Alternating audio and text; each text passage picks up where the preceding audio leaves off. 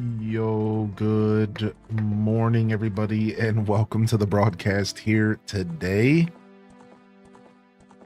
That's right, we are back with some Mystria. Things have started cooking in this game, and I'm excited to be back for some more.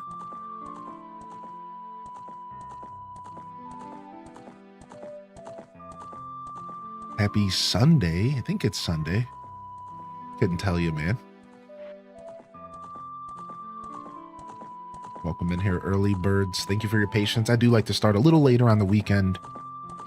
I aim for that 8:20, 8:30 time slot here on the weekend. So thank you for your patience here. It's just nice to have a little extra time to wake up.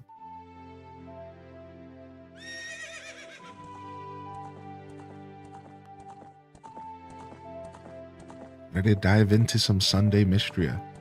Potentially the best vibe for a Sunday, potentially. It's up there with Stardew Valley for sure.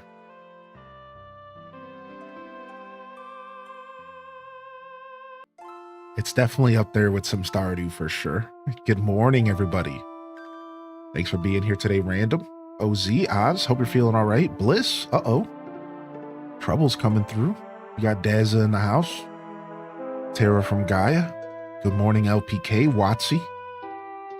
Gamer Lady. Good morning. How are you today, Gamer Lady? We got Elliot in the building. Shy Chai. Building as well. Watsy girl, if I haven't said good morning. Trips 14. Squirtle.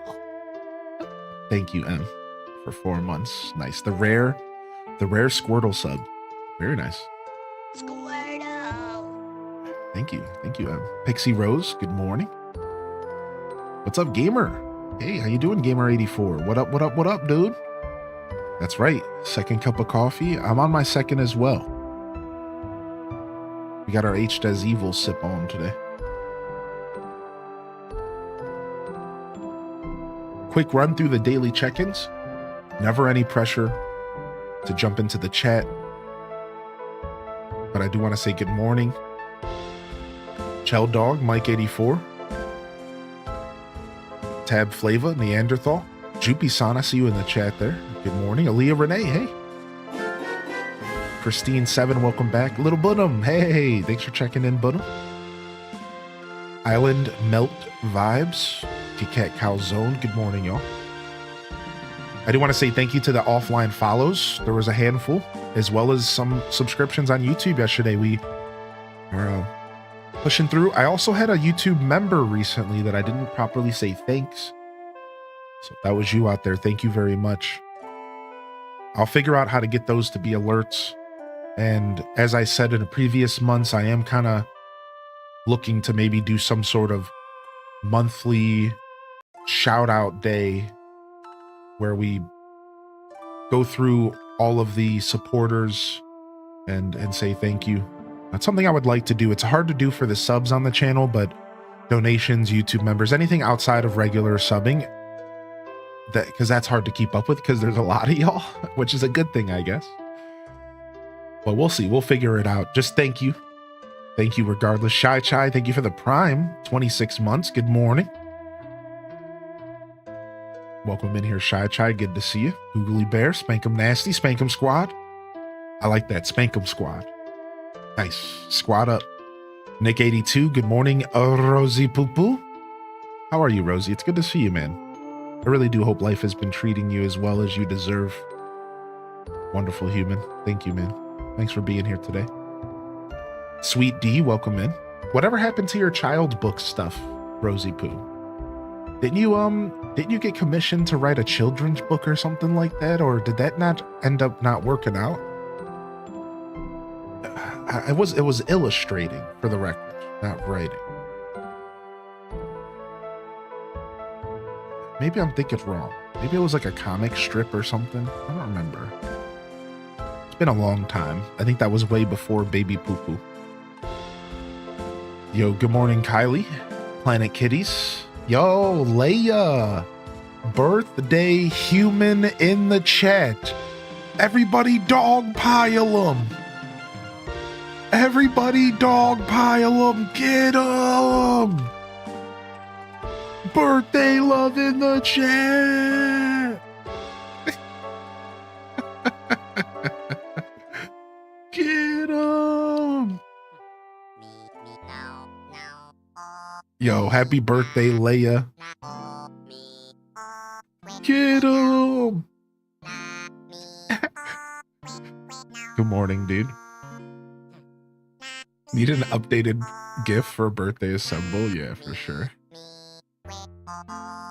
Pandemic happened, illustrated a whole book, and they closed their children's book division. Now they only do horror stories. Wow, that sucks, dude. It'd be cool if you still have like remnants of that work to maybe just share in a portfolio or something, right, man? Super cool stuff. Every once in a while, we show off your Rob Boss art. Out of all the work you did for me, and you did so much wonderful work, I still to this day think that the Rob Boss posters were the sickest-ish that dude, it was so, you went hard on those movie posters. Both of those movie posters are so well done, dude. I still show them off. We still offer them as merch occasionally. Super cool, dude. We'll have to bring them back on the merch soon.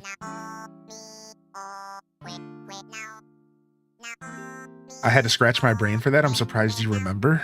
You know. What up, Duel Master D? Birthday love in the chat for Leia. Anybody else out there? Ow. Me, mo. Is this the equivalent of the Hooters girls coming out and singing you happy birthday? Is that what's happening right now? Is that what I've turned into? Hey, ma,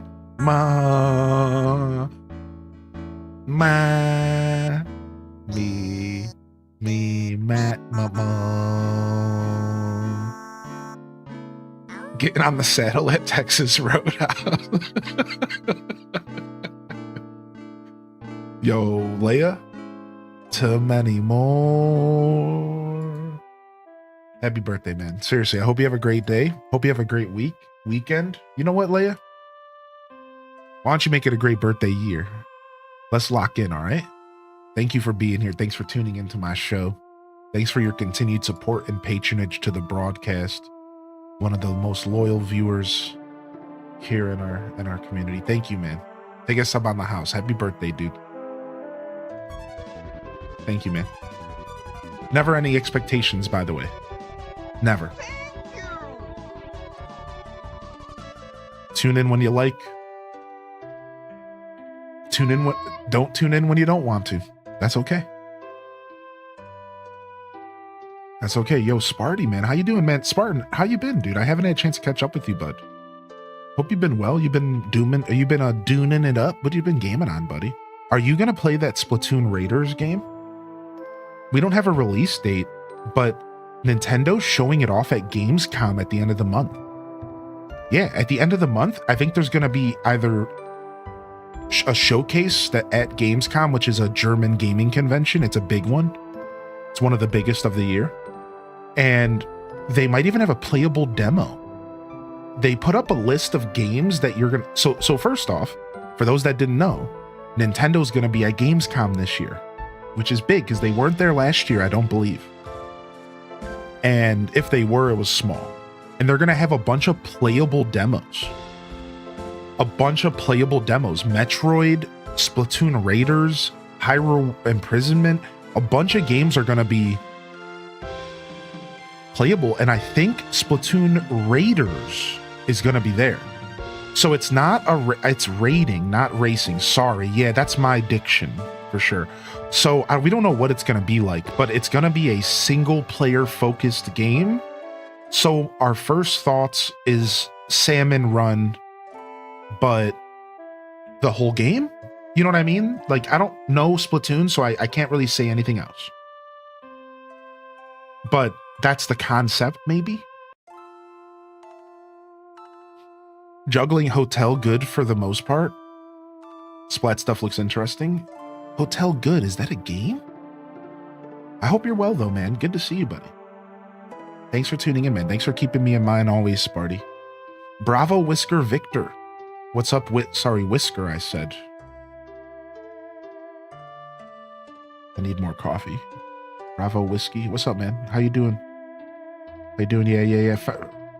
Fields of Mystery is unfortunately still stuck on PC. There's maybe a chance that next year we see it on console. Yeah, sorry, bud. Yo, enjoy your lurk today, Leia. Yeah, get your D&D on. Happy birthday, man. 2 more hours to the last day on con. Woo! Woo! All right, we're gonna be back into some Fields of Mystery here this morning. We'll chat and talk since we start a little later on the weekend. Yo, how you doing, Soy Timo? What up, Soy Timo? What up, Springs Love? Pixie Rose, good morning. Oh, I love this part of the song. Good morning, all. Happy Sunday. Long day today. Here's to 3 years of lurking, my friend. I don't know. You're the hero of Hyrule. Yo.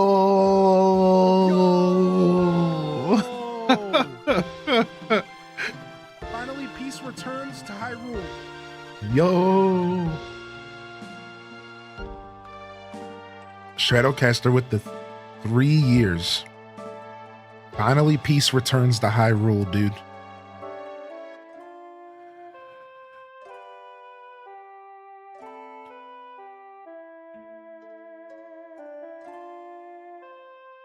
Finally, peace returns to Hyrule. All right, let's go. See what this game's got for us today. Thank you, Strato, man. Good to see you, buddy. I hope you've been well. Lawn day today. Good luck. Good luck with the lawn stuff, buddy. Good morning, my little plushies. Good luck with the lawn stuff. Good to see you, Strato Bobado. Thank you for 3 years, dude.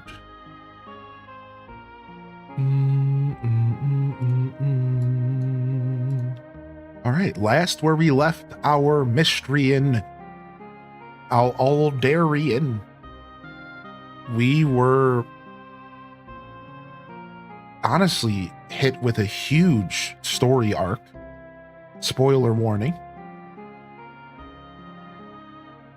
But as you go through this game, you unlock seals in the mines, and not only does it give you access to the next level of the mines, but it also gives you a new spell, and it unlocks the next piece of the story.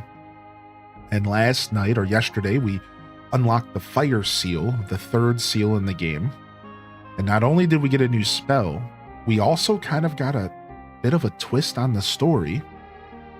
And our once dragon statue turned into a dragon boy and saved our life, or saved us from being trapped, or whatever was happening. I think we were about to die. And saved us in the nick of time. But as a result of saving us, had to switch out of his dragon form and become a human. And he almost made it sound like it was a permanent decision. And it was an old form of his. So now he's weak and tired still. He's been weak the whole game. And he has requested that we continue to release these seals so that he can continue to gain his power back and his memories back. But it was a pretty big deal because the way it all went down was pretty, it was kind of like a reveal moment, if you will. A big reveal moment for the game and for the story. And it was pretty cool. So that is what we dove into yesterday. Otherwise, we're at the end of the first year in game. We're in winter year 1. And our farm's coming together. We have a nice selection of animals. And we have a wonderful assortment of crops growing, and we have a good income coming in. We have silver tools, and now we're at the point in the mines where we're unlocking golden ore for potentially golden tools. And the cool thing about this game for me is that the last time I played this game, which would have been around its release, none of this stuff was in the game. And that's the cool part. The game stopped at the Ruby town level, which we're at Iron. It stopped at Ruby. We have now surpassed any content that I've ever seen. And the same thing with the mines. The mines stopped at the fire seal. You couldn't unlock the fire seal when I first played. At least I don't think so. So now we have all this content to look forward to. And we're starting to dive into uncharted territory for myself. And I'm pretty excited about that. So that's a pretty quick recap of what's going on here in our playthrough. Otherwise, we've been doing a lot of animal stuff. And if you look at my farm, we're kind of keeping the farming stuff light. And we're opting to take care of animals a little bit more. We're doing a little bit of an animal papa vibe. Oops, I didn't mean to harvest that stuff. I forgot that my sword can now harvest. So we need to be careful about that. So, yeah, that's like a quick recap. Otherwise, we're not really doing any kind of romance stuff quite yet. And we're thinking about doing some of that in year 2. But I wouldn't even be against just saving the romance stuff for when the game fully releases. And doing the romance stuff when we do a full playthrough. Because, I mean, we're obviously going to play the game again when it comes out fully. So I almost feel like it might just be smarter to kind of hold off. Oh, I fed you an egg. Yeah, it honestly might be smarter to hold off because it'll give us something to look forward to in the next playthrough that'll guarantee be fresh content. And it seems like there's enough stuff going on in this current version of the game that I don't really need to, like... I'm not, like, hunting for content. There's, like, a lot going on, dude. The game is really fleshed out at this point, you know? So I don't feel the need to, like, push it. I would be okay with holding off. But we'll see what happens. We're still pretty early in this playthrough. I imagine we're going to go through year 2. For the Mystrians that are enjoying this playthrough, I imagine we'll probably be going through year 2 for sure. I think so. No mega farming? Where's Hylian? What did you do with him? He's in my basement. He's locked up. Who would you pick to romance? I kind of like all the girl candidates. They're all super charming and have a lot of personality in this game.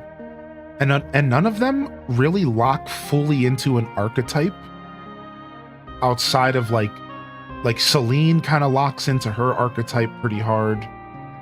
Whereas like, I would argue that Adeline doesn't. Like she kind of has a diverse personality, I feel. Right? And then you have like Josephine, though. I'm looking for all the candidates. I don't actually know all of them. We're looking here. So you have Raina. Raina seems dope, and she's the cook, and I like that. Who else do we have in here? Valen.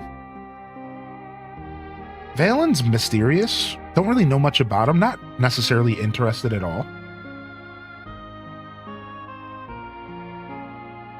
Again, I do like Celine. She's just more one-dimensional than the other characters.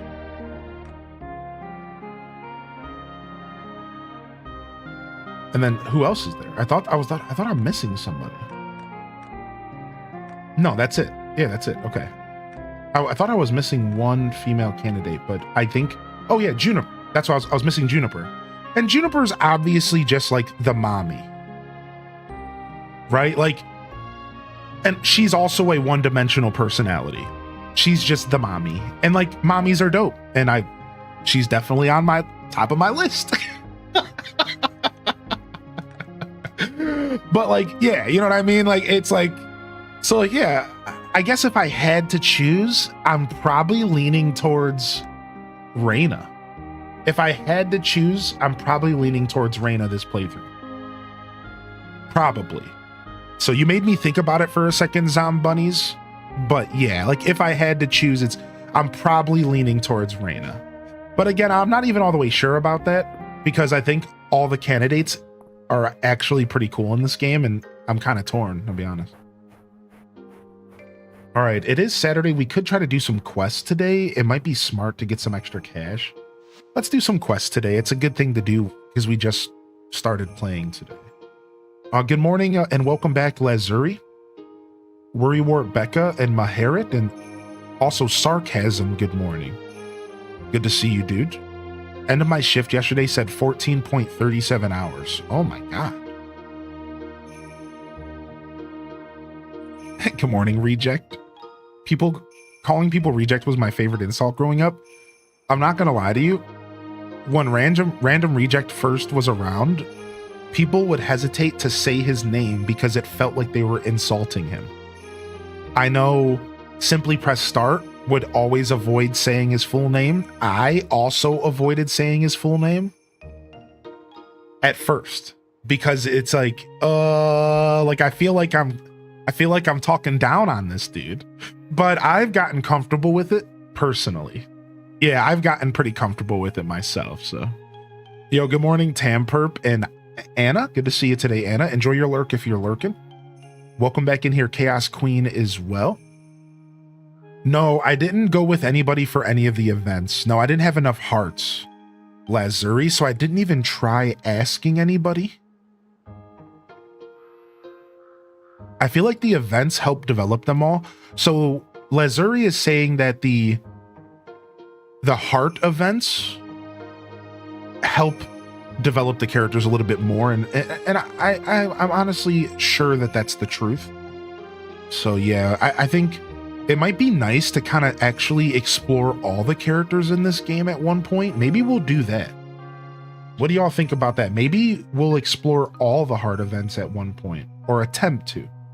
Maybe we'll try to explore more than one character, is what I'm saying. Maybe we can, level up Celine and then go check out Juniper and just kind of get a feel for their personalities. That might be fun. We'll see. How do I get my sword back in Stardew? Hubby was talking to me and I got killed. From the Adventurers Guild, I think. I don't know. I think you should be able to get it back though. All right, hold on. Let's see. We need clay. You should be able to get it back somehow. I think there's a fail safe for that situation. I think there's a fail safe for the situation in which you lose your sword early. I don't know if it gets mailed back to you the next day or something like that. I think there's a fail safe.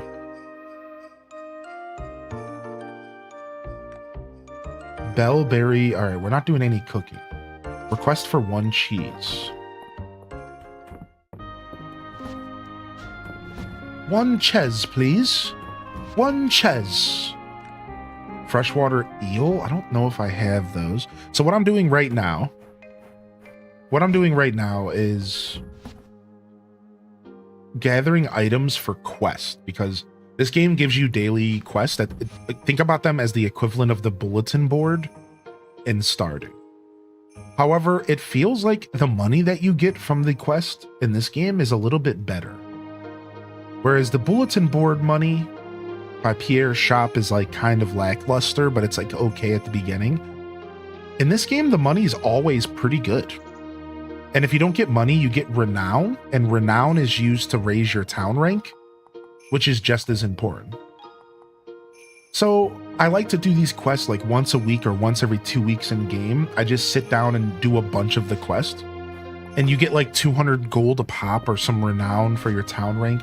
Either way, it's all really nice. It's all really useful. So I like doing these little quests. It almost feels like it's an in-between of Robin's board and Pierre's board. It's like the in-between, if that existed and started. Iron armor. Do we have enough iron to make armor? We do. Oh, maybe we'll go make some iron armor really quick. Noodles, oyster mushrooms. We have 2 of those, I believe. I think it helps with hearts as well. I think you're right about that, my dude. I think you might be right about that. Yeah.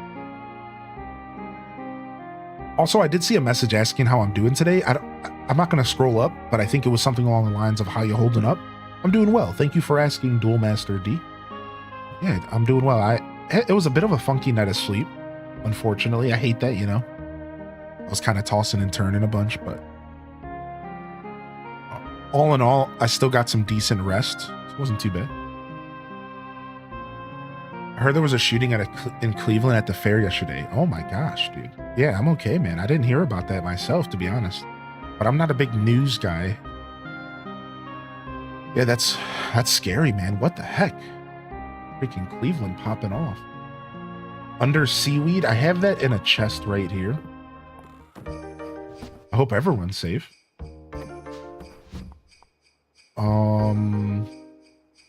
I was out and about yesterday.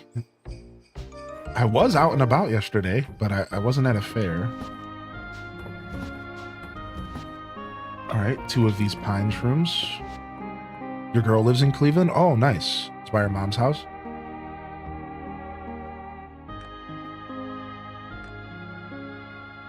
You know what they say about them Cleveland girls? I don't know, but when you find out, let me know, all right? I need 1 silver ingot.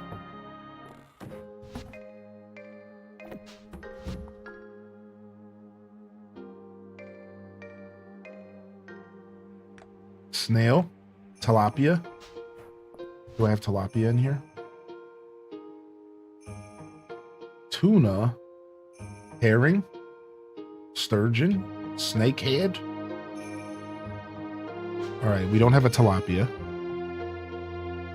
A request for an orange. I don't think I have an orange. Nope. All right, let's go to the town. Let's go to the fair and go turn in some quests. Let's quest. Any fans? Any fans? Never thought I'd say this in my life, but she's crazy in the most perfect way. Yeah, I mean, you just described every Clevelander. We're all a little batty.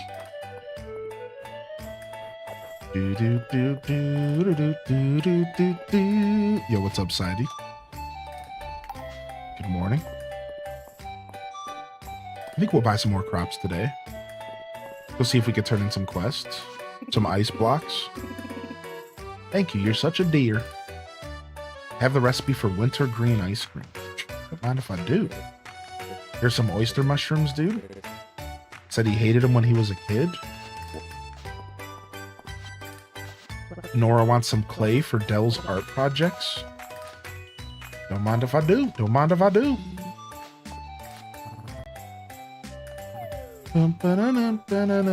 Yeah, maybe Vera's slept on. Maybe I should consider Vera more.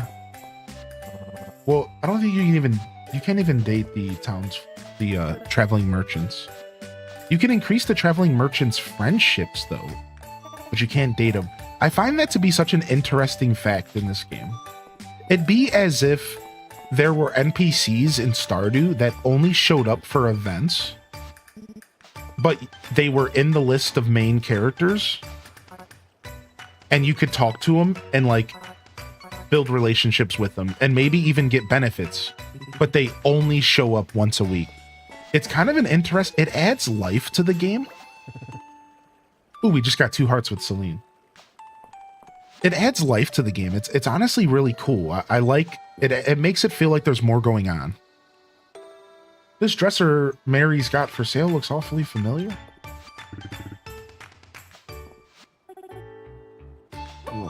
Just kind of skim reading these messages. They're usually kind of one-off messages. Just all right. Who wants the cheese?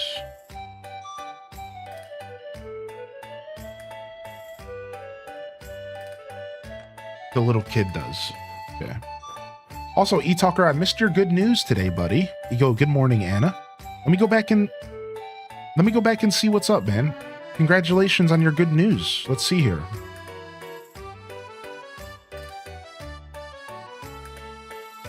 That's my good news. Your leg's healing, but it's not completely healed yet. Yo, nice. Dude, you have such a good attitude for a rough situation. I just want you to know that that's a good strength to have, bud. Keep a positive mindset. Keep a heads up. Keep your head up, your chin up. How you doing today, Kuhn? Welcome back in here, Kuhn MH. And Shadow Dwarf, how you been, dude? Good to see you, Shadow Dwarf. I'm having a good day so far. Yeah.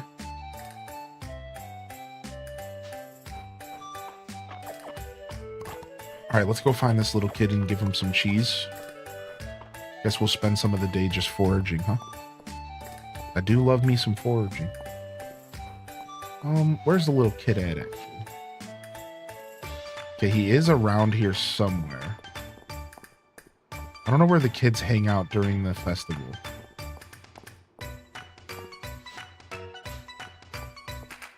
I think they're somewhere around here. It's one of my favorite things about eTalker. Yeah, they have a great attitude, man. Yo, what's up, Rachie?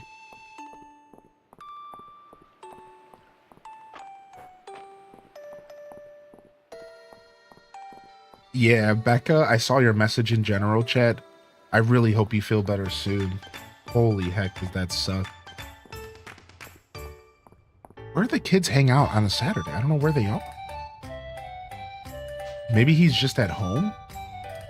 Let me make some iron armor real quick. Oh, I don't have enough iron for armor. Dang. Oh well, that's fine. Maybe they have an arcade. I mean, that's a good thought. No, he might be at the inn. Oh, here we go. Found him. I don't know where he was, but we got him. My cheese! I love grilled cheese! It's the perfect meal! I mean, he's not wrong about that.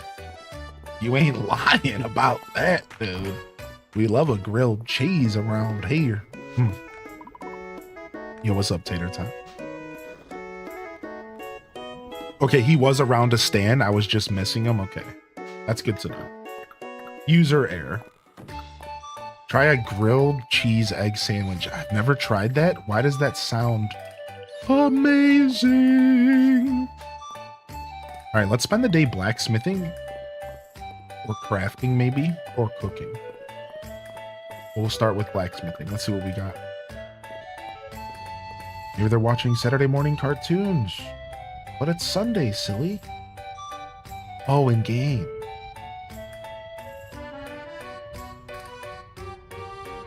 I don't want to make gold yet, but I will make the rest of my silver.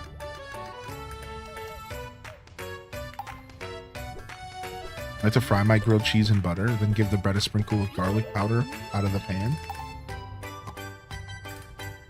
I make a pretty okay grilled cheese, I'd say. All right, let's make some armor here. What's my weakest piece of equipment right now? It's got to be my helmet and my chest plate. All right, let's go for a helmet. Come on, come on, come on. Plus 4% speed. Come on. Saw you started uploading AC Deluxe again, as you said. Thanks a ton. No problem. No problem. I got an episode last night. I did one this morning. There's about 7 or 8 episodes left. I can even give you kind of a heads up on that. I think. Unfortunately, because of what Twitch did with the storage, I have to dig through everything to make sure I didn't miss something. But I gathered all the episodes last night. I'm going to continue to release them episodically, I think. It seems fun. Maybe just once a day. And I think there's about 5 episodes left because they do start to get scattered. I was only playing Deluxe maybe like once every couple weeks for a bit, even still now.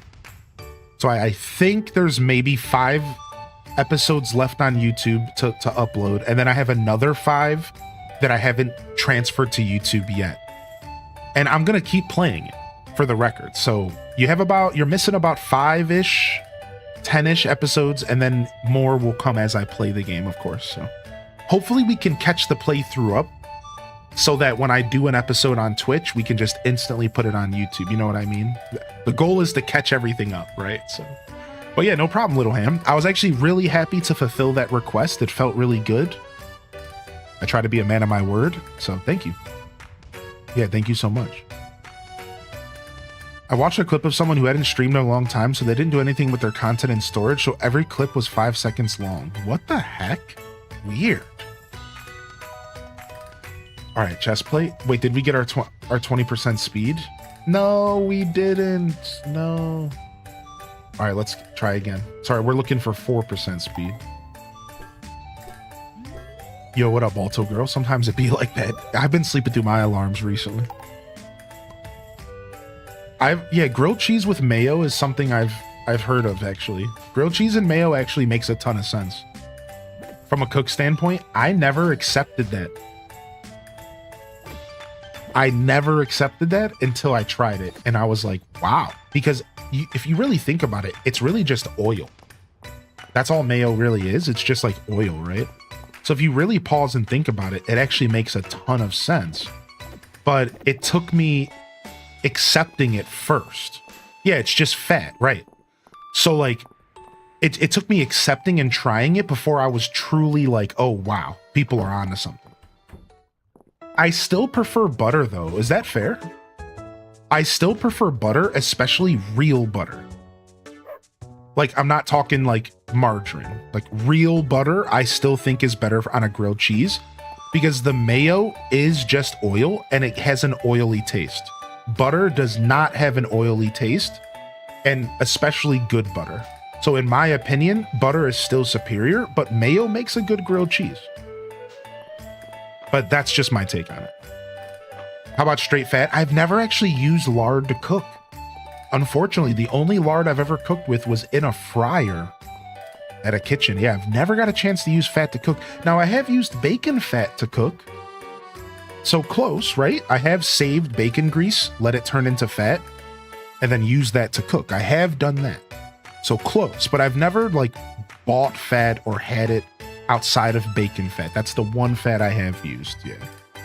Yeah, bacon grease, yeah. So I've never used beef tallow or anything like that. So good comment though. I bet you straight fat would be fine, yeah. Slap that Kerrygold on anything? I know, dude. Oh, don't get me started on the Kerrygold, dude. All right, let's do a little bit of cooking so we can level up our cooking, and then let's do a little bit of cooking. We can level it up here.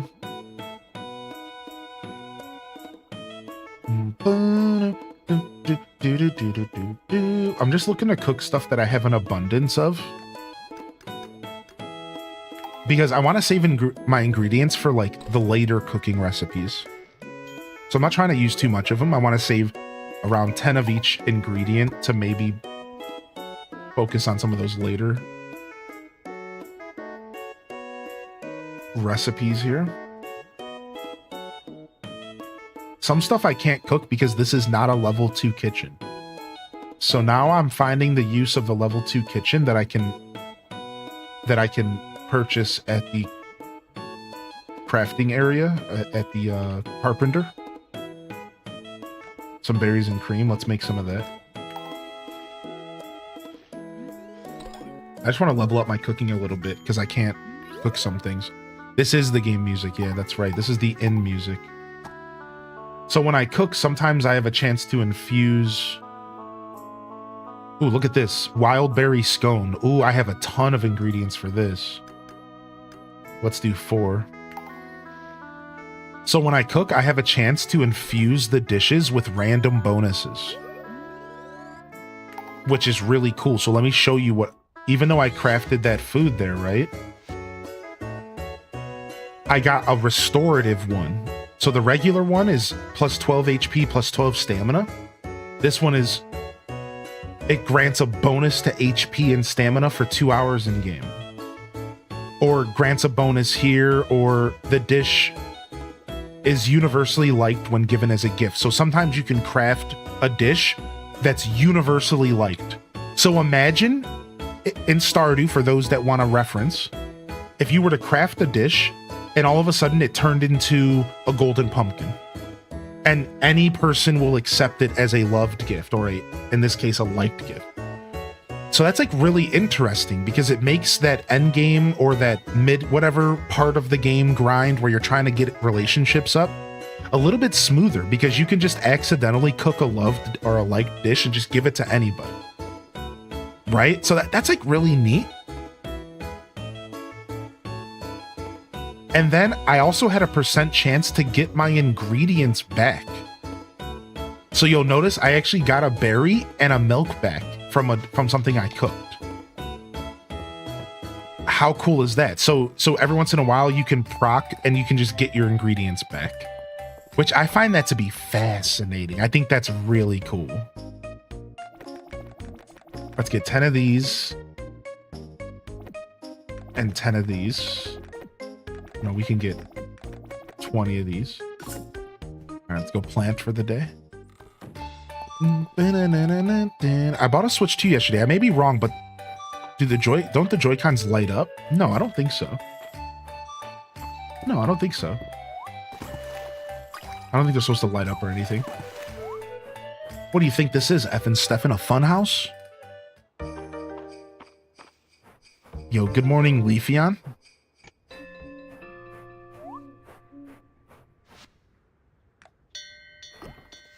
I hope you're doing well, F and Stefan. What do you think this is? Some kind of fun house, dude? You think everything's just lighting up? You think this is some kind of party?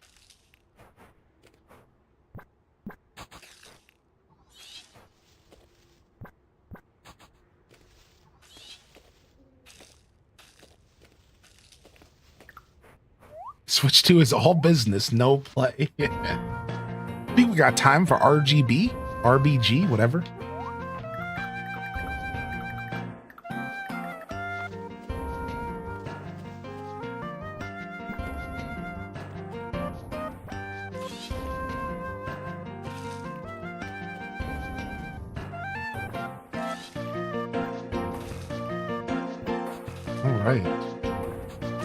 So these bad boys grow in 9 days, so we're planting a bunch of radishes since they're the equivalent to like pumpkins in this game or melons, and we still have a couple days for them to grow. All right, let's go ahead and clear our inventory. We got a lot of food now. Drop all this food off. Sell this old rusty armor. Take this stuff inside.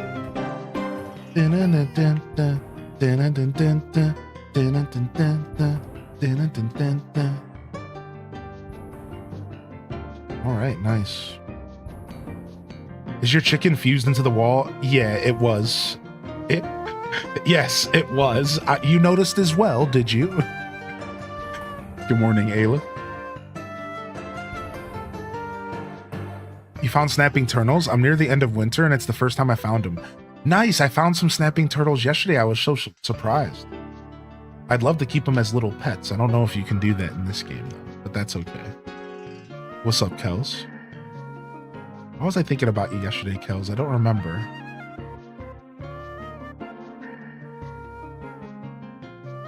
Yo, good to see you, though. PJs? The PJs, yeah. And then, oh, because I saw you on Instagram. I think I found you on Instagram, but I didn't add you. I guess I was feeling bashful, but I should make you a pair? Aw, that'd be so sweet of you. No worries, though. No worries about that. Thank you, though. Very kind of you to even think of it. I do love a good pair of pajama pants. I wish the game would make a journal or something that would add information whenever you gave someone something they liked, so you always remember what they like. So are you speaking specifically on Stardew Valley sarcasm? Or are you talking about this game? So that feature does exist in Stardew, which is why I'm asking. Insta is cringe. I mean, I kind of agree. However, in this game, I can't remember if that's a thing in this game. I think it might be. Right? I think if you click on a... Yeah, you see all the loved and liked GIFs? So it's a for sure thing in this game. And in Stardew Valley it is as well, but you have it's kind of hidden in Stardew. This is why I brought this up.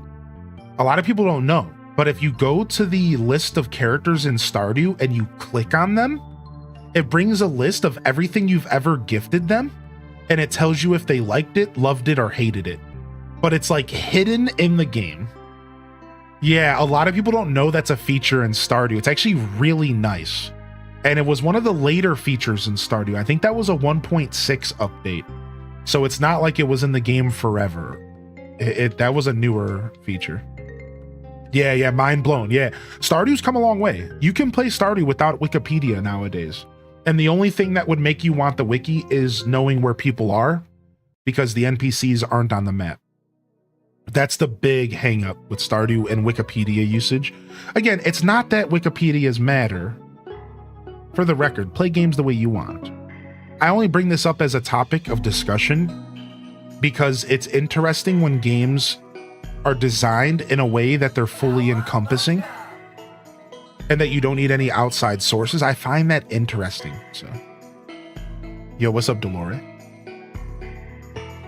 It was 1.5. Thank you, Aelith. It was either 1.5 or 1.6. I wasn't sure.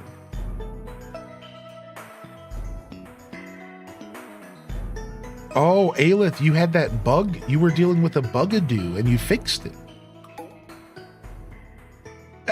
That sucks, man. That sucks that you're dealing with that. Now at least we know if somebody else or myself deals with it.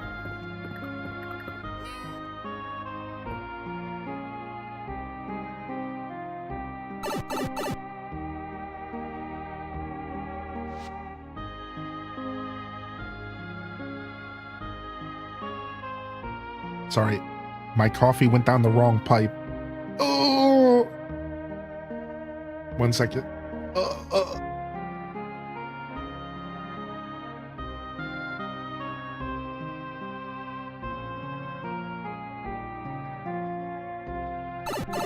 Cough. Yeah, not the kind of coffee I was looking for, if you catch my drift. I wanted the COFF kind, not the COUGH kind. All right. Thank you. Yeah, cheers, dude. H-Des coffee. Customer brought me some munchkins. Nice. The best option is to change to a controller. Sadly, you don't have one. It's at least good to know, like, if you're having issues with keyboard and mouse, there is an option. So I appreciate the knowledge. Thanks for going through that for us.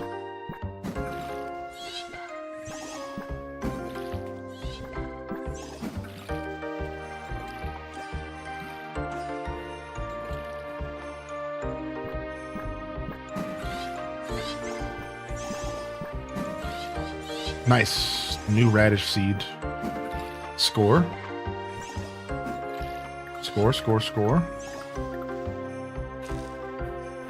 All right. Good morning, Maminals.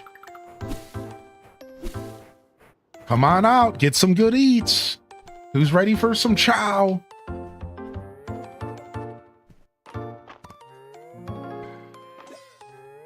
All right. Our bull is fully grown, so we can give him a crown. Sweetie, sorry, Aria Vex. Yo, crown. We'll give you the grass crown. Yeah, because that's sick. All right, and you're at 2 hearts, so we can get a new cow.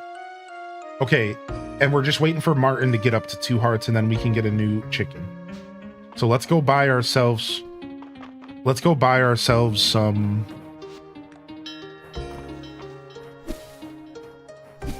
Some of those heart-shaped cookies. How'd the animal competition go? We got 3rd place in both categories, which, considering how I've been treating my animals, is actually pretty good. Considering how terribly I treated my animals for the first chunk of this game, I'd say 3rd place in both categories was right around what I expected.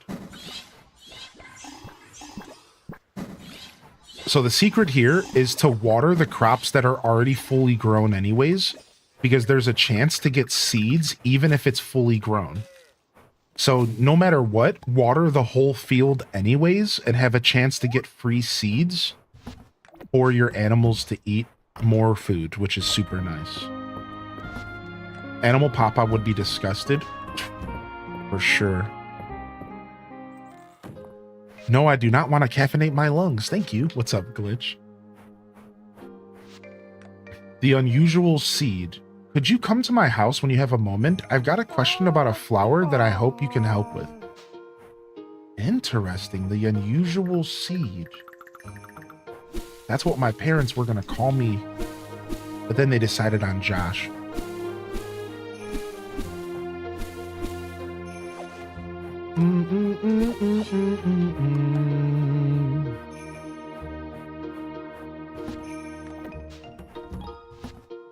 Drop this off in here. Let's go up to the museum. I kind of want to go mining again for more silver. Let's go mining for some more silver. Take some food with us. And then let's grab those heart-shaped cookies for the animals real quick.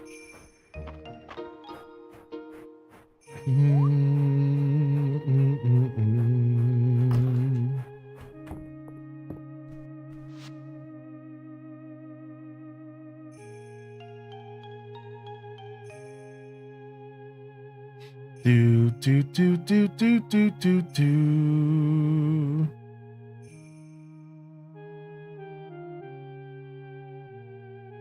Yo, good morning, Taco. I swear I thought it was going to be another story about how is your nickname from high school. Got to keep you all on your toes, you know?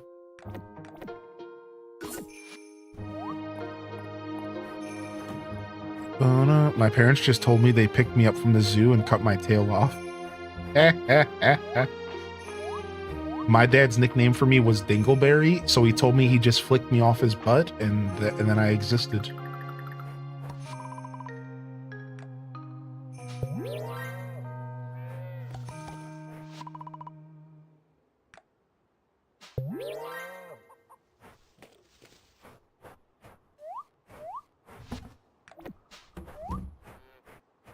Classic dad.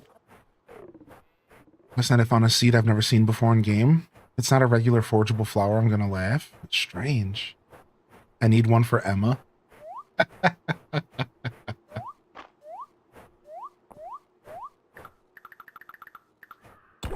Oh, take some of that clay. My dad told me my sister came from a cabbage patch. Yep, just plucked her right out of the ground. She was fresh.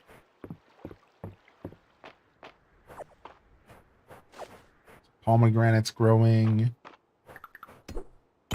Break this for some sapphire action.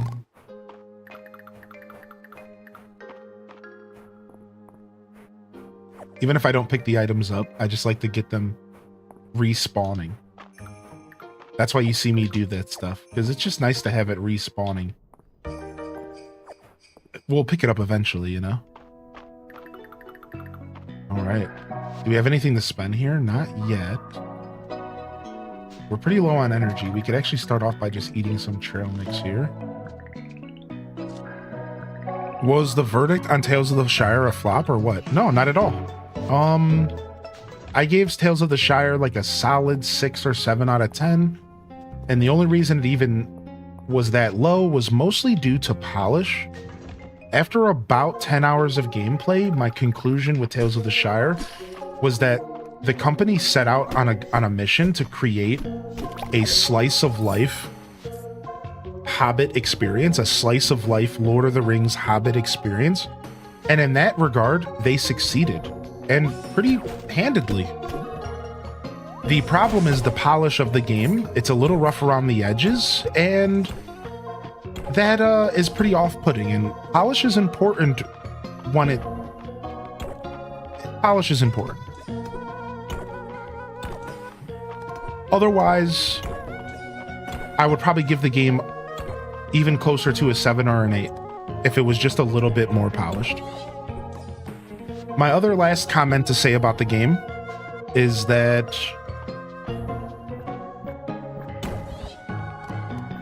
it's really simple, so it's not for every type of cozy gamer. You would think that cozy game is a must play, right? Like, that's not how that works. There's different types of cozy games. So, for example, you have people who love Animal Crossing, but then you have people who love The Sims. What's the difference between those two games? Well, the difference is that one of them doesn't give you really any direction at all, and one of them does, right? Sims gives you structure. Animal Crossing is free, choose your own adventure, make your own fun, cozy. Mine empty. That's Tales of the Shire. Head empty, simple in a good way, cozy. So if you don't like head empty style games, you're actually probably not going to like Tales of the Shire. I think some cozy gamers are going to pick up Tales of the Shire and they're going to go, there's nothing to do. I don't get it. It doesn't feel like there's enough substance. There doesn't feel like there's enough game for them. While I think other people are going to pick it up and they're going to say, this is exactly what I needed. The head empty, just chill out experience. And that's what the game is. So in that sense, it succeeded really, really well to be a head empty, chill out game. But I think for some people, their expectations were different. I think a lot of people's expectations, they wanted more substance, or they wanted a more traditional Lord of the Rings game, or whatever the expectations were. I think for a lot of people, they weren't met, unfortunately. And that happens, right? We build up expectations, they don't work out, we move on, you know? And that's it. That's what happened with Tales of the Shire. So again, great game. In the end, a solid 6.5 out of 10. I don't think it's going to do it for everybody. But I personally think it really brought something to the table that was pretty good. I'll be back to play more myself. And yeah, that's about it. I could say more, but you know, I think that's good enough. But you're welcome to ask more specific questions, of course. I will say that it's a little overpriced. And I think that's unfortunate because I think the price tag's the biggest gripe. I think all gamers are sick of paying more for games that don't deserve it. And developers try to get away with murder, man. They try to get away with overcharging for games.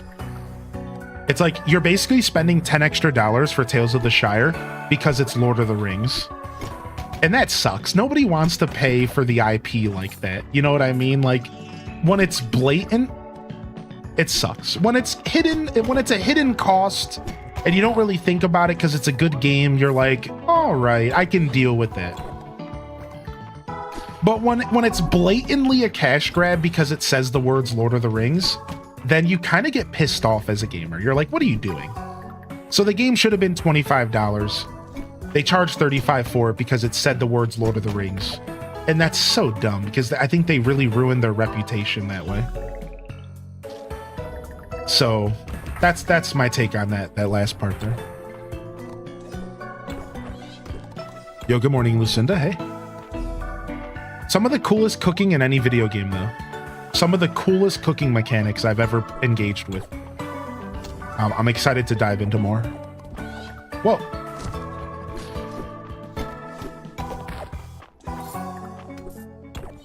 Yeah, I'm glad you came to ask me. I really like being a place for you to come and ask about games. I really like that vibe. So thanks for making my morning, and hope you're having a good day, Cincy Redlegs. No, I missed. Oh, I missed. Oh.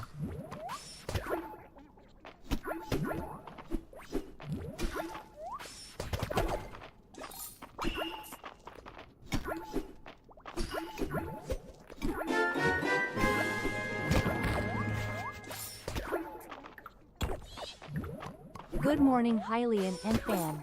Hey. Stay cuddle. What's up, Man's World? What's up, dude? We're really just here for iron. Or for silver, sorry. We're really just here for silver. We could get some more iron while we're here, though, because we do have a quest. Do we have enough time to do that? Sure we do. Sure we do. Let's go and see if we can go snag some iron up really quick. So that would be floor 40 here. We'll see if we can snag up some iron really quick. We just need a couple pieces to finish this quest. No, it wouldn't be floor 40. My bad. It would be floor 30. Yeah, my bad. Oops. Yo, Man's World, thank you for 58, man. What's up, dude? Also, I missed Sidey's message about the game. Let me read that real quick. There's something that you unlock at the mines that gives you storage right at the entryway. It saved me from having to throw stuff outside. Oh, wow. So we unlocked something. Ooh. That makes me super happy. Nice. That's cool. I'm glad there's more stuff that I'm going to be unlocking. This game keeps surprising me, dude. It's so good, man.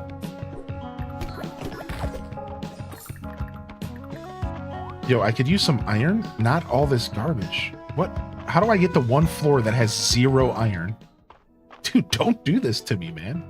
25. Again, dude. All right, whatever. We might not bring any iron home. We'll just come back. We'll come back another day. I should have just did a separate iron day, but I was hoping. Oh, there's one piece. Yeah, IP stands for intellectual property, which just means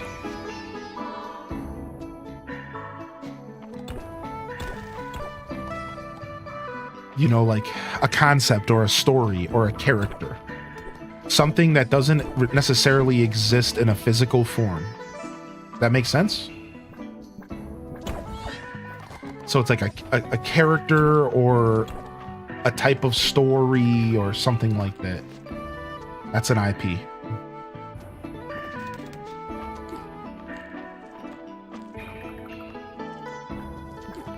Okay, there's some iron up there. Quick, quick, quick. I gotta get out of here.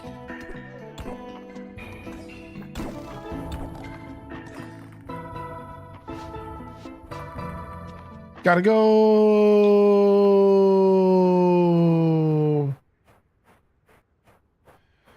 Asked the other day, what does R stand for in the rated R movies? I have no clue anymore. I don't know what the R stands for either. I mean, it's a good question. I guess if I had to guess, it stands for Ricky Risotto. Is that his name? Is that the name that he has to write on the board in front of her class? Restricted? Ah, that makes sense, yeah.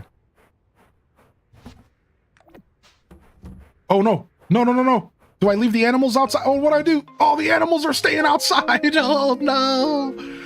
At least we didn't pass out, but the animals are pissed.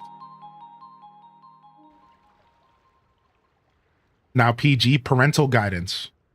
Or, yeah, parental guidance or parental guardian, or basically saying that it's okay to watch if there's a parent watching with them. Right?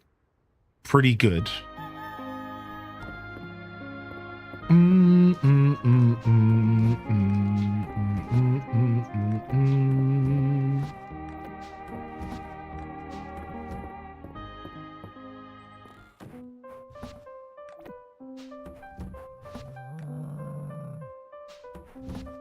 My cows are pissed.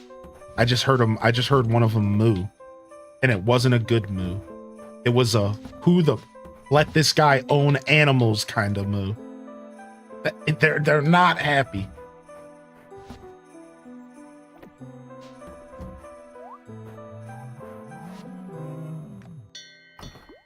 I'm just gonna send them back inside real quick.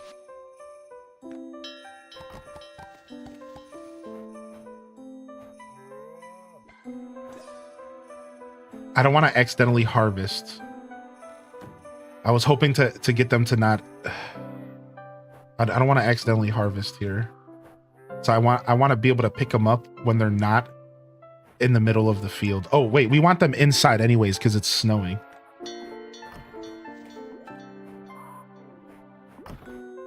Yeah. So it doesn't even matter. They're all going to be pissed off. All right. Did they eat today, though? That's the problem. I don't think they did. Okay, the cows ate. What is the extra? Oh, because they're about to have a baby. Wow, I left my pregnant cows out in the snow overnight. I am a scum bag. Okay, 2 of them need to eat.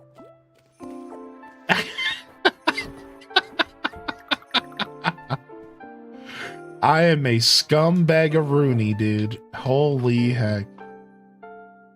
You monster. Woo-wee. All right, we have to go pick up our chickens. Animal Papa would have never let this happen. I have forgotten the face of my father. I have forgotten the face of Animal Papa.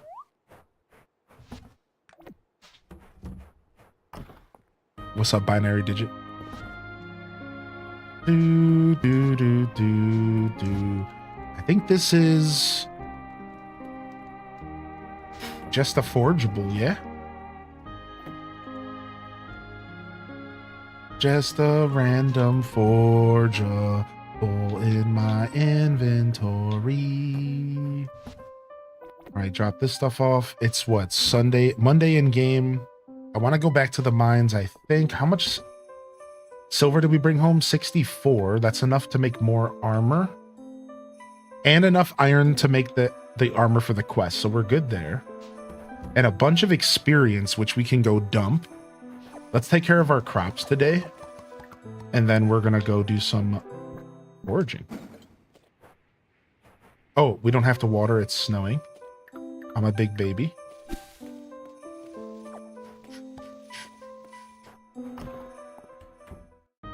Who is Animal Papa? Hayden? It's Hylian's alter ego. I mean, you're right, though, but yeah.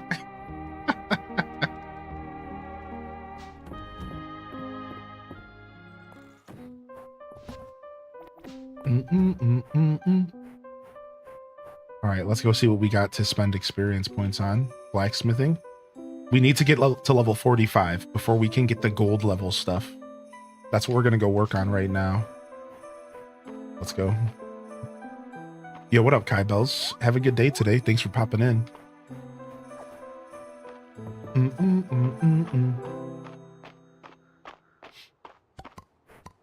Let's go ahead and just do some foraging today, sure. We can just chill out. We'll do some fishing and some foraging. Grab whatever we can here. Yo, what up, Feisty? You're here early today. What's up, man?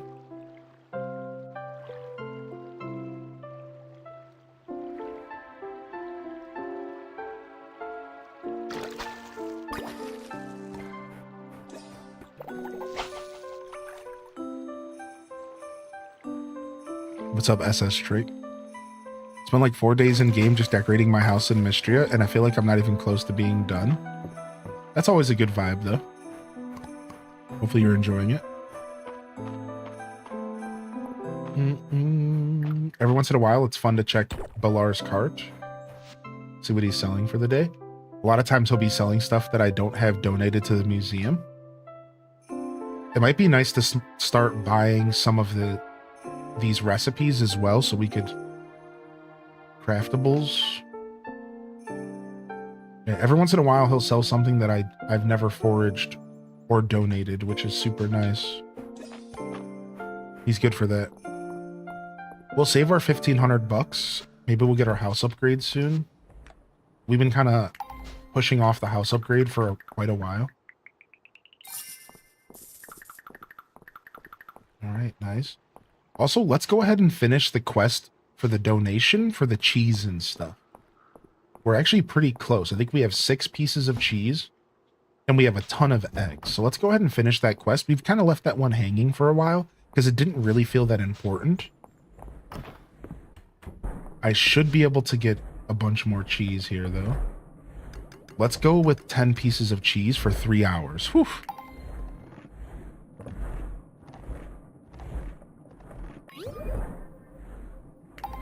All right, we just lost 3 hours of our day, but for the best thing ever. Cheese. Cheese. All right, and then let's head over to the blacksmith and make ourselves some armor, and we have to make iron armor for a quest. I keep forgetting there's a crafting table in town. I really need to keep forgetting. I really need to stop forgetting. Yeah, just keep on forgetting about that. Here's the cheese box donation in my mouth. True, true.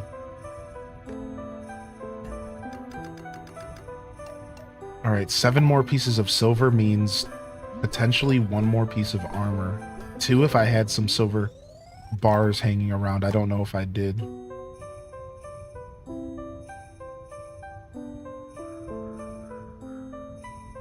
I only have 1 piece, so let's get the next best upgrade, which is gonna be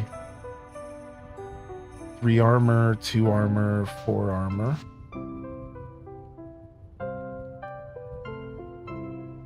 Six on the pants. 6 here. Let's just get these pants here. Yeah, what's up, Toad? Good morning. Welcome in, Sim, etc. Oh, the kitties woke you up? All right, we're continuing to hold off on gold. There's a big reason why I'm holding off on gold here. I still didn't get my speed increased. Dang, we're losing that battle, huh? So there's a big reason why I'm holding off on the gold here, and it's because if I wait until I buy a certain perk, I can make it to where my gold stretches for further. So instead of 10 gold ore to make 1 bar, it's 9, which is kind of matters for the long haul. Fortified iron armor. Wow. You can buy stuff from the blacksmith. We haven't actually messed with the blacksmith at all. Like the shop. Yeah, you're right. We can buy stuff here. We can buy ores. Here, I'll buy 9. Dude, it's so expensive. There's no way. I'm out of here. Get me out of here. All right, let's spend the rest of our day doing some crafting. And we'll level up our crafting skill just a little bit, and then we'll do some more fishing and foraging. So, what can we craft for ourselves? I'm not really looking to craft, like, decoration stuff right now. I've just been crafting chests. But there might be some other functional stuff. No, not really. What kind of stuff will I end up using later that I'm maybe not using right now? What? I think walls. Let's craft a bunch of walls, because we're probably going to end up using a bunch of walls later. Let's go ahead and craft 50.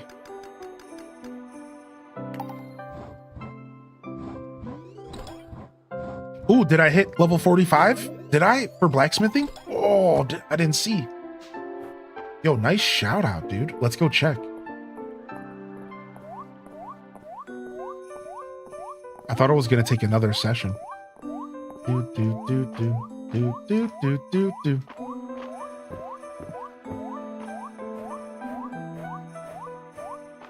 Very nice. The little add-ons are pretty rare. Yes. See, and then boom. Gold expert. The amount of gold required to craft gold ingots will be reduced by 1. So we were waiting for that. Crafting armor will occasionally result in a bonus tireless infusion, which grants you 4 stamina.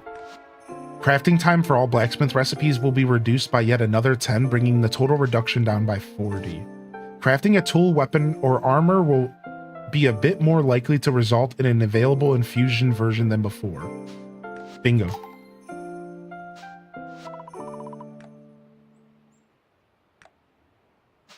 Bingo bongo. Nice. That's beautiful. Now we can get ourselves a new golden sword. I don't want to replace my sword yet, though, because I got lucky enough to get life leech on my sword. So the sword's actually going to be the last thing I replace, because it feels like it's going to be super nice for a while. So instead, I think I'll go ahead and upgrade my pickaxe. Let's get a golden pickaxe. Oh, we don't even have enough gold to get anything. So never mind. We haven't explored the golden floors too much yet, so that makes sense. I'm okay with being patient and waiting. All right, how's my inventory? Not too bad. All right, let's go do some foraging. I think we have enough inventory space to bring some goodies home. Let's go ahead and work on some more lumber. I'm feeling like my lumber reserves are just not enough, and I know I'm gonna need more over time.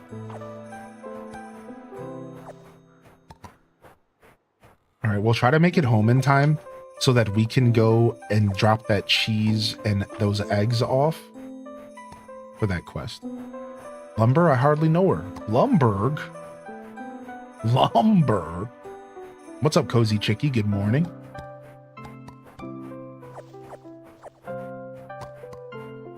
All right, inventory smacked. That was fast.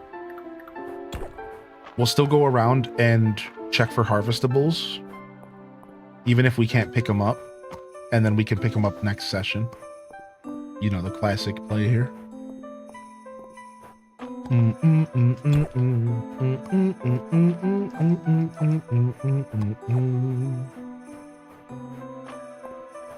Boom. Easy peasy. How are you? I'm pretty good today. How are you, man? Thank you for asking. I appreciate you. Doing all right here? Doing all right today? A little sleepy, but we're shaking it slowly but surely.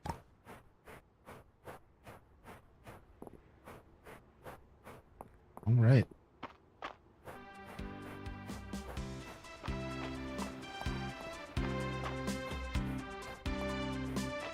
We are shaking it.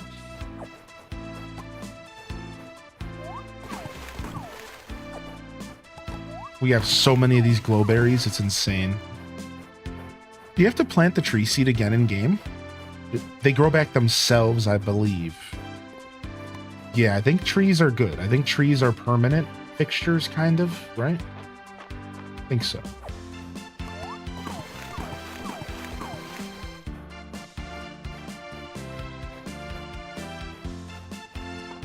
What's up, Toon? Good to see you.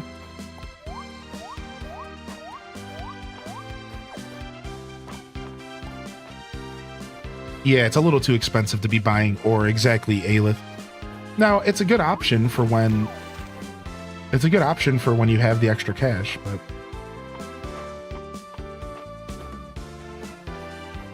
You like that the trees regrow out the next day outside your farm, so you always have wood available? I agree with that. I think that's a nice quality of life adjustment. I'm not sure how these ice cubes got in here. Oh, that's where my white chicken wall ribbon went. Oh, never mind. I wasn't looking for that. Drop off some fish. All right, we have this armor for a quest. Let's go ahead and sell this armor. Let's go drop off these stone walls in here. I think everything else goes in the house except for my 10 cheese.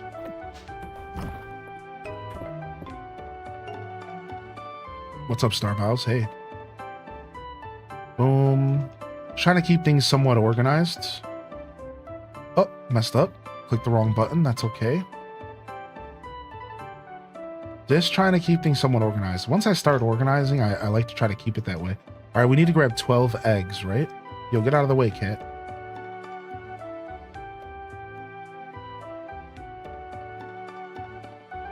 All right, let's go.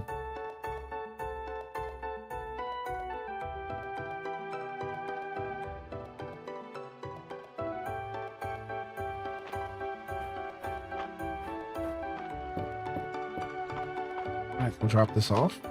We might be able to say what's up to Adeline and officially finish the quest before bedtime.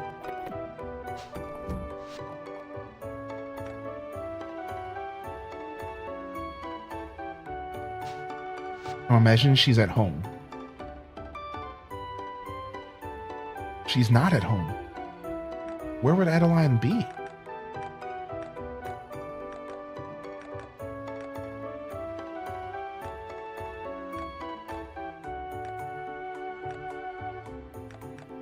Maybe I just missed her little head here.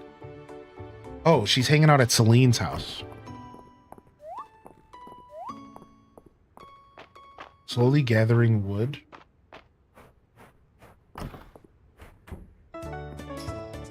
from the map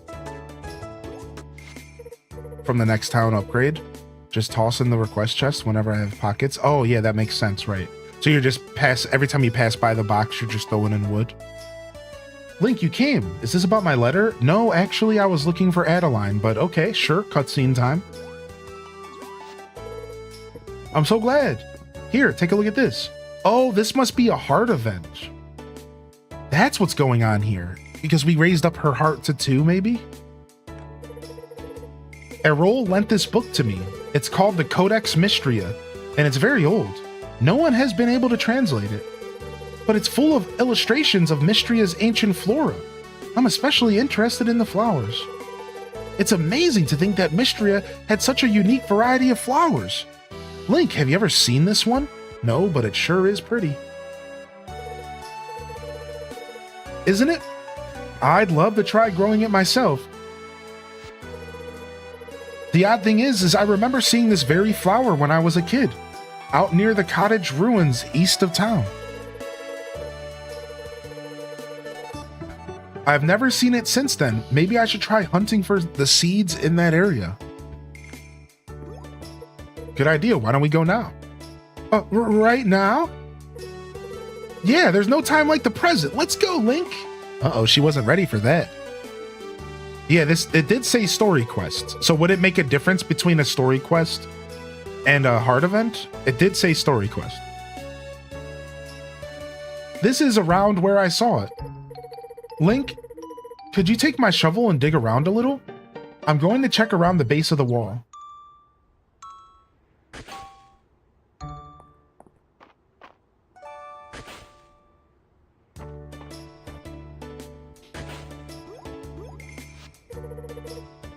What's that you found, Link?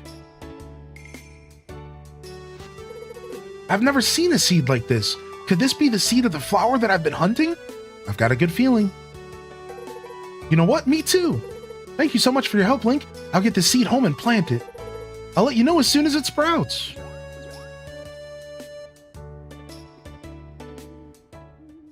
Cool.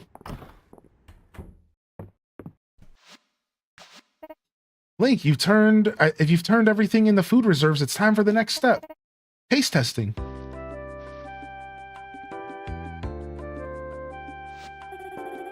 Keep an eye on that stove, Dad. Almost there. Yeah. This is yours truly. LL, highly in descent. Let me take off my shirt and jam. I love you and you love me, so why don't you see the truth?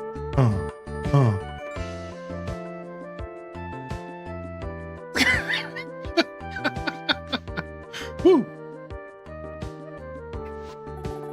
Twice baked rations with my own secret blend of herbs and spices. Dig in. Seconds, please. I agree with Link that they're very good, but if we eat too much now, we'll have to put out another donation request. Surviving on these would be a real pleasure, Hemlock. Make sure you put a beer on reserve that would pair as well. Way ahead of you, Hayden. I think the whole town will be delighted to know that the next time there's trouble, Mystria will be ready. Cute little cutscene for our hard work. We got a cow cheese hat and a chicken egg hat. Yo, nice. The cow cheese head. The cow cheese head, dude. Nice. Nice. Do.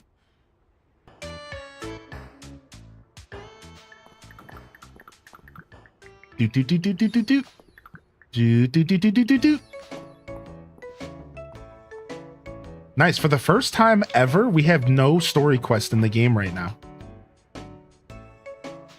I'm sure we'll get more because we just finished one, but isn't that kind of neat? I don't think we've ever had an empty story quest log, maybe once before. All right, let's get to bed here.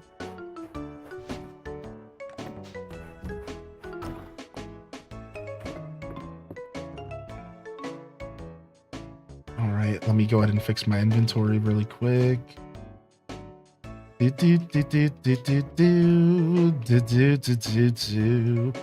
We use the fishing rod a lot less often than we do the watering cans, so it doesn't really matter. Let's just do it this way anyways. Dun, dun, dun, dun, dun. All right. Off to bed. What's up, Gab and Mandy Cat? Good morning, Mahogany Chica. What's up, Sage the Spirit? Good morning, everyone who's just rolling in. Welcome to some more Mystria Day 2 this weekend of some Fields of Mystria. Hope everyone's having a good Sunday.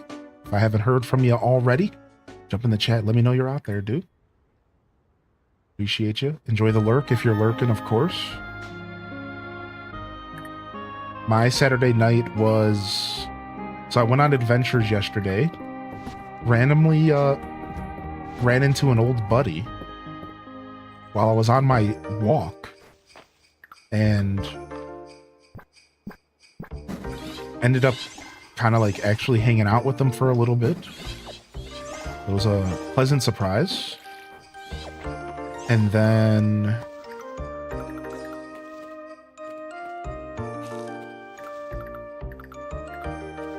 had a chili dog, ate a glizzard yesterday. You know it's a good day when you're eating a glizzard. That's right, baby. I got myself a glizzard.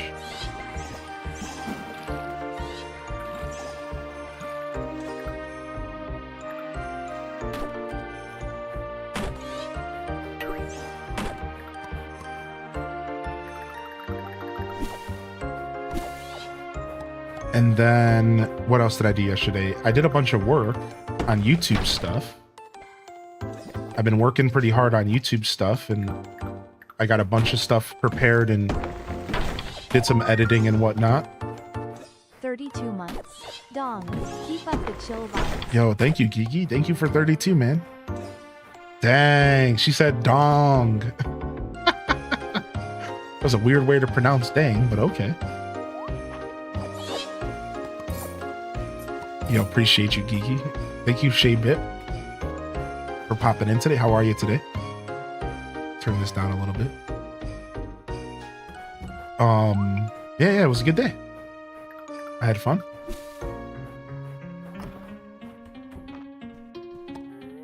Relaxed and hung out with the lady friend. I cooked myself a delicious meal. I did broccoli, carrot, chicken again, which I did about a week ago. I wanted to revisit it.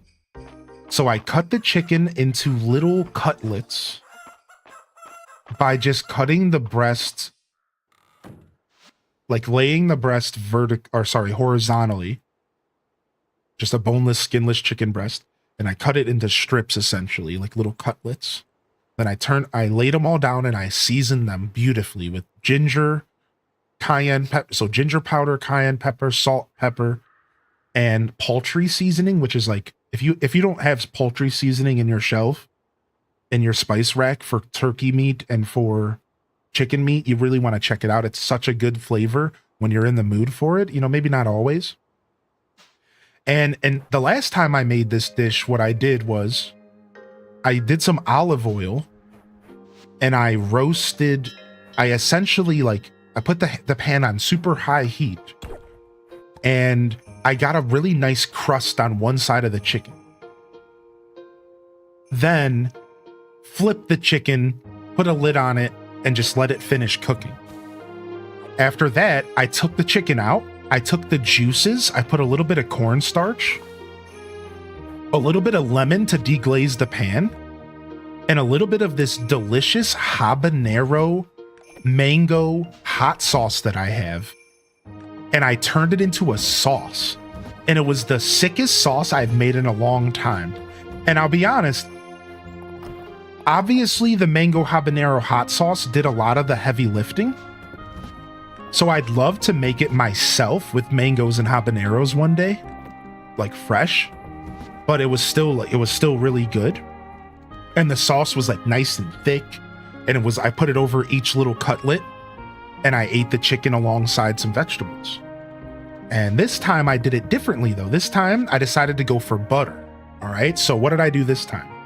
Again, made the cutlets, seasoned them, And then I threw some water into the pan, maybe like a fourth of a cup, and I did a super quick blanch of my vegetables. I wouldn't even say they were like steamed. They were kind of blanched.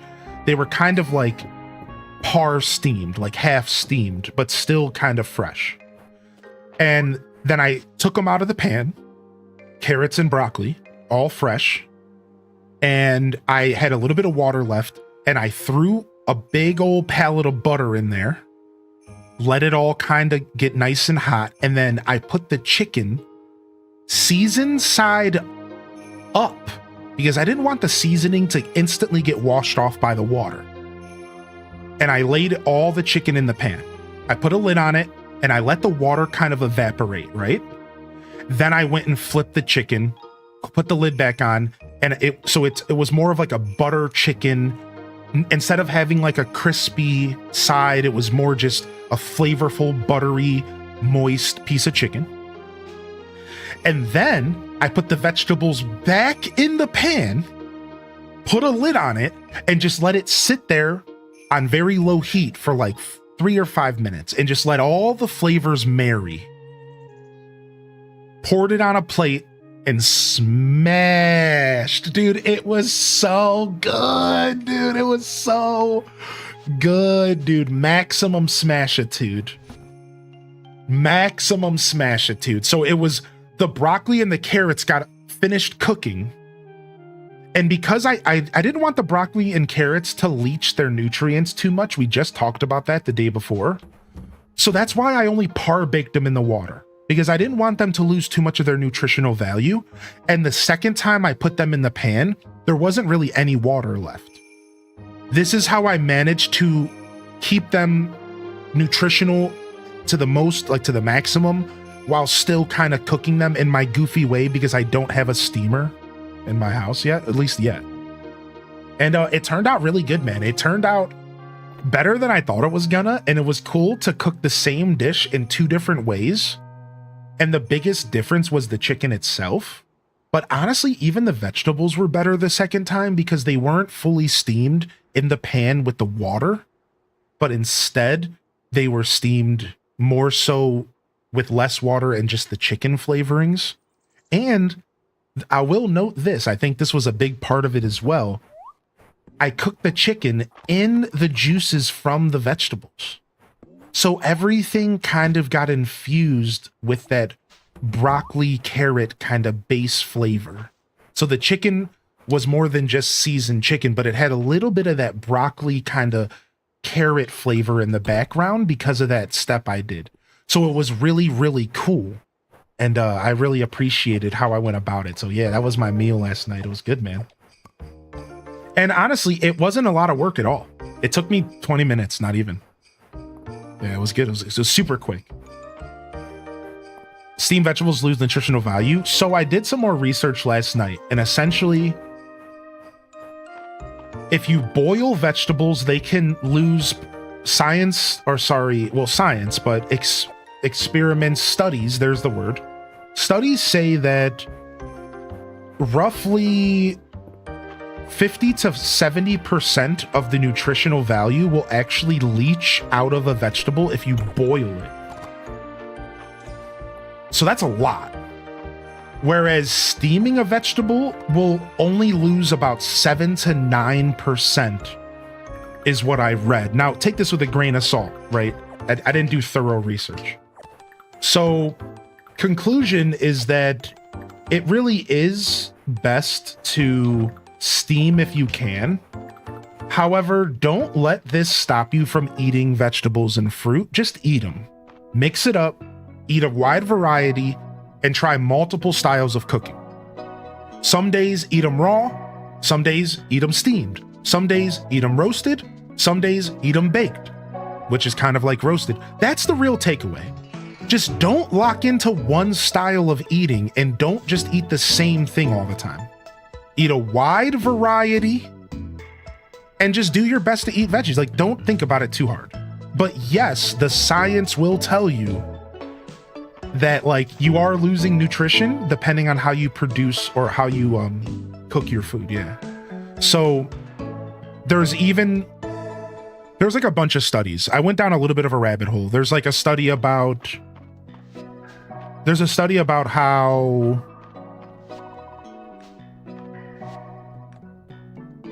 like cooking from frozen versus cooking from raw. There's like some people say like let your frozen vegetables sit for a little bit first. Like there's all sorts of stuff. You can get into a rabbit hole.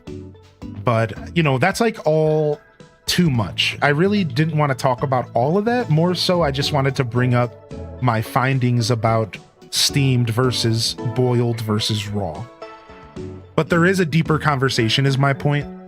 And if you look into it, you can find a little bit more about it for sure. So I think the biggest thing I took away from the whole thing for me was just mix it up, man. Just try all sorts of different styles of cooking. Don't just lock into one.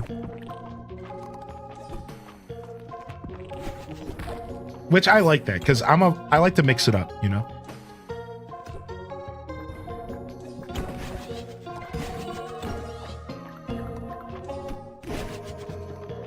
I tend to bring raw veggies in packed lunches, but cook them more at home. Right.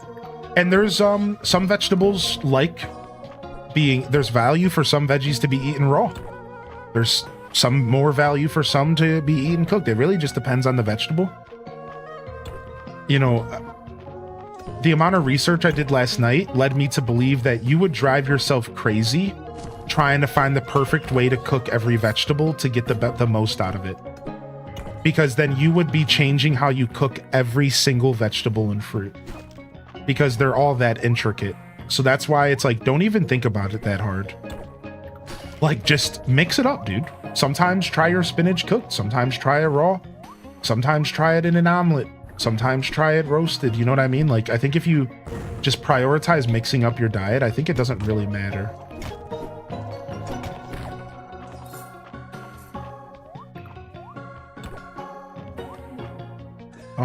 What can we throw this guy? Boom, boom, boom. Yeah, exactly. It's never bad to eat a vegetable, and that's the thing you have to, like, doesn't matter how you prepare it. So, like, don't let the conversation scare you from eating it the way you want to eat it. Just eat it the way you want to eat it. And if you do want to think a little bit harder about it, you can. It's totally an option. Exactly. My mom used to boil the crap out of spinach and it would be all wet on the plate. I hated it. I'm not a big fan of that either. I've seen greens presented in that way before, where it's just like a pile of wet green stuff on your plate. And like, sometimes I guess it makes sense, but it's really not my favorite. Yeah, I'm right there with you on that.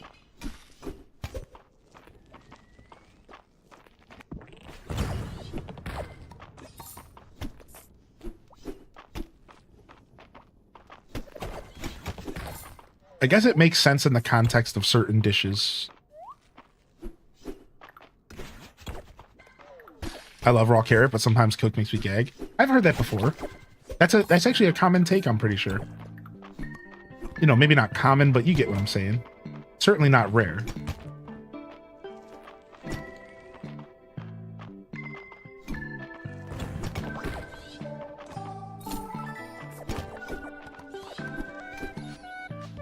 Ooh, nice mushroom stool.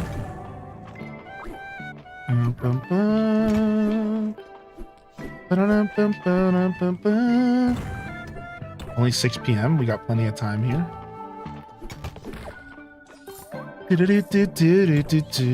Same, it's a texture thing. Yeah. I love carrots. I stopped eating baby carrots recently, though. I've decided to go fully whole carrots. Something about baby carrots are just off-putting. There's like a slight chemical undertaste that I just can't get over. And I tried getting past it and I just can't. And it's not there when you eat bulk carrots that you have to actually peel yourself. It's not there. That weird undertaste is not there. So I've given up. I used to be a big fan of baby carrots, but I'm done with baby carrots. I don't know what it is. There's something about them that are off-putting to me. I used to eat them all the time, and I just started noticing it. And like once I noticed it, I couldn't stop noticing it. Like that's kind of how it happened for me.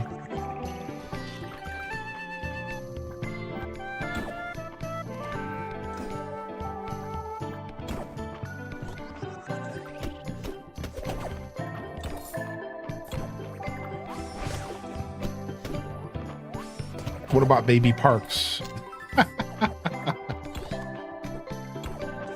Yeah, they have a strange coating or something. Yeah, exactly.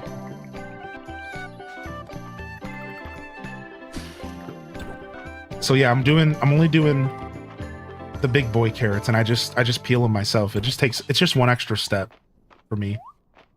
For baby carrots.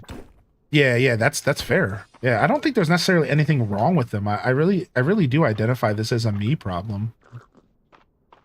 Like I said, I used to love them, and then one day I bought a bag of them, and like they weren't tasting as good. And then I thought it was just that bag, so I, just shrugged it off. Then I went and bought another bag of them, and then that bag wasn't good. And I'm like, what's going on? So then I looked it up, and then other people also were commenting on this. I was like, what? This is a thing? And other people were like, oh yeah, dude, I can taste this chemical. And like, once I started tasting it, I couldn't untaste it. And I'm like, oh my gosh, is this like a carrot conspiracy, dude? Like I was so shocked because I never heard of this before.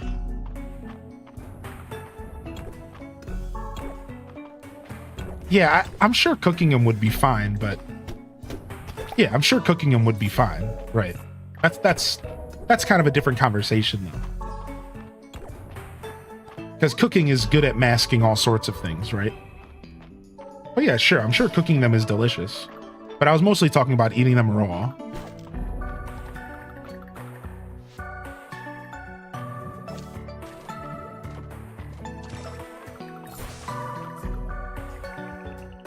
Ooh, nice. But yeah, I'm sure cooking them is delicious as heck. Yeah, sure.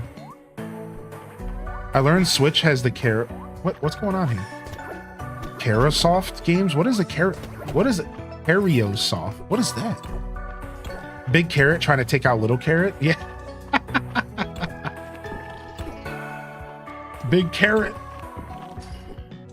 Could be the brand. Yeah, I did try 2 different brands, but I just think it's one of those things that not everyone's going to experience, you know? All right, let's get out of here.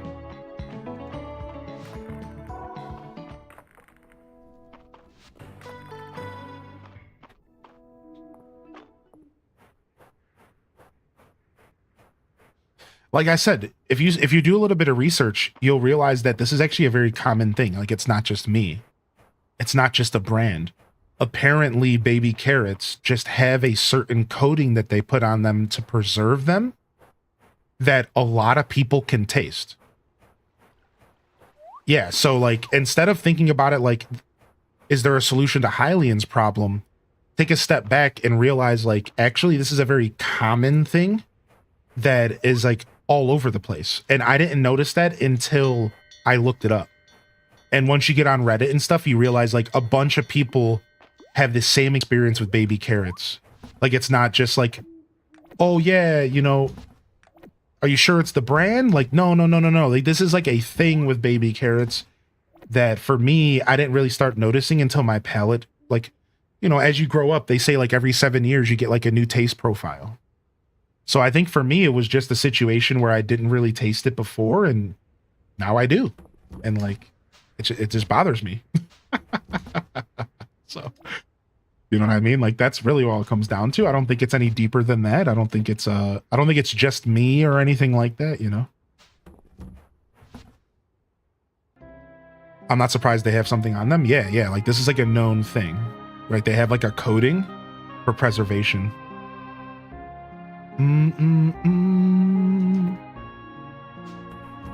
Might just be the machines they process or whatever. Quick Google search says that baby carrots are treated with weak chlorine solution to prevent microbacterial contamination. Not sure how true though. Yeah, right.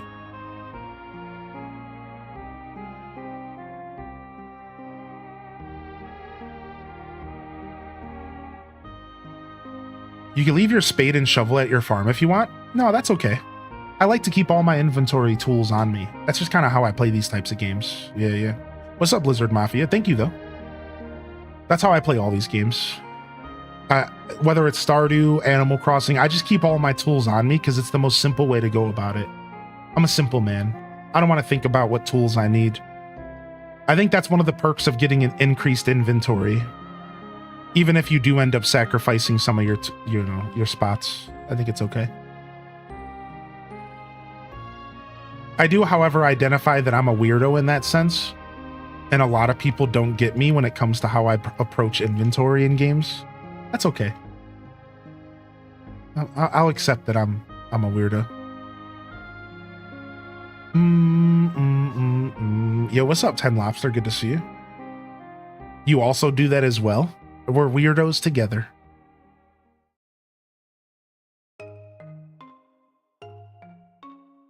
Yo, I hope you're doing well, Fire Hoshi. When it comes to my carrots, size matters. Yeah, no more. I don't know. I'm not going to go there. I was going to be crass, but it's too early on a Sunday for crassness. Let's wait a few hours. We need more coffee. Started leaving my hoe and watering can at home, but I forget to water my plants sometimes now. Yeah, I'm just a simple guy. I don't know why I do it like that. I've just done it this way for a while when it comes to playing these games. Oh, here we go. A project for Hayden's farm. I think it's going to be to unlock new animals. Oh, are we about to unlock new animals? That makes sense, actually. I was wondering how we were going to get access to new animals. I was wondering the whole time because it didn't give me access to anything more than cows and chickens. So that makes me wonder if I want to limit how many cows and chickens I have. Because I can only fit so many in a barn, right? So let's see how many we have on each. So we can have 8 in each for the medium. Right now we have 4. And we have 1, 2, 3, 4, 5, and 6. We're about to have a 5th. We're about to have a baby cow. And then we're going to have a 7th chicken. So we might want to get a separate coop. We might just want to use the small coop for its own animals, maybe. Maybe we bust out the small coop for new animals. Put them up somewhere else on the farm. Yeah, maybe.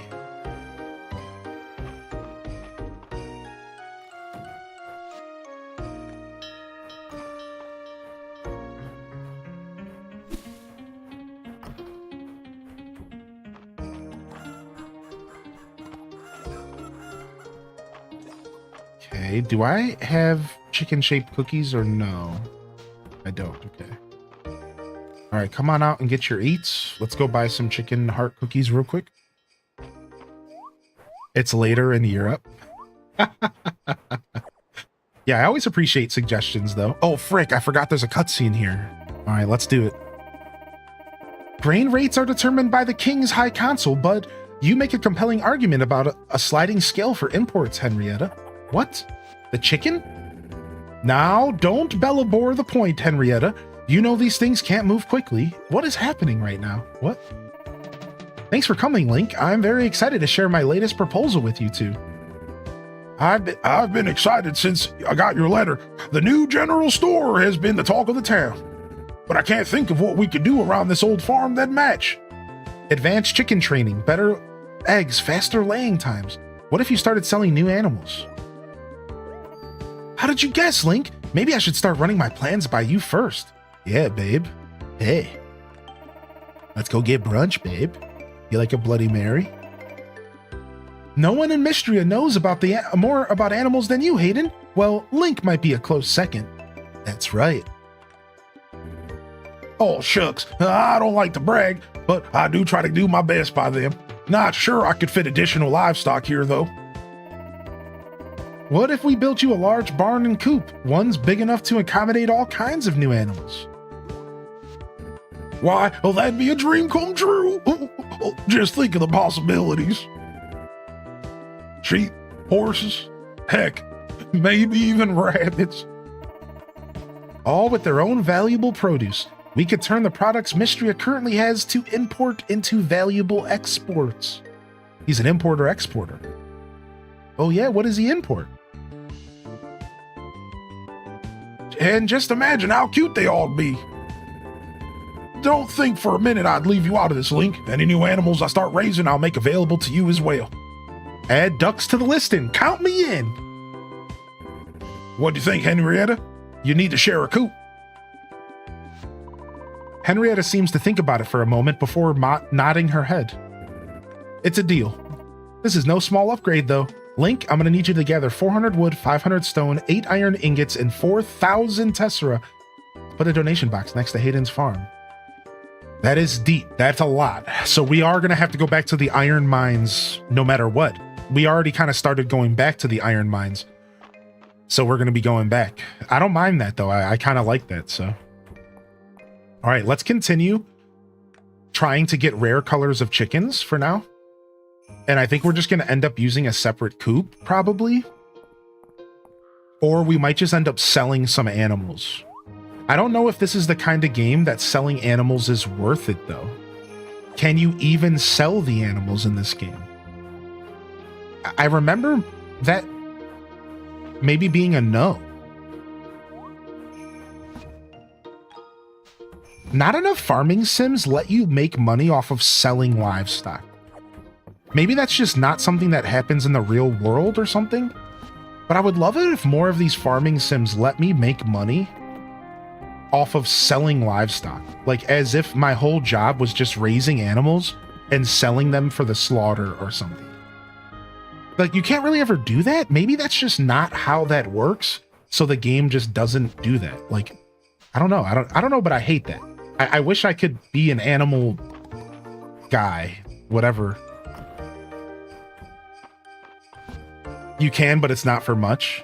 Yeah, most of these types of games, it's never a profitable thing. It's always like, sure, you can sell them, but you're not making money. It's like, oh, it'd be cool if I could do something fun like that. What's up? How you doing today, How you doing today, Martini? With olives. I love that name. I like that they provide the chicken's perspective. It's kind of silly, don't you think? All right, looks like we need to expand our animal areas. So we're going to work on our farm today. Did we water everything? No.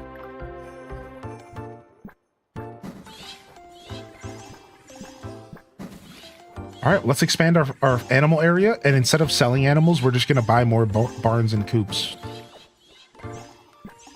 You should get a real farm and raise and sell your own animals. What's up, Baked Panda? The only problem with that is that requires real life. Like, who wants to do that? That sucks. Don't you hear yourself? That's terrible.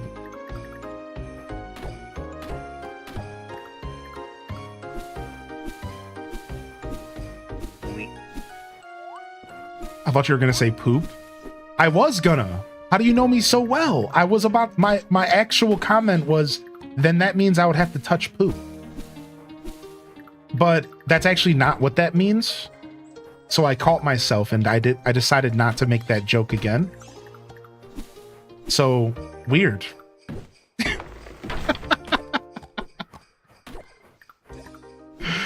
Weird.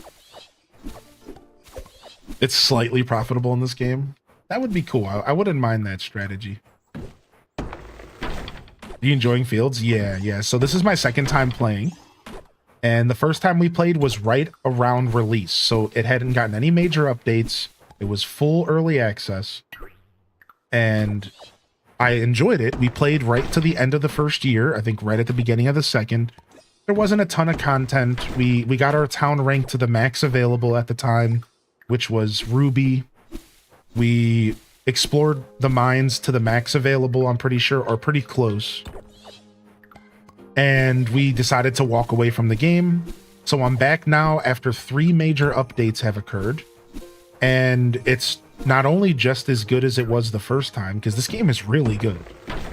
but it's even better because there's more content, more surprises. It feels like I'm playing a new game. In some ways. It's like returning to your hometown. It's like it feels like returning to your hometown, but everything's pretty similar, but there's a couple things that are different in like a really good way. It's like going home and everything is familiar and you're really happy about that, but then you get surprised by like new neighbors, and there's a food truck park now, and there's a restaurant that wasn't there before, and you're just like, oh wow, I have new things to explore, but it's the same old home. You know? Ooh, Roots of Paka has butchering. Have you tried Echoes of Plum Grove? It has butchering mechanic that can be profitable. Dude, why do all roads go back to Echoes of Plum Grove and Roots of Paka recently? That's all freaking roads go back to these games for me recently. Every time we talk about this stuff, all roads go back to these games. Very strange. It looks like I might be sleeping on those games, huh? I might need to step up to the plate and check them out. Really enjoy this game and finding people who play it. Aw. Well, thanks for being here. Thanks for popping in. It's nice to meet you. What's your experience with Fields of Mystria? Are you a big fan? Have you played the most recent update? What's up, Frosty Piplup, by the way? Good to see you. Thanks for jumping into the discussion. Too many games, not enough streaming time. Yeah, I know. I need to go back to 200 hours a month if I'm going to want to play all these games. I've been closer to the 160 to 180. Let myself breathe a little bit this summer. All right, nice. Cleaning it up. Breaking the law. Okay, I guess we use a pickaxe to pick this stuff up.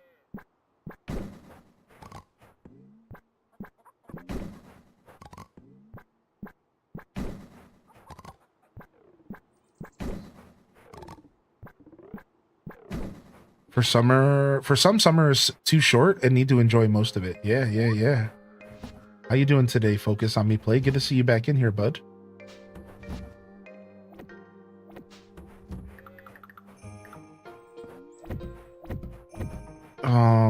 There's got to be a better way to do this. We should just walk. There's not. We just have to do like, it's like we're doing Hadoukens. It feels like I'm doing Hadoukens. I'm doing like a full, like a half circle and pressing A. Hadouken!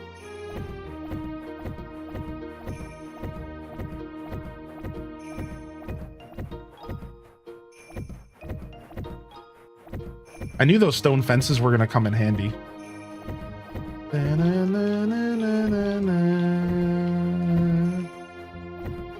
I knew those stone fences were going to come in handy here.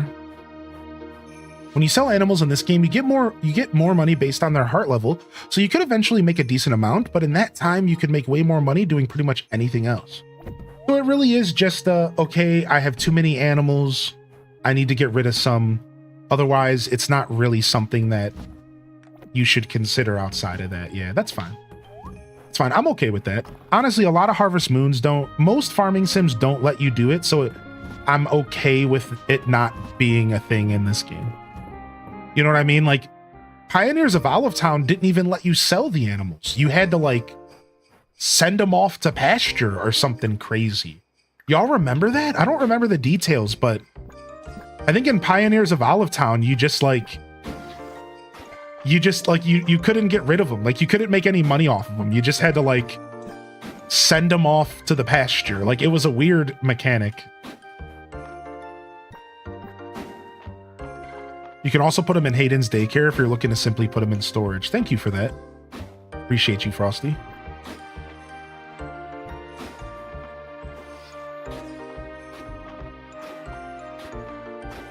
All right, nice. We'll have our farm strip directly down the middle.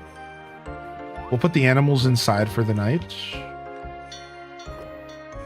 Older Harvest Moon seems like something. Older Harvest Moon games are good, Lizuri. If you ever want any recommendations, I can give you a couple recommendations of some older classics to maybe start with. But a lot of them have been remade. So you can actually play some modern takes on some of the older classics, which they still feel old, but it's a little bit of a smoother experience, which is nice. And then you could always just go for like a modern Story of Seasons, which is basically Harvest Moon, which the most recent is Pioneers of Olive Town, which is a classic. It's quickly become a classic in my opinion. Let's get more food here. We'll do 15 this time. That might be a little bit much. Let's do 10 here. And then we'll grab a couple more radishes, but we're going to stop growing radishes here real soon. Yeah, this will be the last time I buy radishes for the season. And we're done. We're going to save the rest of our money for our house upgrade and for this next quest that we're on. I think the Game Boy Color Harvest Moon, where you had a tool in your hand, you could accidentally strike the harvest sprites and they get mad at you. Yeah, it might have been Game Boy Advanced.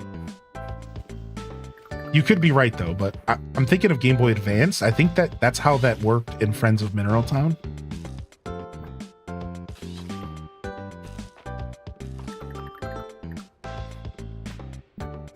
I didn't even know if there was a Harvest Moon on Game Boy Color. If there was, I certainly didn't know about it. All right, let's go ahead and plant these seeds. Honestly, we should have bought 15. We're for sure going to need more. We have a lot of animals. We're for sure going to need more. Yeah, we should have probably bought a couple more. It's only the 17th in game. Let me go buy a couple more of those seeds, actually. I'll harvest your moon. Whoa, whoa. I don't know what that noise was. I literally don't know where that came from. I don't know what I was going for. Like, what was my goal with that? What was my goal with making that noise? What was I going for? I don't really know, man. I don't know. And I'm on my first playthrough at year 2, and it scratches that farming itch beautifully. Oh, this game, in my opinion, Martini, this game, that's the sound of getting your moon out. So anyways, I will say this game is probably my favorite. This game is like my 3rd favorite farming sim at this point. Maybe 4th. And I always say that this game is the closest farming sim we've ever gotten to Stardew Valley. When it comes to scratching that Stardew itch that Stardew just does, unlike any other farming sim. This is the closest we've ever gotten. Coral Island is the 3rd closest. Coral Island does a pretty good job of getting pretty close to scratching that itch as well.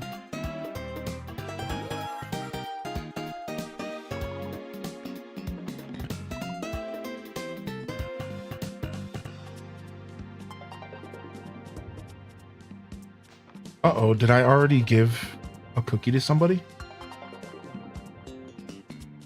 Okay, I gave Martin the rooster. Oh, both of my tier... No! Both of my tier 3s are roosters. I didn't realize that. I thought one of them was a female. I didn't realize that. I messed up. All right, we're gonna have to go for a tier 2 and hope that we get lucky enough to get a tier 4. We're just gonna gamble. Let's go for Simcetera here. What is Simcetera wearing? The baseball cap. We're gambling. Yeah, I know, dude. I got myself hungry as well. Yeah, rip, dude. I messed up. That's okay. It's not that big of a deal, but it did mess up what I was attempting to accomplish there. Oh, well. Where I went wrong was I bought one of those tier 3 chickens, and I purchased a male when I needed a female. That's the mistake I made. So not only did I mess up, I actually wasted money. Brutal. What's your ranking? So my ranking for farming sims is I'm always going to be nostalgic. So first off, my favorite ever farming simulation game is Friends of Mineral Town. Originally, it was known as... Ooh, look at rare color. Oh, look at that. Fanny. Hey. Oh, nice. Yo, thank you for the subscription over on YouTube, by the way. Thank you for that. And we're going to give this one over to Geeky Ray. Geeky Ray, you are officially in. So what I was saying was my first favorite farming sim is Friends of Mineral Town. It was originally known as Harvest Moon, but they remade it and it's called Story of Seasons Friends of Mineral Town now. And I think the Story of Seasons version's just as good as the original. So I just wanted to call it out. So Friends of Mineral Town, number 1. Number 2, Stardew Valley. Number 3, A Wonderful Life, which is also originally Harvest Moon and then now Story of Seasons. And then my number 4 is probably this game. But I haven't played enough of this game to fully rank it yet. So this game's probably in my top 5, but it could be number 4 or 5 because I think maybe something else could slot into 4 that I'm not thinking about. I have played a lot of farming sims, but I'm pretty confident this is probably number 4. Coral Island might not be in my top 5, even though I really did like Coral Island. If it is, it's probably number 5.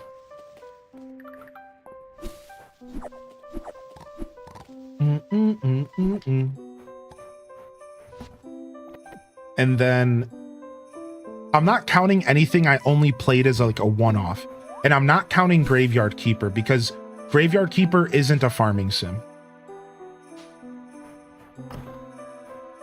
Right? Like that's just not, in my opinion, it's really not a farming. It's so much more than a farming sim. So even though Graveyard Keeper is one of my favorite games of all time, it's not quite gonna slide into the farming sim talk because farming was actually kind of a small portion of that game. It wasn't really too much farming, so. Yeah, exactly. It was more of an RPG. It was an RPG simulation game with farming elements. I know that's a mouthful, but that's what I would label it. Yeah, it's like an RPG simulation. So a sim game with RPG focus, right? It had story, had a plot, characters to engage with, tons of quests to do. Like not just like bring me this item, but like real quests. So it really was like an RPG with farming elements. That's like the best way to word it for sure. I think you hit the nail on the head there.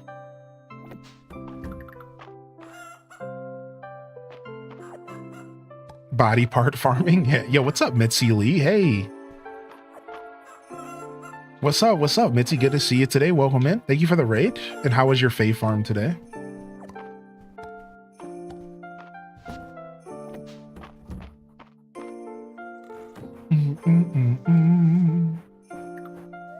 I liked seeing some of y'all list of farming sims though. I saw a couple in the chat that looked nice.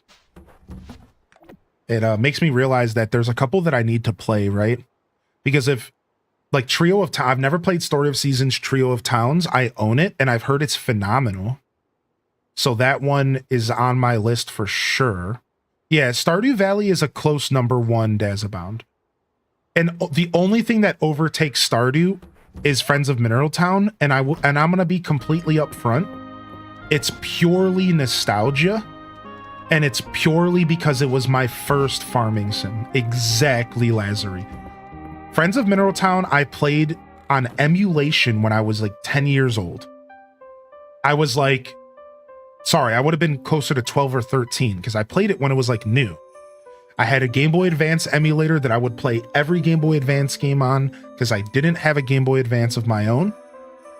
And when Friends of Mineral Town came out about a year after or so, I randomly picked it up on a whim because I thought the idea of farming would be cool. And at this time in my childhood, I had already tried a farming sim. I tried Harvest Moon 64 and I hated it. I didn't hate it. but I didn't vibe with it. It was really rough around the edges, and I found it hard to play as a kid. I tried it when I was like 8 years old on the 64. It was clunky and weird and obtuse, and I didn't know what was going on in the game. So when I saw Harvest Moon Friends of Mineral Town, when I was looking for games to download, when I was a emulator kid, you know, I said to myself, maybe it was me, not the game. Wow, imagine being that introspective as a kid, right? I said to myself, maybe it was the game or me and not the game. Maybe this game is worth my time and I just suck. So I decided to try Friends of Mineral Town and I fell in love, dude. Like all of a sudden, I fell into this world of simulation that felt so satisfying to play. It was unlike any other game I had ever played, you know, like it was so interesting to me. I fell in love, dude. I sat there playing that game for 8 hours at a time. Huge sessions, huge like 8-hour sessions of me just sitting there and grinding out my farm, trying to make the biggest farm. Even back then, trying to make the biggest farm possible. I was thinking to myself as a kid the whole time, how do I make this the most efficient possible playthrough? Like, so I got super into like the efficiency side of the game and min-maxing, and I was just obsessed. So yeah, my favorite farming sim is mostly due to nostalgia for sure. And I'm willing to admit that. I wouldn't even argue that it's the best or anything. It's just my favorite, man. It's a very special game to me. And I think it's always going to be super special to me. Yeah, so what happened, exclamation point SOS sarcasm. Give that a read, and if you want to talk about it a little bit more, go ahead and let me know and we'll chat. But it was actually essentially a publisher-developer split, and they wanted to keep the name, and the publisher said, no, screw you, and stuck their middle finger up at them, so they changed names. So TLDR, too long didn't listen. TLDL, the company that makes Story of Seasons is the original developers of Harvest Moon. The company that makes Harvest Moon is kind of a hollow shell of itself.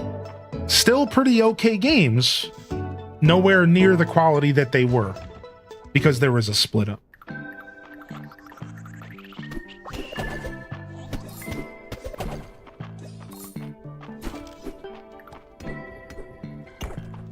Boom, boom, boom, boom, boom. Yo, what's up, cool legendary hero? Yo, good to see you, Game Mations. All right, we need to go hunt down iron, but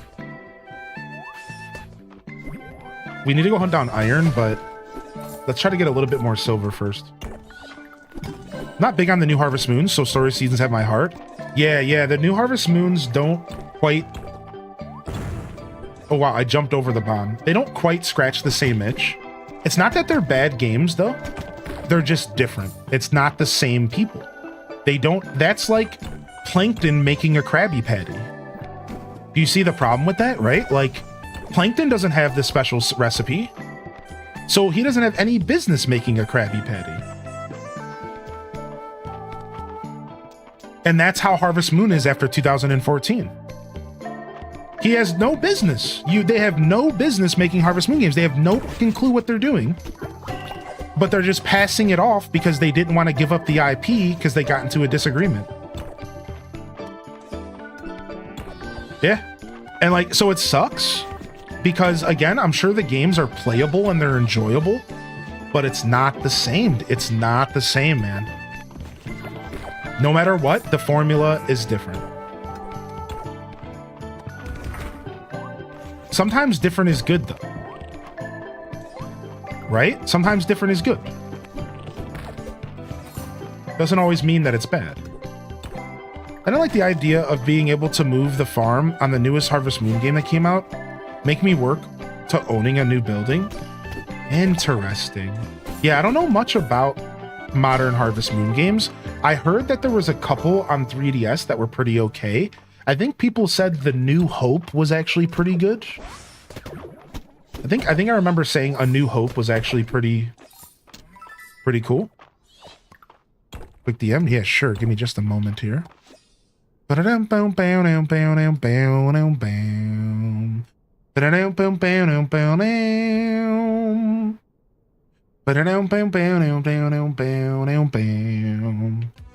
you for your patience, chat. Let me take care of this real quick.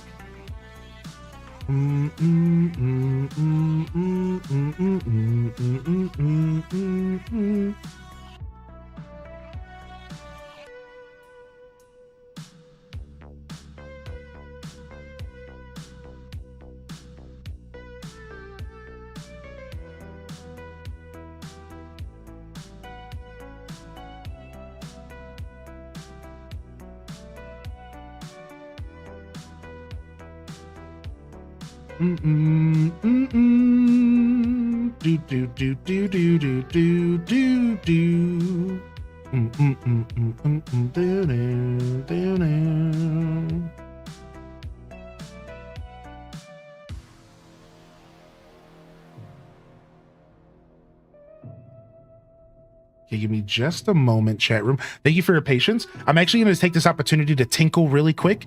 I don't normally do it in midday in game, but I might as well. So yeah, I'll be right back, and then I'll answer some messages here in chat.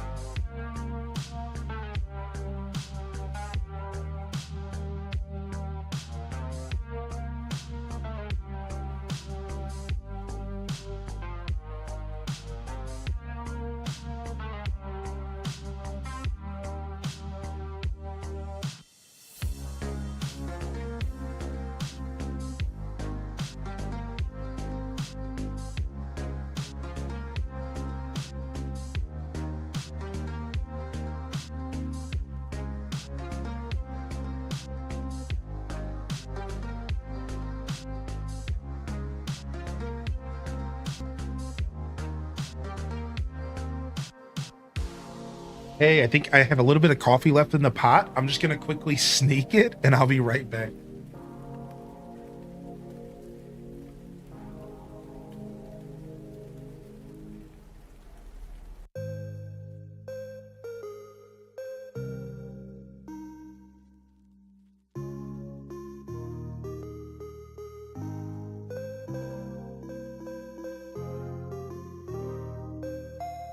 Oh, all right. Thanks for your patience, everybody. Quick little breather there. Thank you very, very much for your patience. That's just handling something here.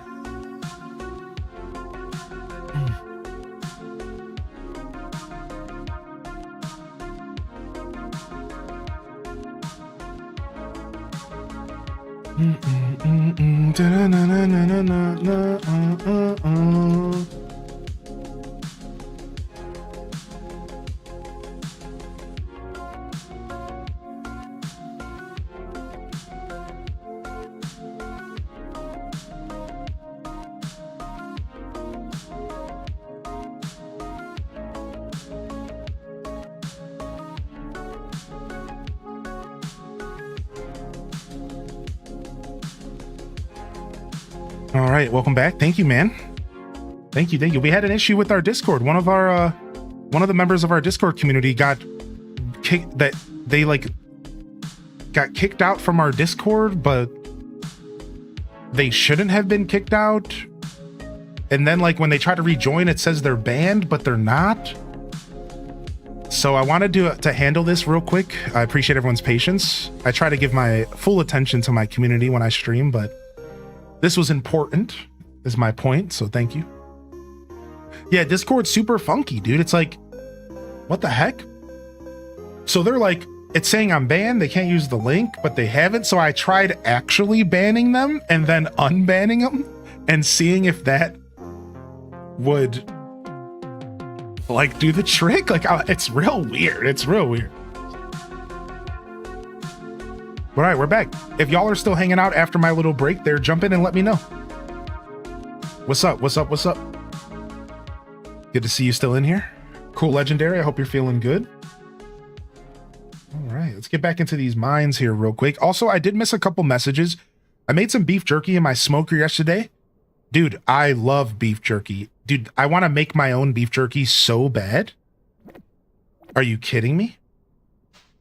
I can't believe Natsume celebrated Harvest Moon's 25th anniversary like they had anything to do with it. So scummy. Yeah, it's a little unfortunate how that went. Right now, we don't know the full story. At least I don't think we do. Maybe it's out there somewhere. You know, maybe the dispute was partially on the fault of the developers, right? Like, either way, it's still... The word I'm going to use is, like, intellectually dishonest. Like, it's a very dishonest thing for them to be, like, still pretending like it's the same people in the same game, like, when it's obviously not.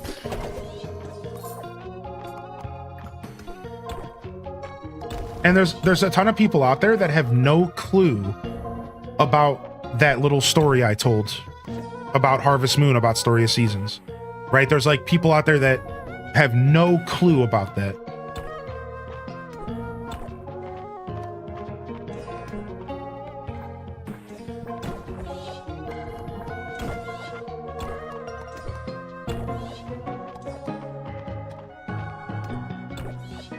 Been making jerky for years.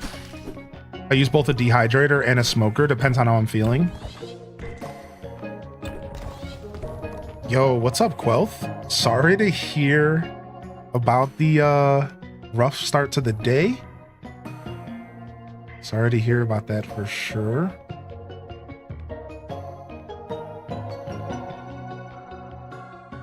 Do do do do do do do do do. Where is there it is.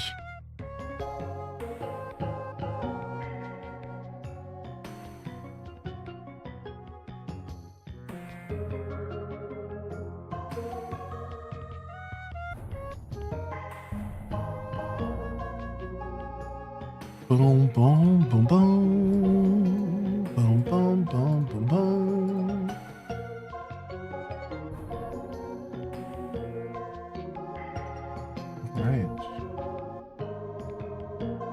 You'll be streaming tomorrow? What's up, Em? Are you asking if I'll be here tomorrow on my broadcast?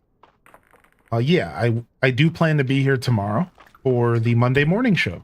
And we'll be likely returning to our villager hunt. Returning to our core as always. And doing some Animal Crossing villager hunting. We are like 450, 500 tickets deep. I think it was 450 last I checked. I can't remember. And we're going to continue the villager hunt here. So we'll take a little bit of a breather from Fields of Mystria. And we'll do some AC tomorrow. Of course, you're all invited to join us. And Fields of Mystria will be a staple on the channel for the coming weeks. So if you are just here for Fields of Mystria, which is totally okay, always enjoy content the way you want and don't ever feel guilty about having preferences. That being said, Fields of Mystria will definitely be something that we play a couple days a week. So just a heads up on that. So hit that follow button if you're looking forward to more Mystria. And if you're on YouTube, hit that like and subscribe. We'll be continuing this playthrough probably pretty far into year 2. I wouldn't be surprised if we just make it all the way to the end of year 2. I'm really enjoying the vibe right now. But who knows, you know. I'm thinking pretty far into year 2 regardless. And then we'll probably step away and wait for the full release to do a full playthrough. Does that make sense? We'll probably step away and then we'll do a full... that we'll do everything when the game fully releases. I think this game is worth a full run through, but since it's not done yet, I'd kind of like to just wait. And then I'll probably just end up starting a new save file when the game comes out. Probably, I imagine that's what we do. So. Yeah, you're good, Em, no problem.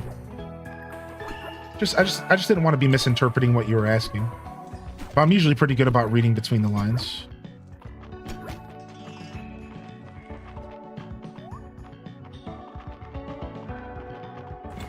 What are your thoughts on the live-action Zelda movie? Would have preferred it to be animated, Studio Ghibli or Ghibli style. But, you know, that timeline is not the one we're in. We're getting a live-action, and it makes me a little nervous because I think a live-action is going to be harder for them to do well. But I have faith. I think I have some faith, maybe blind faith, but faith regardless, that it's going to be good, that it's going to be a fun game. Or a movie, rather. And I'm excited to see what they do. I think the casting was a step in the right direction. We don't have a ton of information, but I can tell you that I think the casting was perfect because I think we want the traditional Zelda story, which is 0 to hero. The traditional hero's path in literature, right? Starts off like Naruto vibes, starts off a little snot-nosed punk, ends up becoming the hero of time. I want that. I think that's going to be cool, and I think that's how they should go about it. I think that's the story we want. We don't necessarily want them to go in other directions. At least I don't think so. So yeah, that's my thoughts on the live-action Zelda. I think they're going in the right direction. And I think the casting shows that at least they have an idea of what they should be accomplishing. Which, again, to me is like classic hero's path. Make Zelda more of a main character and give her her own hero's path sort of vibe. Maybe similar to Breath of the Wild, where Link was simultaneously becoming the hero, but Zelda was really the true one that was like learning herself and trying to become like who she was meant to be. I think that that's a good vibe. I think that that's a cool vibe. I think that's exactly what we want. Right? Zelda can try to find who she's gonna be and like her place in the story. Meanwhile, simultaneously, Link is figuring out who he is and summoning the power of courage within his heart. Boom. We have a beautiful Zelda story unfolding in front of us. I think that's the best case scenario. I would like it to be pretty serious. I don't want it to be Marvel movie quips, right? I don't want it to be a quip around every corner. Excuse me, princess. Like, I don't want that trash.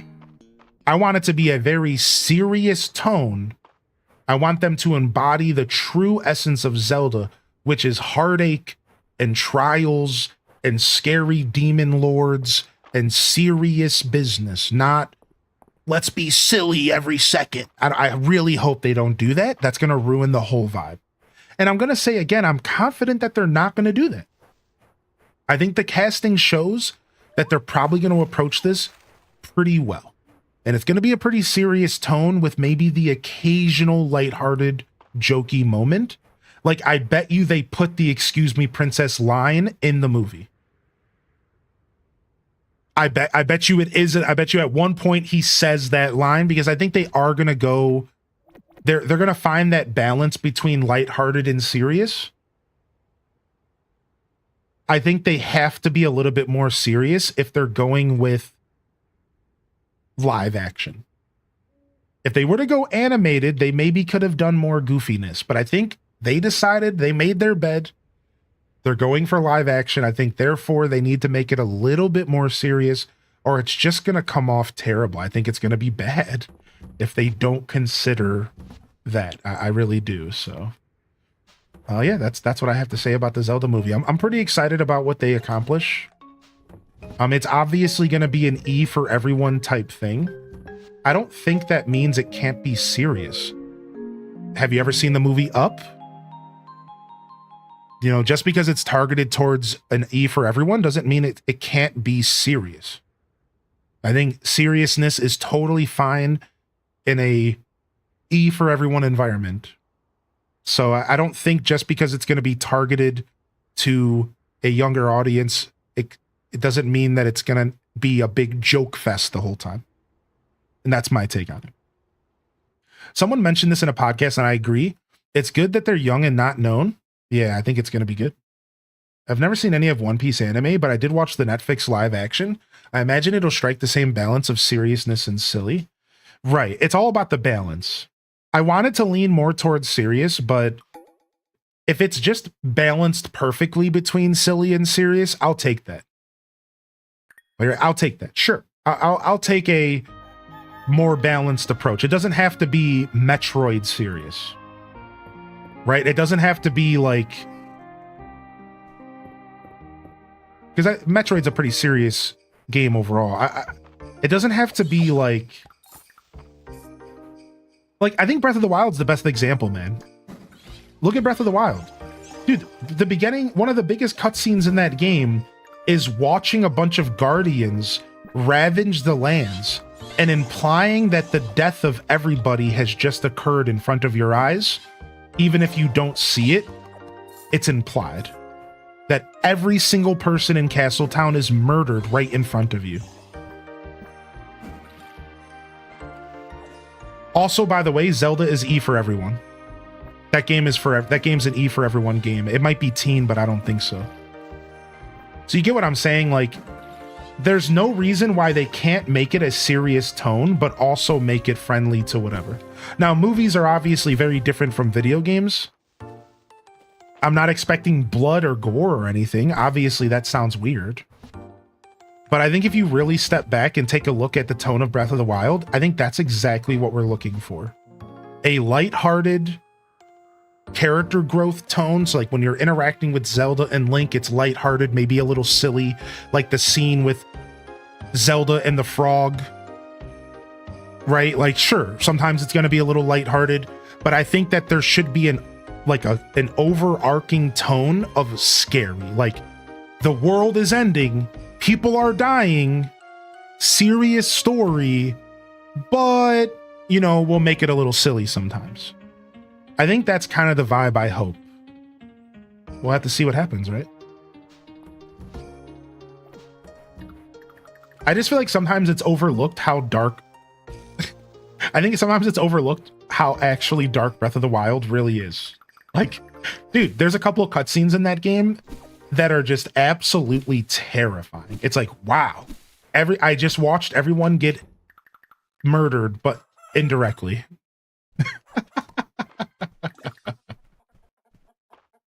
Like, it's a pretty dark game overall, I feel. You know, but the cutscenes are given to you in a way that are optional, so you don't really think about it.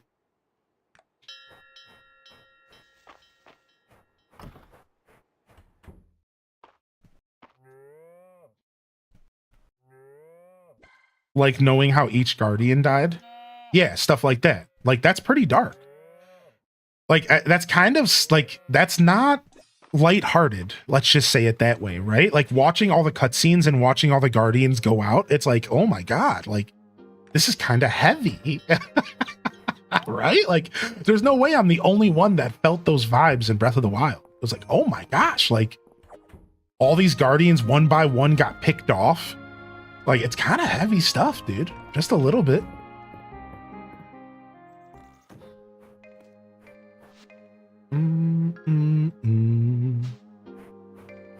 Nice. We have 400 experience. This stuff racks up fast. Let's get some more blacksmithing traits. Easy peasy. We'll save the rest of our experience. But yeah, that's just my opinion. You know, who knows, man? Who knows? I don't really know film like I know games. So I will say this. Please understand that my take is coming from the direction of somebody who's... I'm not a film guy at all. Like, I don't really know much about cinematography. I don't really know much about storytelling through movies. No more than your average Joe. So maybe what I'm asking for doesn't make sense. Maybe that's just not how films work. Right? Like, maybe I'm thinking too much of how video games work, but not realizing that cinematography and films are just way different and you can't have that same style.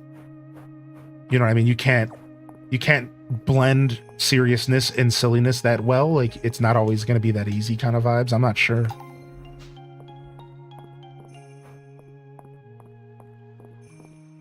When did storytelling come into play? Well, if you're talking about Zelda, technically since the first Zelda, but they told the story in the booklet. So funny comment, because like, I just watched the documentary on the first Zelda, and apparently they couldn't fit the story on the cartridge. So they decided to put the story in the book, and you would have to read the book to get like the groundwork of the story. And there was like 2 pages dedicated to like the characters and the world and like what you were doing, which is like super interesting. There's a documentary. When I say documentary, it was a YouTube documentary, so not an official one, an amateur documentary, if you will. Where was I going? To the blacksmith? An amateur documentary. Yeah, it was like an hour-and-a-half long YouTube video, just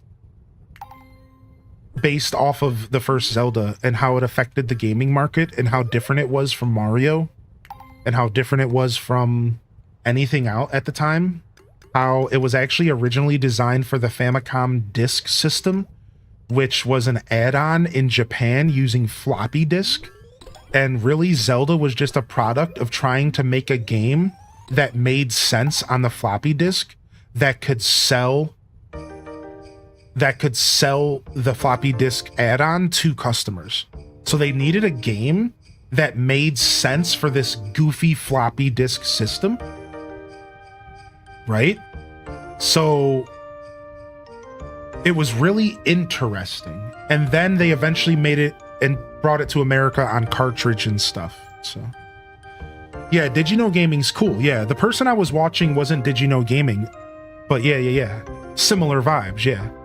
I've already watched everything that's ever been released by Did You Know Gaming, so now I watch other stuff. Yeah, I've already watched all of their content, so now I watch other stuff. Here it is right here.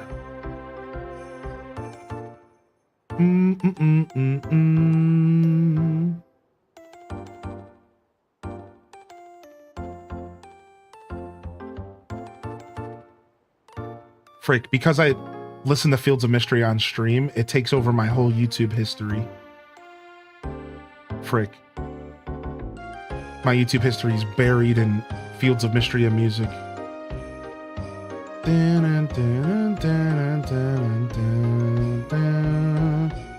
Here it is. The Legend of Zelda. Here it is. The Legend of Zelda, The Mysterious Birth of the Legendary Saga. Documentary analysis for Zelda 1 NES. It's by a YouTuber named Sakharu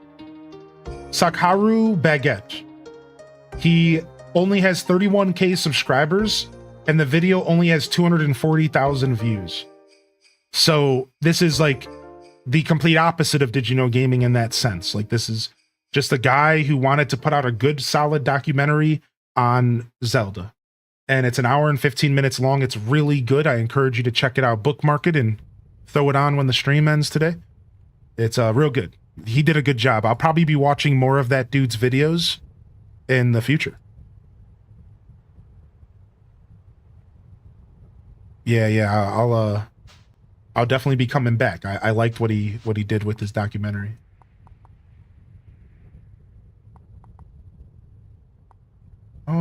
Let's craft ourselves some boots. Sure.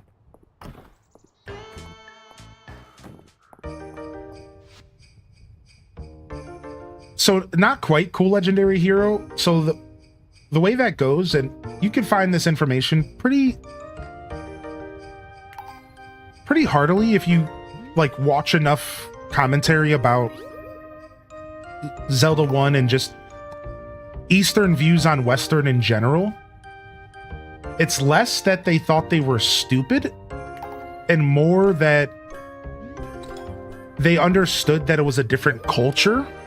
And in Western culture, gamers were less patient and gamers were less interested in playing things that required more patience. So it's true, though, that pretty much for our whole life, even still to this day to some extent, games have always been changed going from the Eastern to the Western audience. Especially back in the day. Zelda 1, for example, came with a map and a book with notes to help the players. And Miyamoto was so mad about this, apparently, because he really didn't like the idea because he thought it was losing the essence of the game, that he made them put it in an envelope, and the envelope said, "Do not use this unless it's the last case scenario. Please attempt to play the game normally, and if you're really struggling, open up this notebook and find the map and find the notes." That's how the Zelda 1 released in the Western audience. So that's another example. Yes, they were not confident that the Western audience was going to be willing to figure it out. They thought that they got more frustrated easier and that they were going to be pissed off and maybe give the game bad reviews. So they packaged it with a map that was not how it was in Japan and with some notes to kind of help the player along if they needed it. But again, Miyamoto apparently spoke out against this. He really thought it was against the essence of the game. He didn't really like that this was the direction that they wanted to go, but they were so confident that the Western audience just wasn't up to snuff.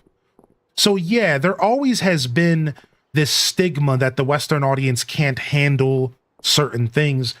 A lot of it has to do with like religion. A lot of games get changed if they have any kind of religious symbols, right? So for example, if there was an item that was like a cross that would maybe be referenced to like Christianity, in the Western game, it wouldn't be a cross. It would maybe be a book, because the Western audience was up in arms about over religious stuff in their games and stuff like that. So it wasn't always a conversation about intelligence. It was also a conversation about how the Western audience perceives things. Let me give you one more example and then we'll move on. Did you know that Kirby originally was pissed and was hardcore but they made them smile for the Western audience. Original Kirby Japanese art versus American. So like, this is how deep it goes. This is how deep it goes. This is what a game looked like for Kirby in America, and look what it looks like for Japan. For Japan, Kirby is angry. He's pissed and he's ready to fight. But in Japan, he was like happy and excited. So you got to look at like the original art, because this actually is the reverse, which is really funny. So I'm not sure about this game, but I'm talking about the original Kirby. And I saw this on Did You Know Gaming, so funny that you brought them up. But Did You Know Gaming talks about the original Kirby being sold differently because they thought Americans would be afraid of Kirby being too hardcore. But the Eastern audience was like, yeah, like that's cool, that's chill. Yeah. So like, it's like super interesting how they've always been doing this. Let's see if this brings it up. Original Kirby's Adventure art. Yeah, dang it. I used to have this actually bookmarked because I found it so fascinating for conversation topics in gaming, but I don't have it anymore. It's only the first game. What is it? Kirby's Adventure?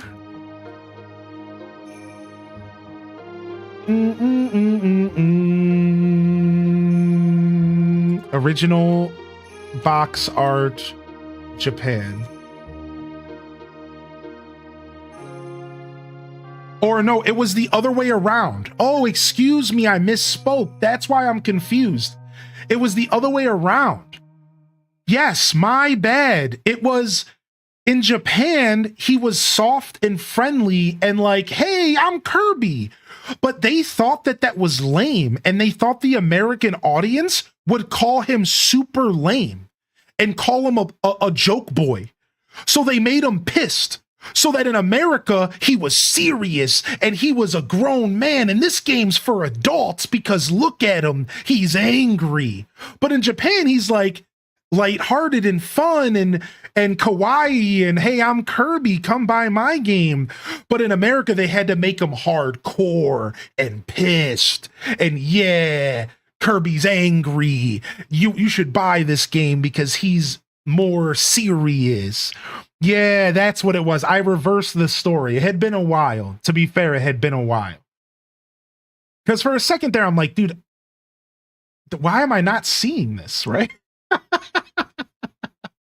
I'm like, am I wrong? So like, here's the original box art for the Japanese Kirby's Adventure. You see how he's smiling and he's like super happy and stuff. And I think the original art for let's see. I don't even know if it's Kirby's Adventure. Let's say the first Kirby game. First Kirby game. I think it is Adventure, but I think the first Kirby game was on Game Boy, wasn't it? Yeah, Kirby's Dream Land. I think that was it. But yeah, it's cool. Again, I just brought that up as one more example of, yeah, that I think the audience from Western to Eastern was always very, very different. But I don't think you need to go as far as maybe like, I think it's less that they thought we were stupid or something, and more that they understood that our culture was just different. So don't think about it. I used to actually think that. I used to think to myself, oh, so they just thought that we were a bunch of bumpkins. No, it was more that the Western audience had already shown signs at that point of not being perceptive to games that made them struggle. So they quickly realized that if a game was going to succeed in America, it needed to be a little bit easier because American children were not interested in struggling as much as Japanese children. Right. And that's what it is. So I just wanted to talk about it a little bit because, you know, in the end, I don't think it was as negative as we might think, but still kind of sucked that we were put into a box like that. Right? That sucks, right? It sucks that they even thought any of this about us, and it sucks that they had to change our games. right? Like, that's weird. I think that's super awkward, and I hate it. To think that they felt the need to change our games for some bogus perception, you know what I mean? Like, which is why you don't really see a lot of that nowadays. You don't really see that at all anymore because it was not right. You don't see that anymore, and you ask why. Why don't they continue to change games? Because they were wrong. Because they were completely wrong, and the Western audience is just as diverse as the Japanese one, as the Eastern one. They were wrong. And that's why you don't see that anymore, right? And I think that's a fair thing to say. I think they were just completely wrong. Now, Saidi mentioned a point. Maybe they weren't so wrong, though. Right? Like, maybe there was some truth. Maybe Americans were way less patient. Maybe Americans were looking for more hardcore games. Maybe they weren't as perceptive to games like Animal Crossing. Maybe at the time, Americans wanted, Contra and guns, America, F yeah, right? And maybe there was some truth to why they did what they did. And that's why I think it's fun to have these types of conversations, because when you get down to the truth of it, you realize like, oh, well, they were probably justified in what they did. They were probably completely justified in changing the games up. At that time, I think culture was different and it kind of allotted for those types of decisions, I don't know. I feel like video games in general have changed. Yeah, I agree with that. Yeah, video games in general have changed. Yeah, for sure. But my point was that they don't change them per the audience anymore. Do you see the difference there? But yeah, I agree with that statement 100%. Video games are a lot more hand-holdy. They've changed for the worse, in my opinion. For sure, yeah. But you don't see a game release in Japan, and it's not really different than America. That doesn't happen anymore. The whole world gets one game. For the most part. Yeah, except for China and the occasional change-up. Like, there is still, every once in a while, they will still kind of rotate something out that maybe just doesn't make sense for America. But yeah, for the most part, they're the same, right? So, Zelda 2, yep, they were wrong. That game as a 10-year-old, yeah. The next documentary I'm going to watch by that guy is the Zelda 2 documentary. Funny that you say that. He has one on Zelda 2, and I would love to learn more about how they decided to switch it to a 2D game like that. I've always been baffled by that, so. Boom, boom, boom, boom. Yeah, funny enough, they change games for the Eastern audience more than the Western nowadays. If you think about it, because they'll change games for China before they'll change games for America nowadays. So it's actually kind of flipped, right? That's kind of funny, actually. Weird. I wonder if the transfer of Nintendo of America created less of a gap between cultures, ever so slightly. A little bit more connectivity in the world, maybe? Yeah, that's probably a big part of it, yeah. I also think most modern games don't throw too much religion stuff as well because of the amount of stuff it had back in the day. 100% agreed. Pretty much that stuff just stays off the table nowadays. Right. 100% agreed. Yeah.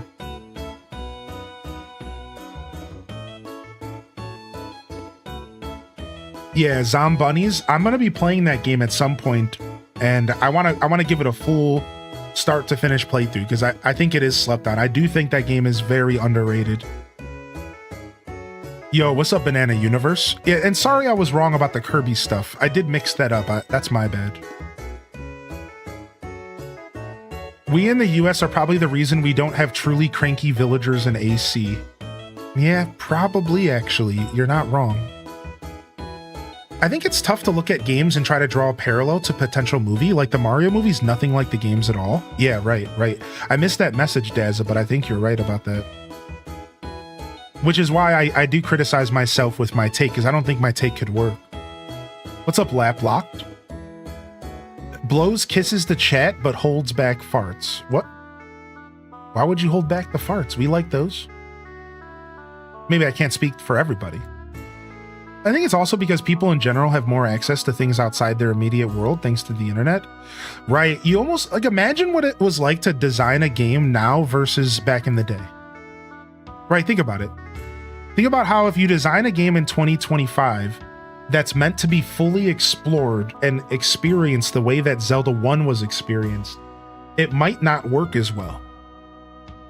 Because back then, there was no internet. There was tip hotlines. That was like the best you could get. Whereas nowadays, we all have so much access to information and spoilers that you almost have to design games completely different if you want the players to experience it a certain way.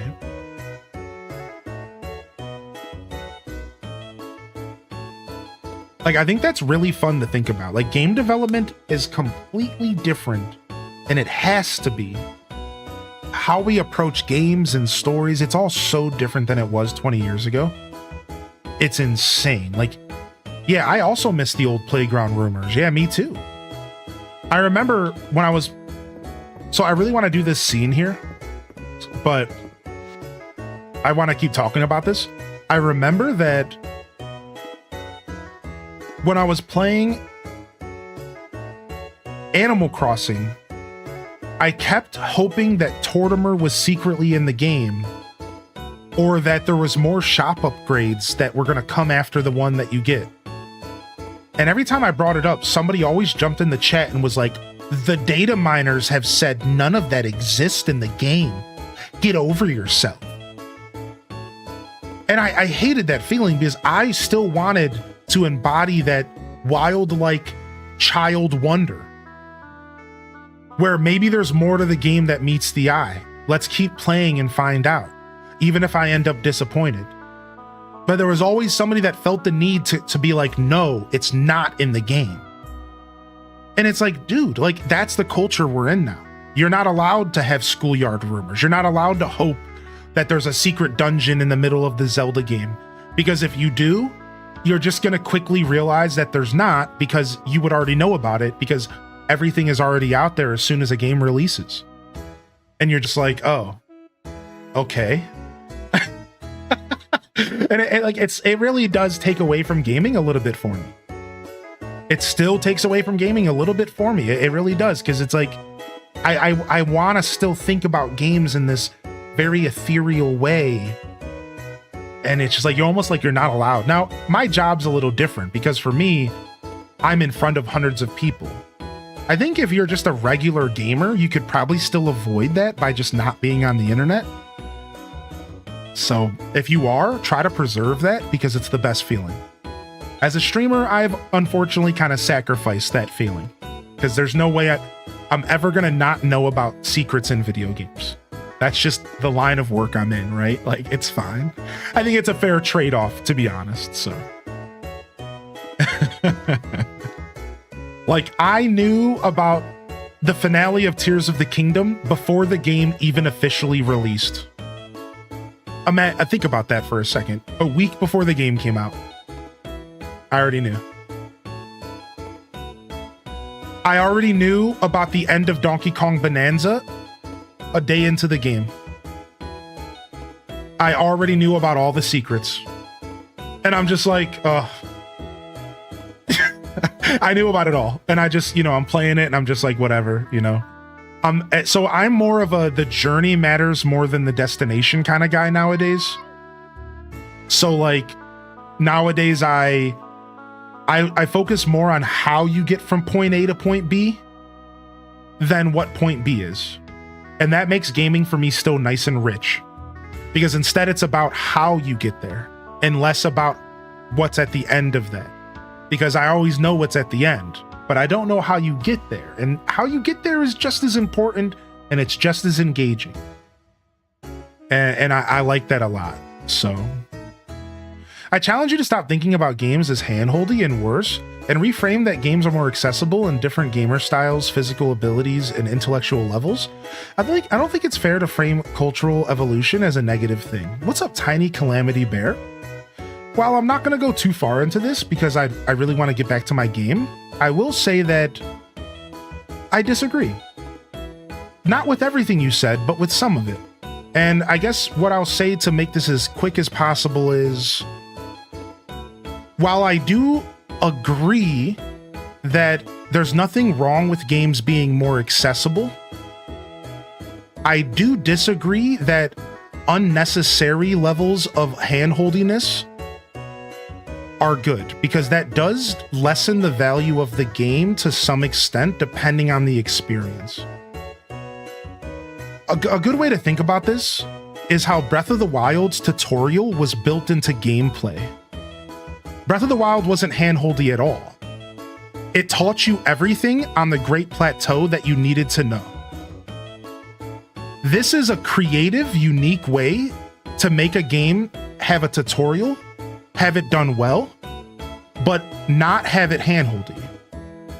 Whereas I think handholdy implies that the game never lets you think for yourself and is always willing to jump in front of you to tell you how to do something instead of letting you discover things for yourself. So I think the way you're looking at handholdy might be a little bit wrong, maybe. Instead of thinking of handholdy as a little bit of help, think about handholdy as an overabundance of help. That I think is bad.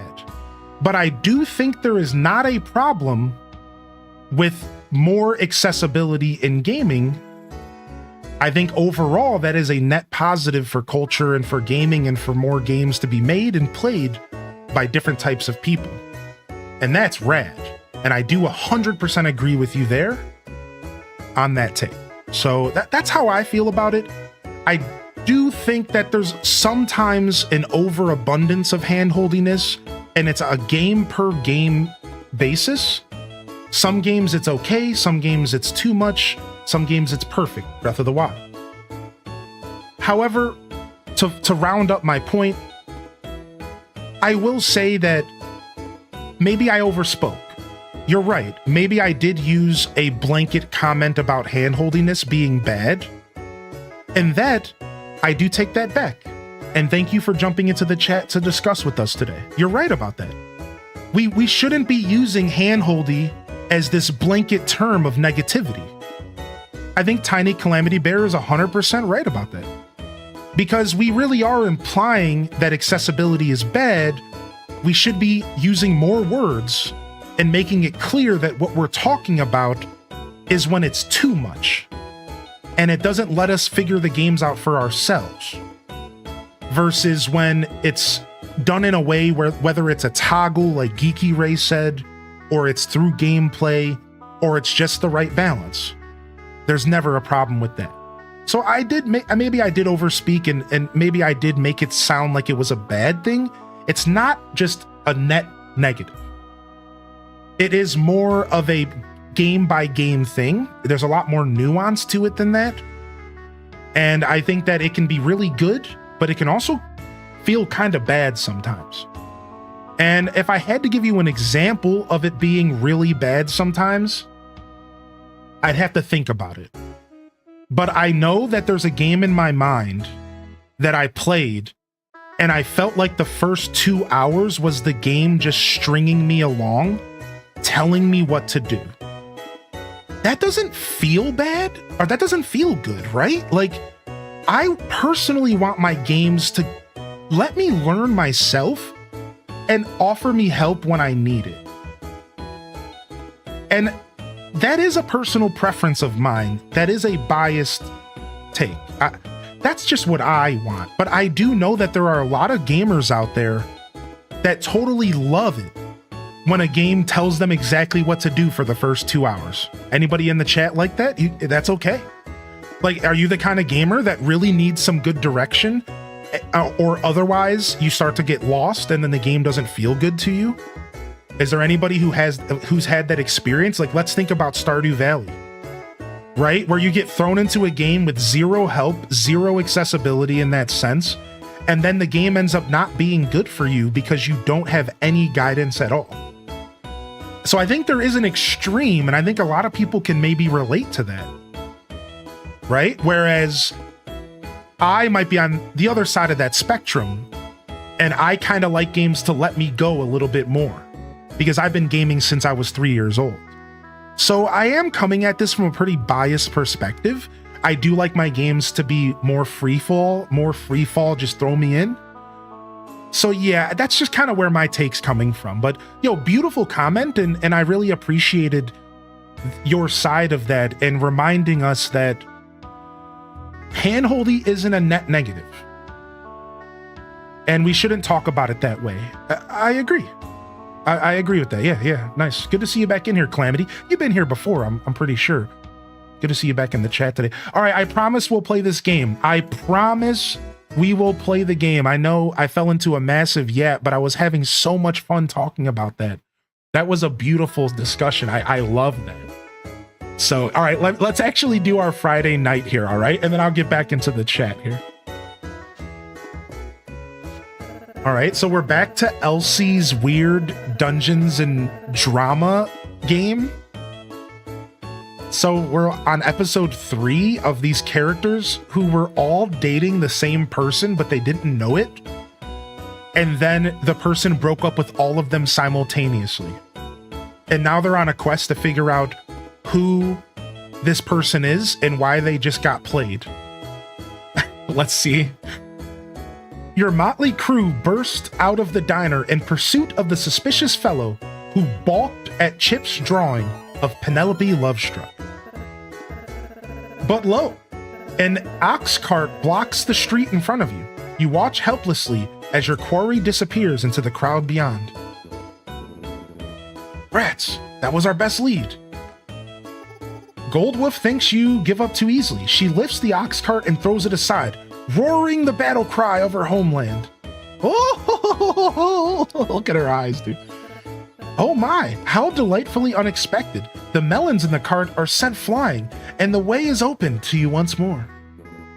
Enhance. I roll to use my bifocal eagle eye, hoping to pick up this guy out of the crowd before he's gone for good. Ooh, a high roll. There, Rocky. Go get him. I'm on it. I call on the teachings of my the muscle god, and activate the hidden potential of my glutes. What is happening? I vault over the crowd, kicking off of a fruit stand so I can grab one of those melons in midair, and I roll to throw it at him. Your roll isn't high, but this is so delightful I'll allow it. The mighty melon sends the man prone. He's startled and covered in a fine patina of cantaloupe. His disorientation is an advantage for my spell of truth. I weave it around him before he has a chance to get his thoughts in order. Goldwolf would like to point out that the truth is better extracted with a potion than a spell. Annalise would like to point out that she doesn't tell Goldwolf how to throw heavy objects. Okay. The truth comes out slowly, carefully, and as though the man is piecing it together himself.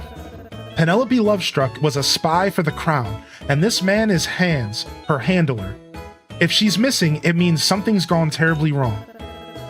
Hans, wants to recruit you to a clandestine effort to get Penelope back, Operation Lovestruck. And here I thought I was retired. Guess it's time for one last job. Cute. That was dope. There goes Ulrin again. Yeah. Yo, thanks for the follows coming in. Welcome in here, everybody. Man, that was such a fun discussion. I could talk forever about how I feel about handholdiness and accessibility in games. And I love that you Calamity brought up the point of different games for different people. I feel like that's the same for the opposite side of accessibility. I love it when a game is so brutally difficult and only made for one target audience that only one small niche of people are going to be willing to play.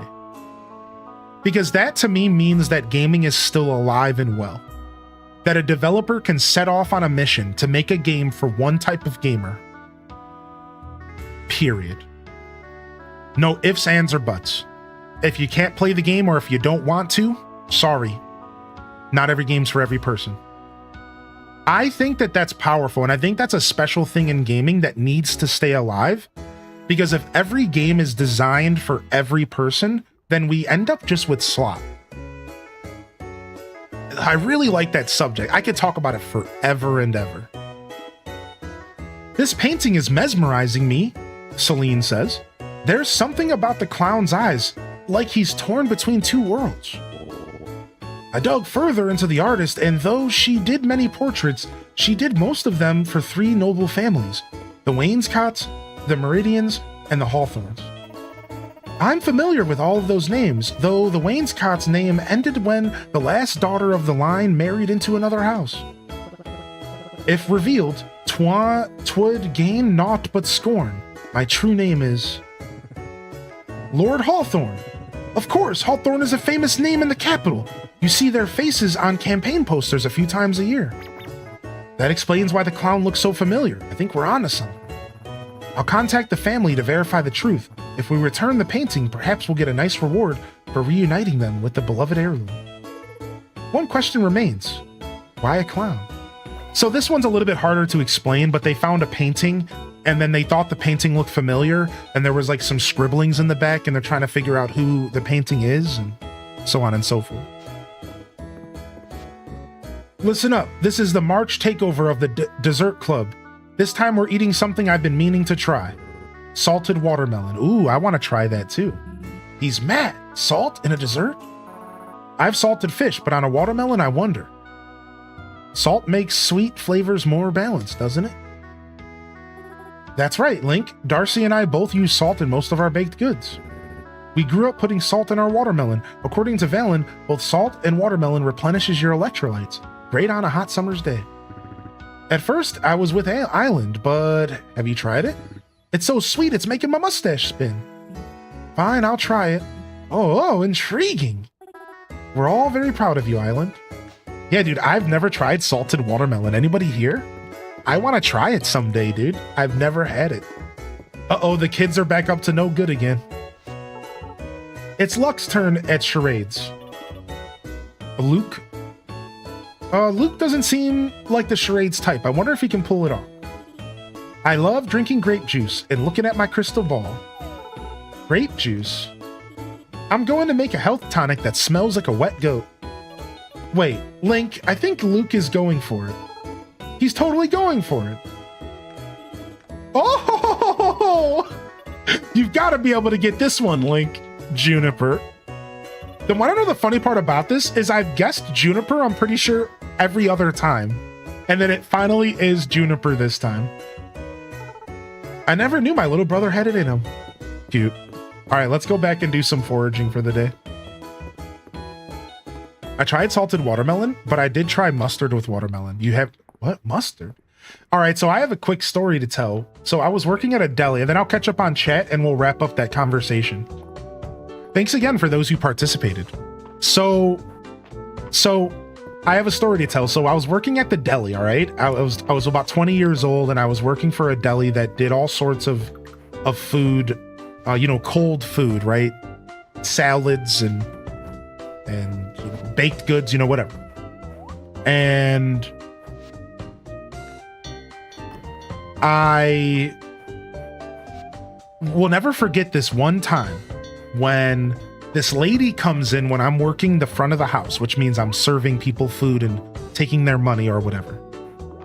And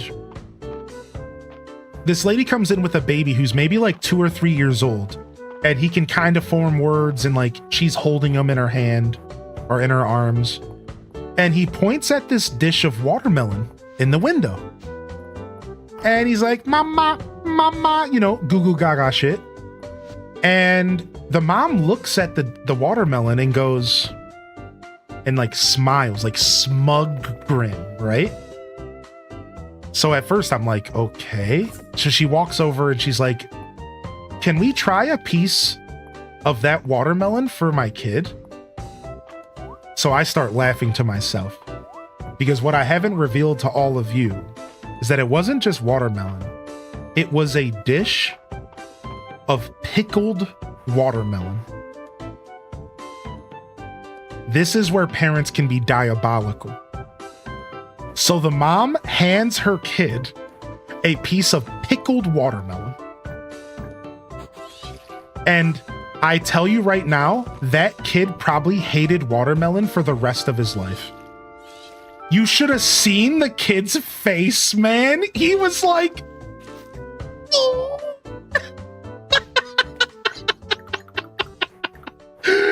mom starts busting out laughing. This little kid has no clue what he's about to bite into, right?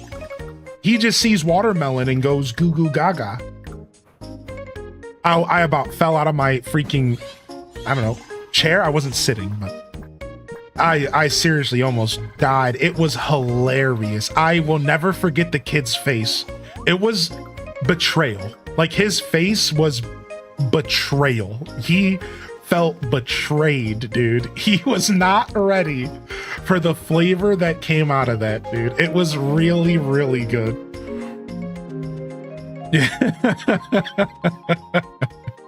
Food acquired. Nice, Ayla. It was really good, dude. It was one of my favorite moments from working at the deli. Holy heck. All right, here, let me catch up. Let me catch up on some of the messages from that previous discussion, and then I'll move on. But you guys can always keep chatting about whatever. Ooh, you've already taken such a keen interest in so much of the going-ons around Mystria. Would you be interested in getting a closer look at the inner workings of our government? Come meet me at my office. Oh. Ooh, governments? Oh, it's a heart quest. The smell of drying ink. Ooh, she's inviting me over for some information about the government. You know what they used to call that back in my day? Doing the hibbity dibbity.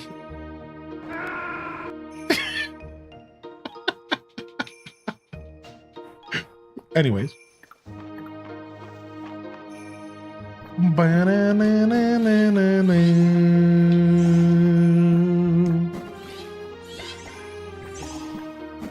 Doing the hibbity dibbity. So, being able to explore and learning how to play a game is so beautiful. Like, I think that's why handhelding stuff to you is considered a negative thing, because when you think about it, games from the past, some people probably didn't love the challenge and some people would.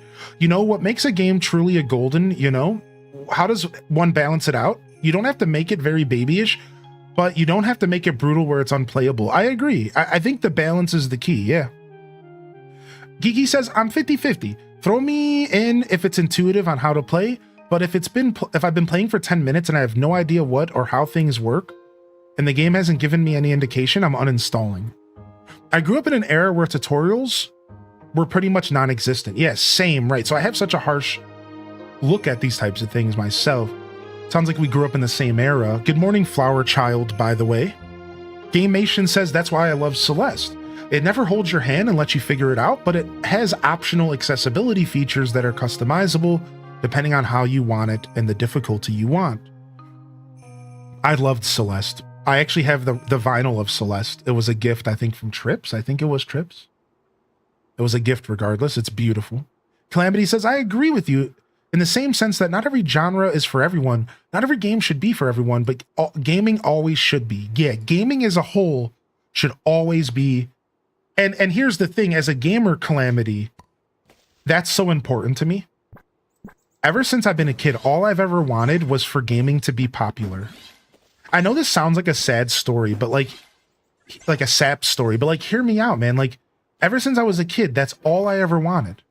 Was I wanted more and more people to enjoy gaming because I love it so much. It's my favorite thing in existence. So I couldn't agree with that statement more. As long as gaming always stays for everyone in that sense, you know, there's a game out there for everybody. It's such a beautiful hobby when you stand back and you look at it that way.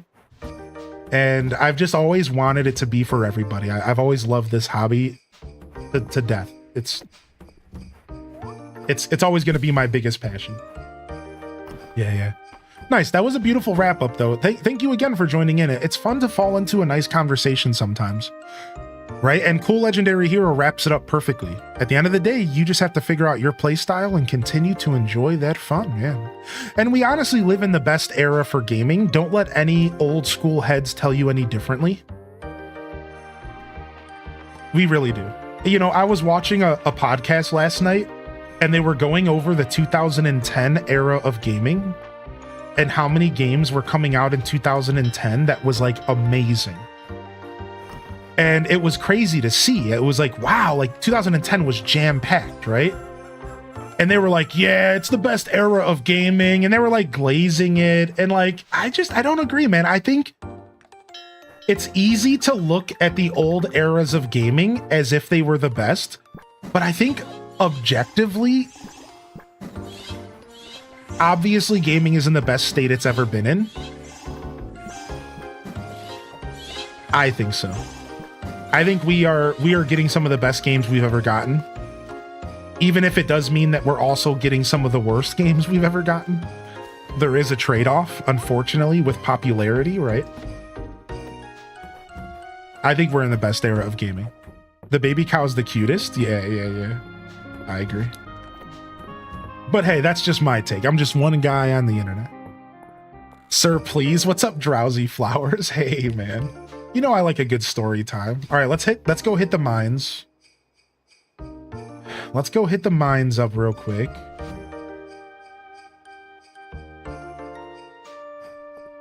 How much silver do we have? We have 10 bars. We need to bring some iron home, and we need to get more silver for more armor. At this point, we should just start farming gold. Let's go do a gold run. I have a full set of silver armor. Let's go farm some gold up. Let's go have some fun.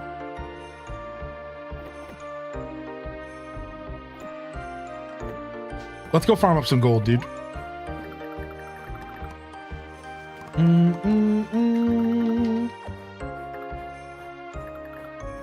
gonna save this coffee for the way home, so I have a speed boost, just in case I need one. We'll save this bad boy.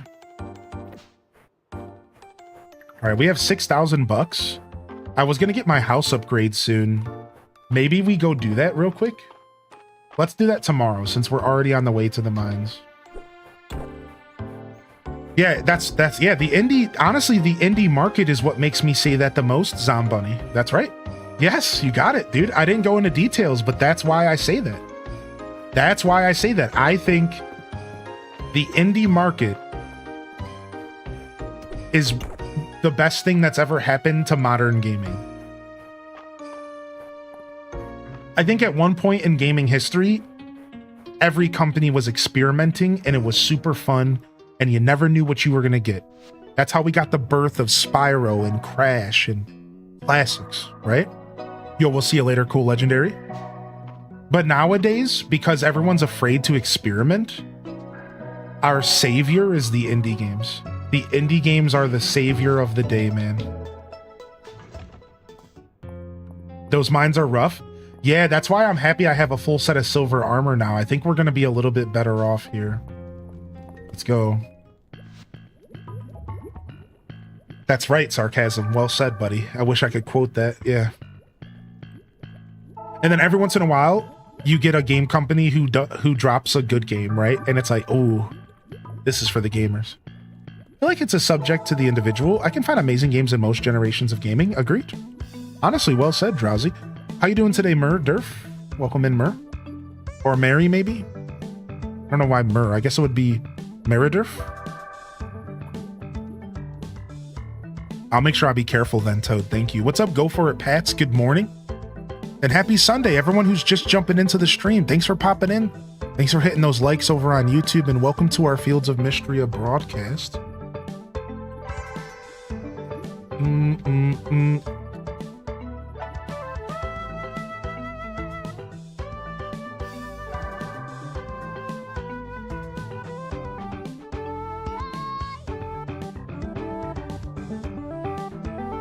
All right, let me know if this is a Discord question. I found a box of N64 games under the stairs, looking for the best product to extract the ROMs and back them up. Any thoughts? No, I don't actually know that world well at all. I wish I knew that world better. I unfortunately have zero knowledge on how to extract games and make ROMs. I know the process isn't too difficult, and it is just a product. You're right. It's just a piece of technology.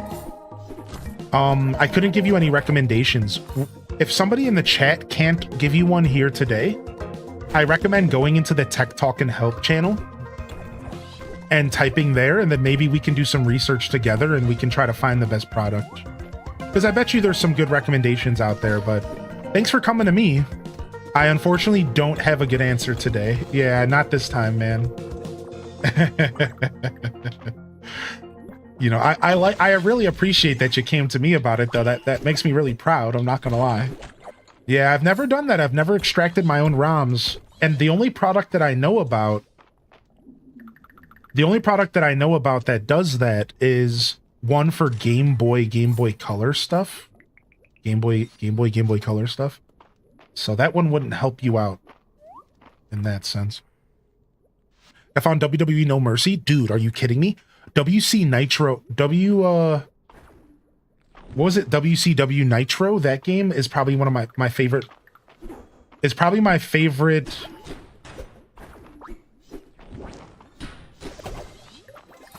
wrestling game. Probably my favorite wrestling game is WCW Nitro. Or SmackDown. What was the SmackDown game for PlayStation? Didn't you play that one, Cozy? The old school PlayStation SmackDown games, dude. Those games were so good. And you can make your own character.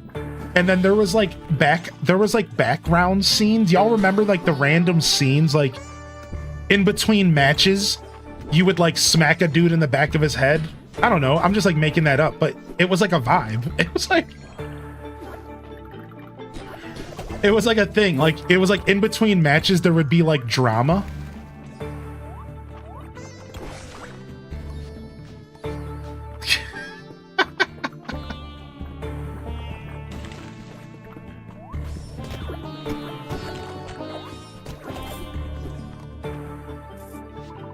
A statue with an altar. Make an offering. Place 10 stone. Just making stuff up because you can. Yeah, but like, you know, I was just trying to get the gist of it. Making me sound like a hooligan. WWF SmackDown was everything. That game was so good. Oh wait, this is water. I'm trying to water the water. We've lost all hope. We're watering the water out here.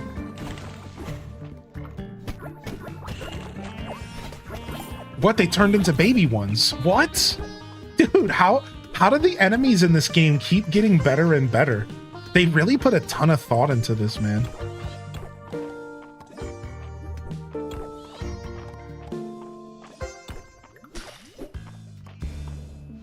I resell consoles. I have both copies of SmackDown for PS2 and I have the original for Xbox. That's crazy. What an era to live in.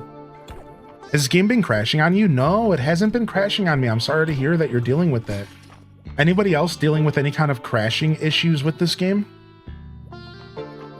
Let's see if we can make it to floor 65 today. Yeah, no crashing issues on my end, dude. Sorry to hear about that. None here.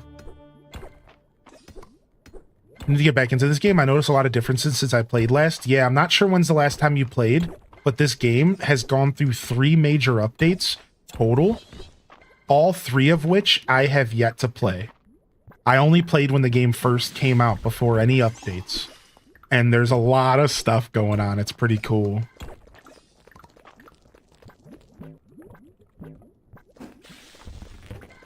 Oh, I'm out of energy. Let me eat up. Boop, boop, boop, boop, boop.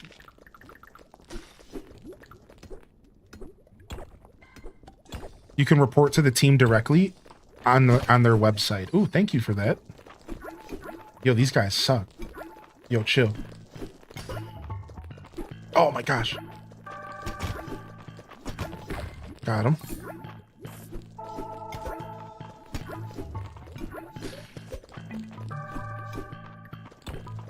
These guys are so hard to fight in small spaces like this. Oof, got him.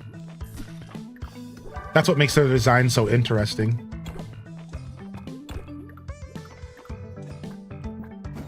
Do you think I can firewall through this? Do you think I can spit fire at this wall and break it? Probably not, huh? Well, there's only one way to find out. Dragon's breath. Nope. This is crazy though. Look at this. Dude, this is nuts. What? Did you see what that just did to everything? What? Wow, I was sleeping on that ability. Holy bananas, gorilla. That was cool. Ooh, I just got my first diamond. Nice. First diamond. All right, let's go. Let's get out of here. I think we found a staircase. Yeah, that was sexy, dude. Would bombs work? Yeah, maybe bombs. I don't know. When I unlocked Fire Breath, they specifically said it would give you access to places that were previously inaccessible. And I remember going through some of the caves and seeing walls that looked like they could be broken. I think it was in the iron floors or the silver floors. I think it was the crystal mines. And every time I saw those walls, I was like, can these be broken? Like, and then now that we got a spell that does break walls, I'm wondering if you can go back through those caves. That's what originally inspired me to try that just now. Yeah, Link's Awakening type stuff, right? Some bombs would be nice, but I didn't bring them.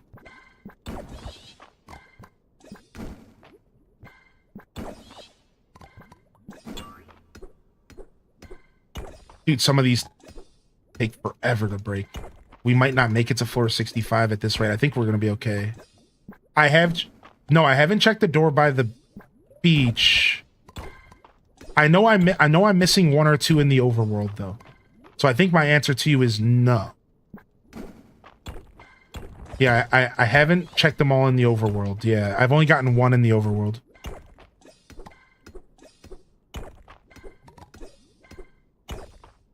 Boom, boom. It was the one that was by, like, the mini farm. It was the one that was by, like, the mini farm. So we still have some exploring to do with Dragon's Breath. Hey, we made it. Let's explore a little bit more before we get out of here.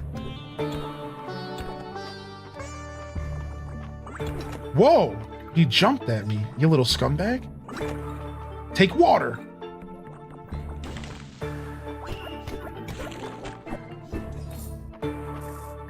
Ooh, I got his hat. Lava cat hat. Cute. All right, let's get out of here. Let's get this last piece of gold and we're going home. Because we got to let our animals back in and we don't want to be too late. All right. Let's go ahead and take this shortcut here. We're going to take it. We're going to get the speed boost and we're out of here.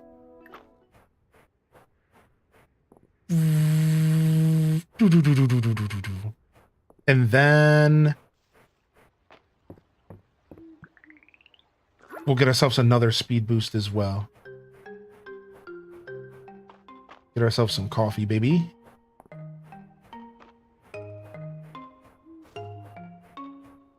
Make sure our animals get home and everything will be great. Put the lava cat hat on? I don't want to. I like the look of my character. I'll think about it. Ooh, hot potato. We're going to save all this stuff for the next mines. For the next potential mines unlock. We're going to save everything that we just picked up. Because we might need all this stuff for the next level of the mines. Bugs. Let me put my extra food in here. Let me get my animals inside. Beep, bo, bo. Ooh, doo, doo. Do, do, dee, do. Boop, dee, do, do, dee, do. He's lost his mind.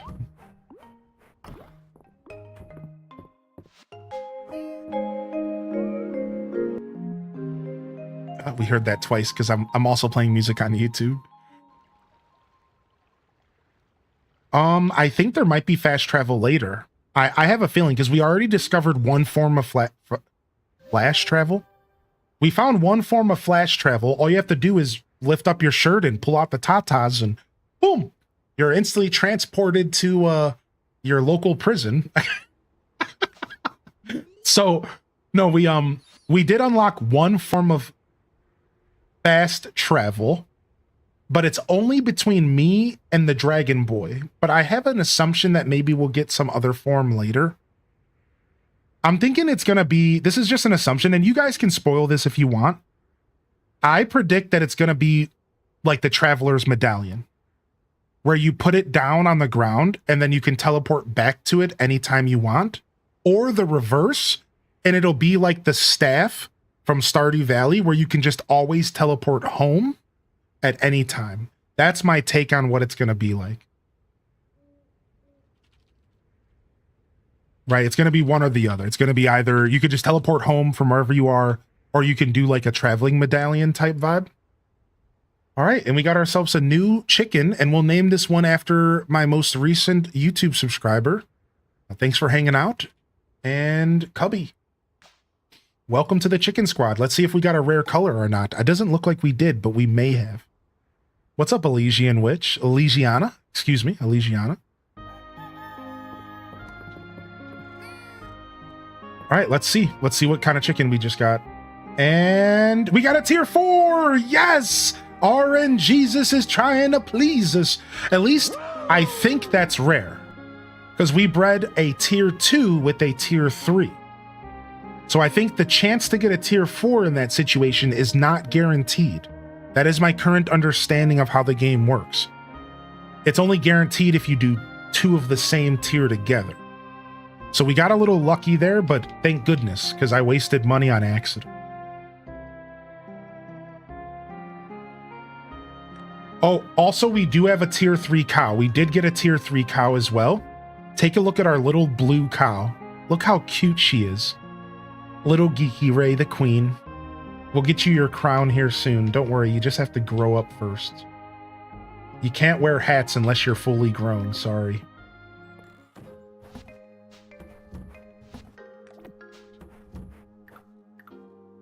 Can we see the lava cat hat? Sure. You can see the lava cat hat. Here it is on my stupid bald head. You like it? You like my big bald face here? All right, let's just change our whole outfit. Adventurer's jerkin, baseball shirt, beekeeper shirt, dresses, robes and coats. The ranger, ooh, Caldosian traveler's coat. Ooh, miscellaneous. What is this? Farmer's overalls. Oh, this is classic Harvest Moon farmer's overalls. Nice.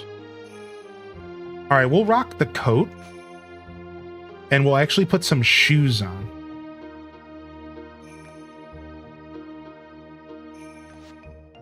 Cloth shoes. What are these? Just boots? Adventurer's boots, beekeeper's boots, short boots, ranger's boots, farmer's boots, explorer's boots. We got boots. Just some black boots is cool. All right, what is this? My book bag. Oh, I can do a cape. Oh, sick, dude. No way, dude. No way. We have a maroon cape to go with our jacket. Oh, we're looking good. We are the lava cat summoner. That's who we have just become. We've just evolved to our new form. We are the lava cat. It looks good on my bald head. I feel like a monk. I feel like a monk with this thing on my bald head. Actually, we should use the black one. Right? You guys think we should do the black one? Or do you think the orange one is perfect? What do you think? I need help. All right, we can't plant any seeds we get. We can't plant any seeds we get here because it's too late to be planting radishes. So we're just going to put those in the chest for next season. All right, we're selling the radishes. We're selling the snow peas. We're keeping the food. And we're going to go take care of our mammonals. We have to cut the... No! Okay, we'll keep that.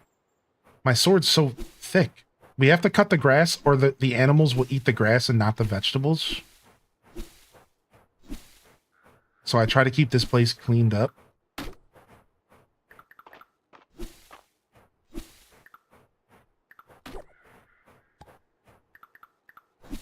Boom, boom, boom.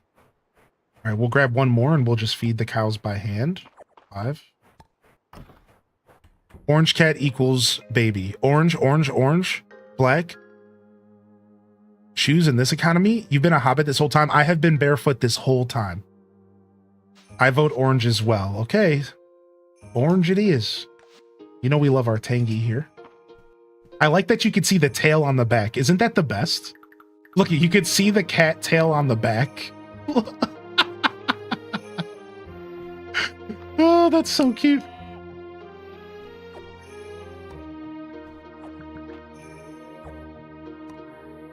All right.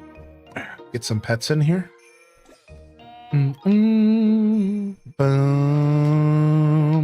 Your face is very handsome, Hylian. Aw, thank you. I appreciate that. My character is very handsome.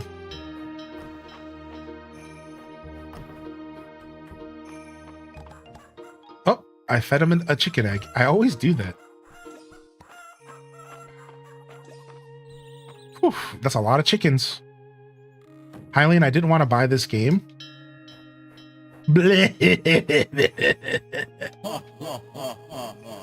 Just kidding. It's really good. That's all I can say, man. If you like Stardew Valley. However, I do encourage people to wait because it's going to be fully released at the end of the year. So what you should do is you should just go wishlist it to help the developer out, because wishlisting allows them to get benefits from Steam that a lot of people don't realize. For example, the higher a wishlisted game is, the more likely that Steam will like put it on the front page. So hit it with the wish list and then maybe just wait. Because it's going to be fully released at the end of the year.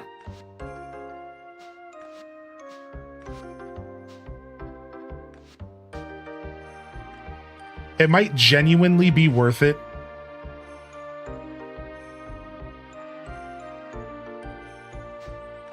So wait. Legendary bugs will appear more often. Let's go ahead and get that. Giant essence stones can be craftable.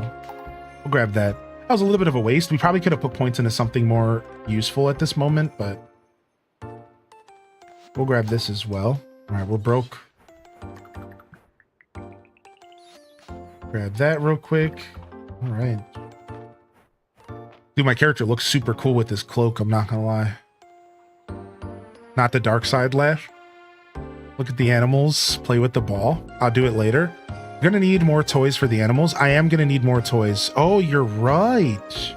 Because I have a lot of animals. We'll go buy some. We have the money for it. We'll go buy some. We'll go buy some for sure.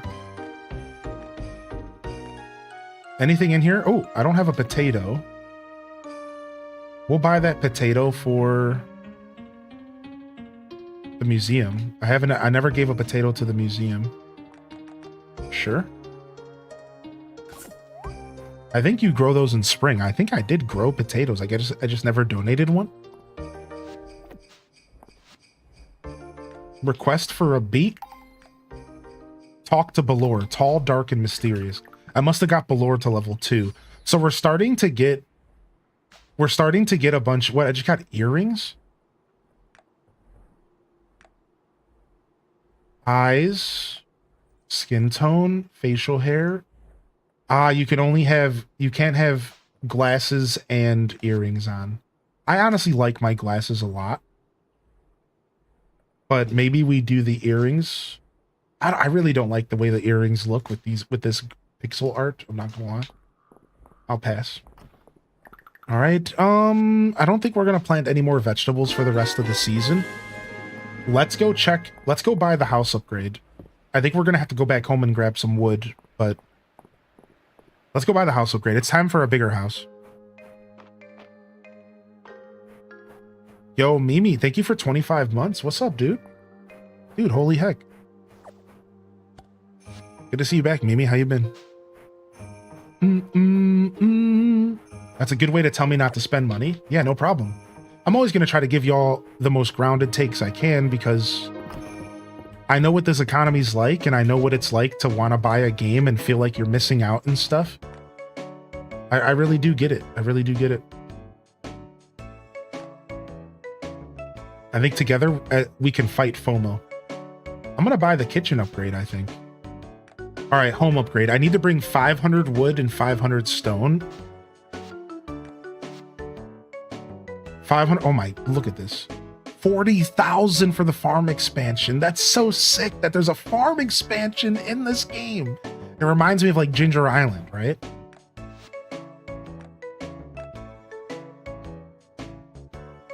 It's the 21st. We have some crops left to get more money. I'm gonna go ahead and buy the kitchen, and I'm also gonna get the house upgrade. Let's go. Let's go get the wood and stone. We're gonna do both.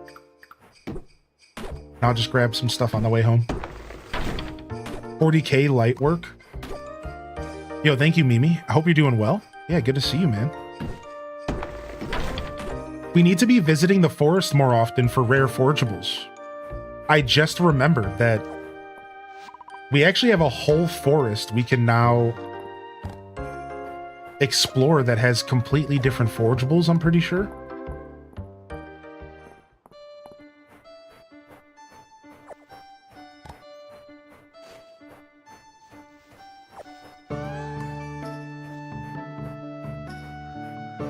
Yeah, look at this.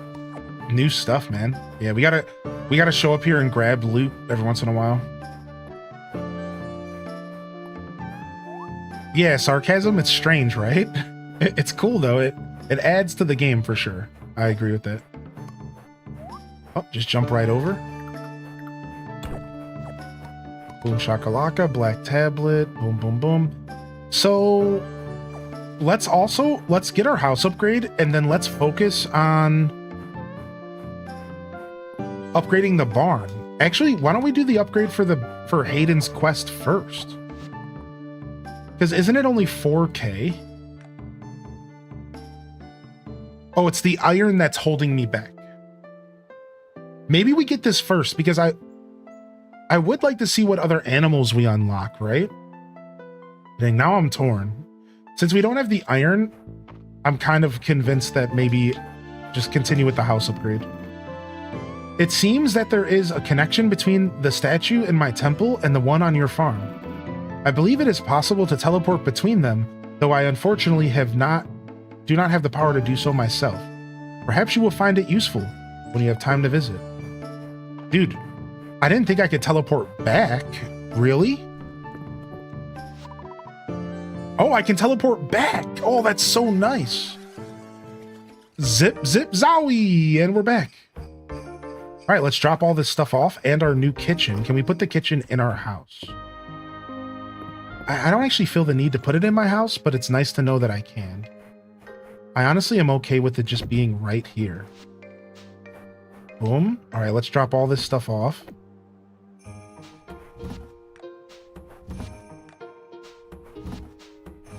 I think this is an extra, so we just put that in here.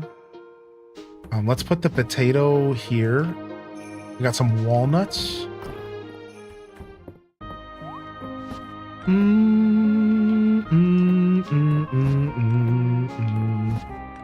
We got a new mushroom. Ooh, a spirit mushroom. Ho, ho, ho, ho. The spirit calls us. And a thorn vine.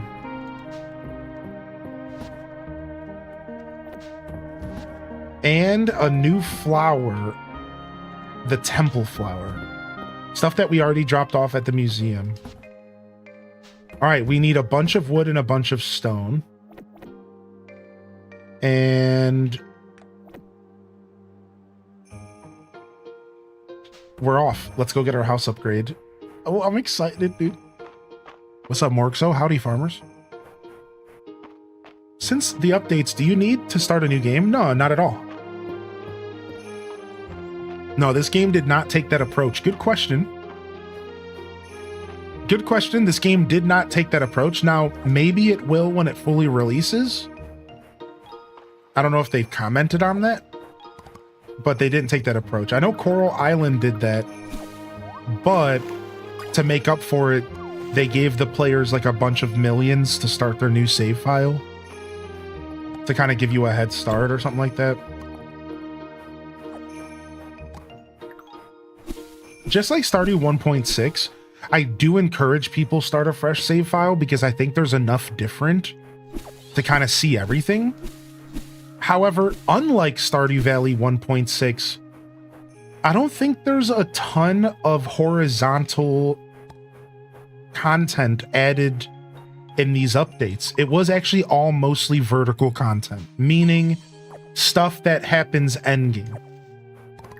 So you could totally come back to this game, pick up the same save file, and you could start experiencing all the new content right away, especially if you were like further along. I think that's honestly a pretty good approach for this game. I think so, because there's not a ton of like early game changes. There are some that are totally worth experiencing, but not a ton. They obviously were focused on, in my opinion, they were more focused on like making sure there was more endgame content, because that's where the game was lacking in its release, was like more endgame stuff, right? Yeah, we're gonna go for our house first, because I've been really wanting my house upgrade, and I think I deserve it. There it is. Purchased. I think I deserve the house upgrade. I'm gonna go for it.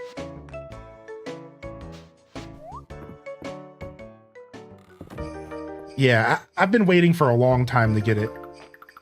I'm gonna let myself chill out with the thing that feels like what I should do. I'm just gonna let myself enjoy the thing that I want to do. Gotta say hi to Dozy. My relationship is way too low with this dog. Cutest dog in video game history. Do-do-do-do. Do-do-do-do. Beebo-bo-bo. Let's get these last set of roses. I don't think I'll be harvesting any more flowers from here. We'll take one more stack of them. We could probably sell a bunch of these. We don't need like... I think at this point we have like 60 or 70 of them. It's a little excessive.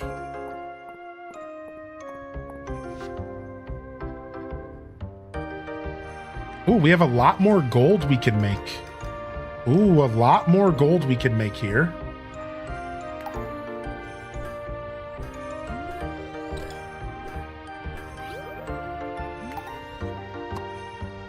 All right, and that puts us up to a total of 9 gold, which means we can do 2 upgrades.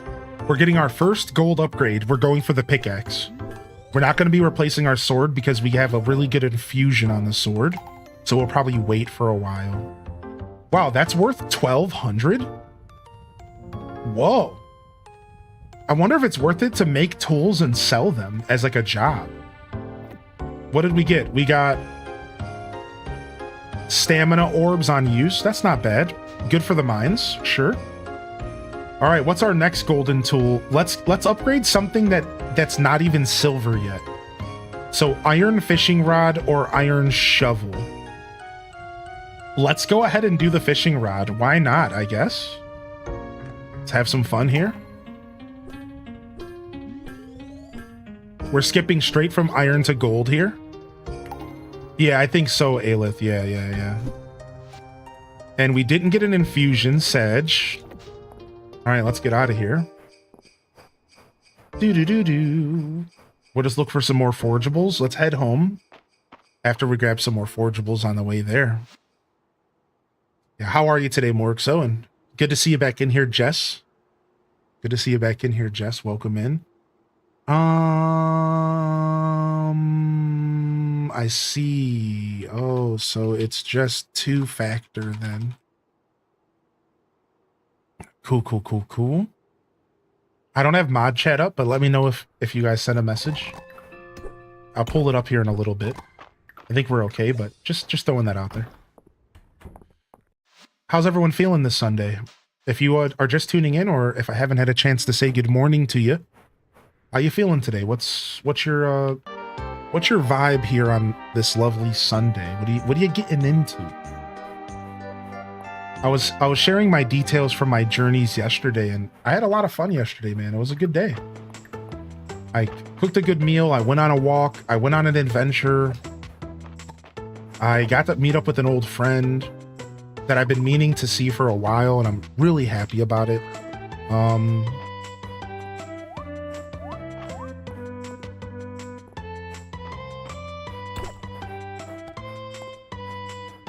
think that's about it. I don't know. I know there was some more, but do do do do do do do do do do do do do do. Oh, do we have enough magic to go to the beach? We don't. I was gonna go to the beach. The next chat room, if you're hanging out, please try to remind me the next time we go to, the next time we have enough magic for a fire breath, so that we go to the beach and unlock whatever's down there. All right. Yeah. Thank you.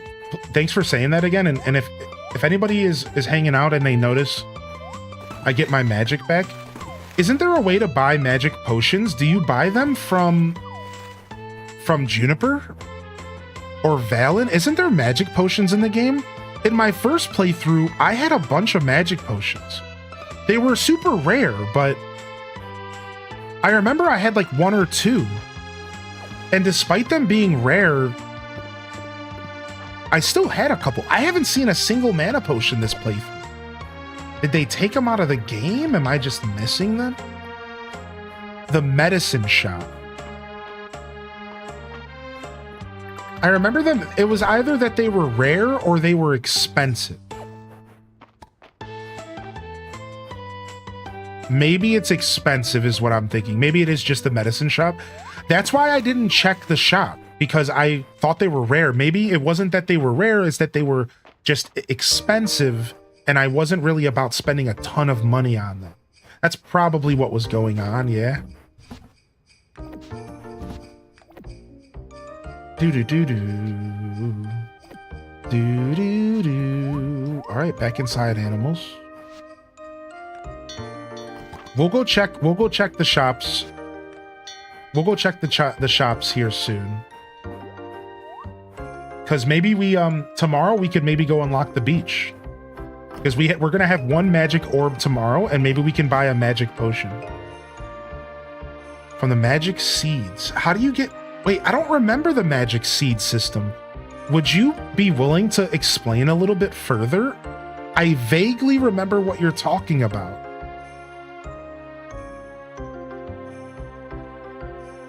It's a vague memory. What is that? A level 60 farming perk. They're new to this past update. Oh, so no, I'm misremembering it.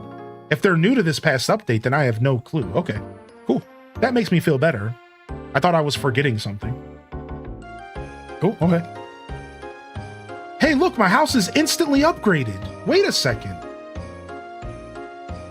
It didn't take like a day?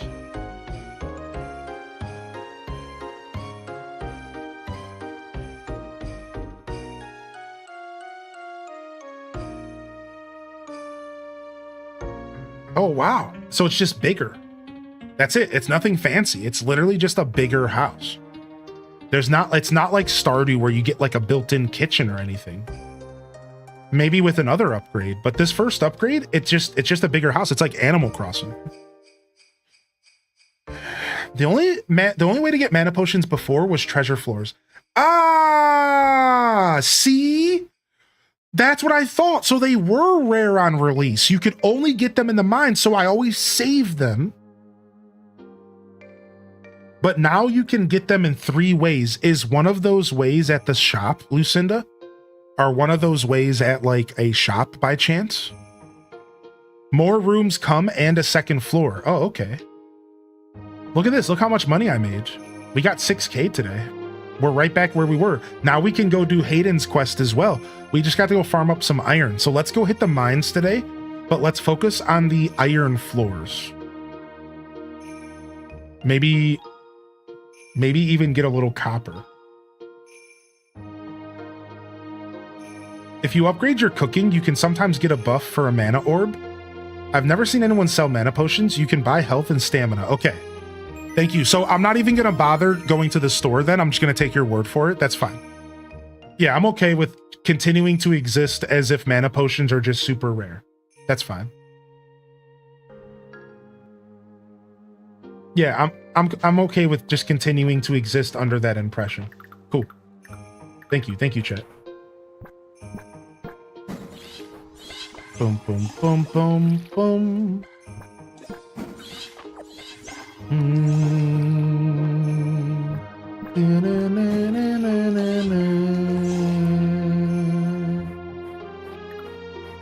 Alright, so this stuff, boom, boom, boom. Alright, animals, you're coming out. Let's go, baby. Yeah, I don't mind at all. It was the third seal, Jess. The third seal. Once you unlock the third seal, which is the fire seal, you'll get that ability. Alright, so we have to wait 4 in-day games. In-game days. And then we will be able to go to the beach and find that secret. Whatever it may be. Alright. Let's go spend some money on Hayden's. Yeah, let's go quickly spend some money at Hayden's this morning. And get some new... Let's quickly get some new toys for the animals. Are there any other toys that you unlock with the other animals, or is this it? Yeah, this is just it. Large and small. Yeah, this is just it, I bet. I can kind of infer that. And I think we need to buy this cowboy hat. Yeah, I think we need the cowboy hat. You know, in fact, I think we just need the yellow chicken bow and the pink cow bow as well. We just need them all. Yeah, that sounds about right. Emphasis on need. An absolute requirement for this playthrough to continue.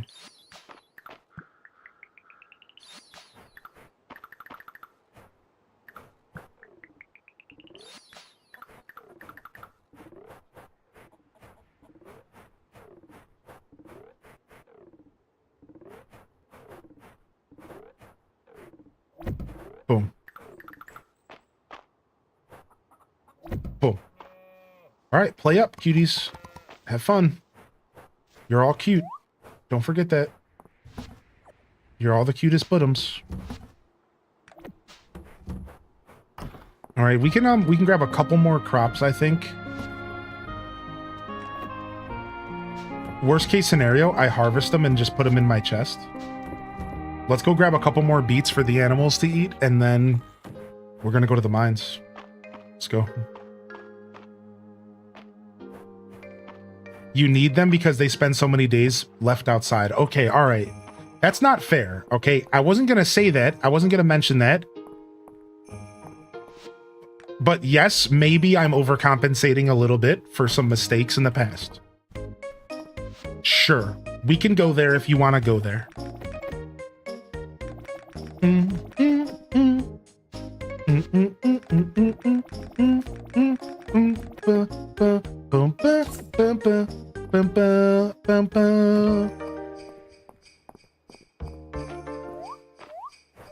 The secret at the beach is going to change your life, but you're going to need a lot of stone.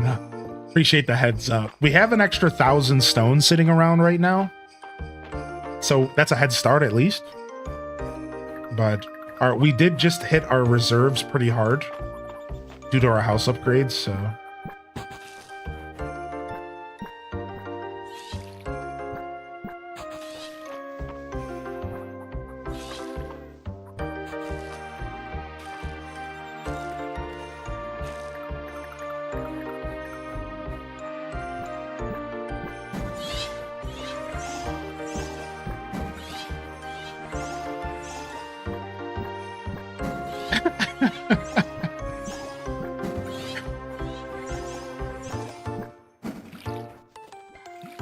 All right, cool. We're all good. And we're going to maybe potentially stay out late tonight.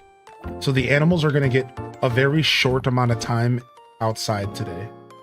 And this will be... All right, I'm going to take all this stuff to the museum.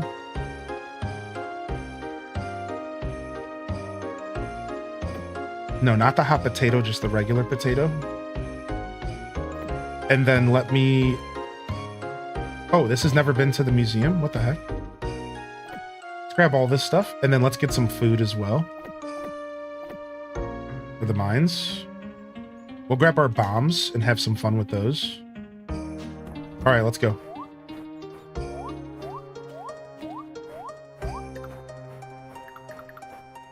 Oh, I was gonna put the animals in. Yeah, we're gonna put the animals in because I might not make it home today.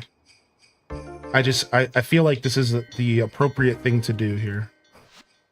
Sorry, y'all. It's a short day outside. You ate, you had to play, but I might not make it home today. I'm gonna try to push it here in the mines since we're starting a little later than I'd like. That was a pink cow. So Brittany, in this game, there's like 15 or let's say 10 different variations of colors for each animal, and you unlock them through breeding. It's basically a mini game within the game. So there's 3 standard tier 1 cows. So think about the tiers as colors, rarities, right? Then there's 2 or 3 different tier 2 cows. Then there's like 2 different tier 3s, and it goes all the way up to like tier 10. And there's some really interesting color options. Like for example, if I go to my chickens, oh, I can't show you here, but you can unlock, like, it goes from being like color options to like seasons. It's weird.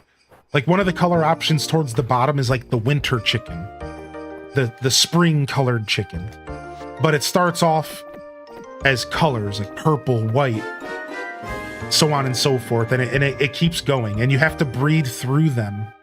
So let me give you an example. 30. If you want a level 2 chicken, you have to breed 2 level 1 chickens. But if you want a level 3 chicken with those rare colors, you would have to breed with a level 2 chicken. So you have to keep going up in the tiers.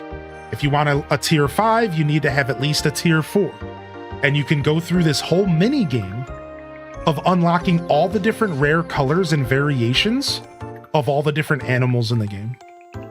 And there's a ton of animals and a ton of different tier colors. Like way more than there should be. I've heard of players who have only done that. Like their whole Fields of Mystria experience is sitting around and trying to get all the different tiers of animals. and it's cool. It's cool that you have all these different ways to play this game, right? Like it's super neat.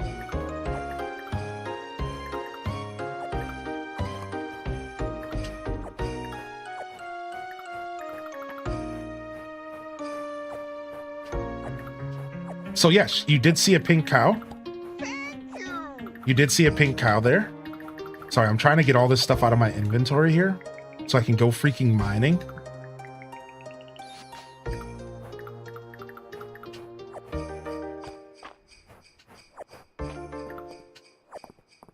With like a somewhat empty inventory. That was super obnoxious, but whatever, man.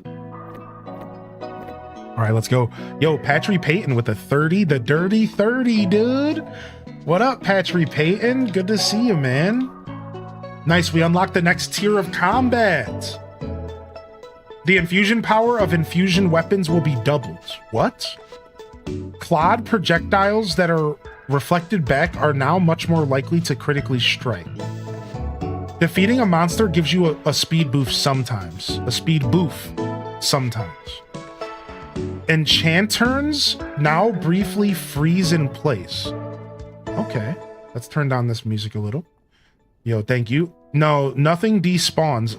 I've heard that of a player who left stuff on the ground for a whole in-game year and it never despawned. So I'm convinced that it just never despawns. It's pretty intuitive of a system in that sense, because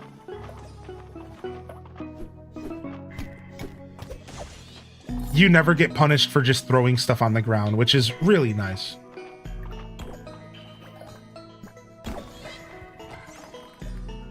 How many hours do you think you have in this newer playthrough?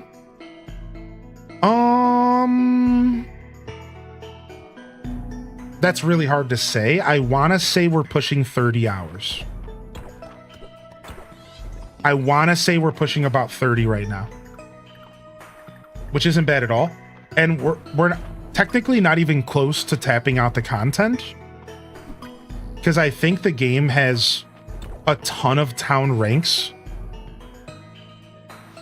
You see, I'm only iron rank, but there's 5 ranks above me. So if you really wanted to do everything, I think it might take me another 30 hours.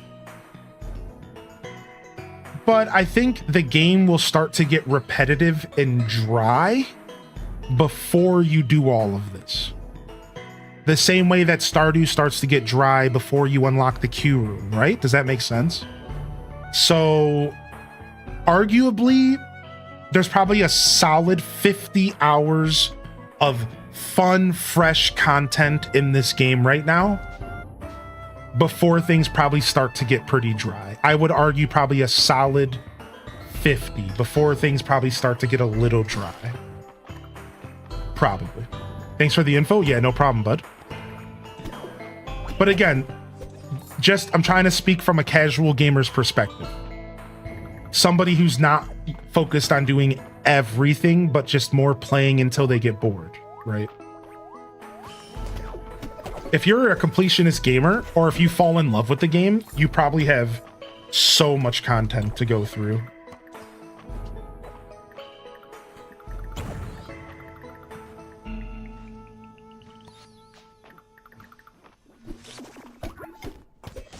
Boom, boom, boom.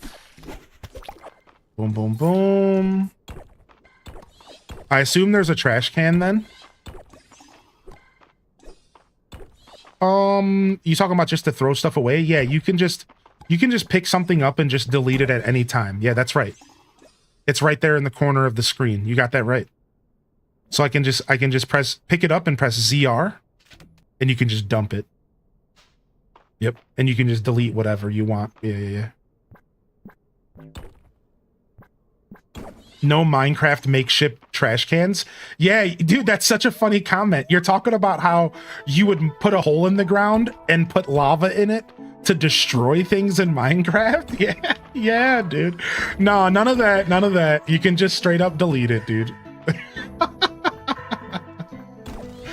That's so funny to me, actually.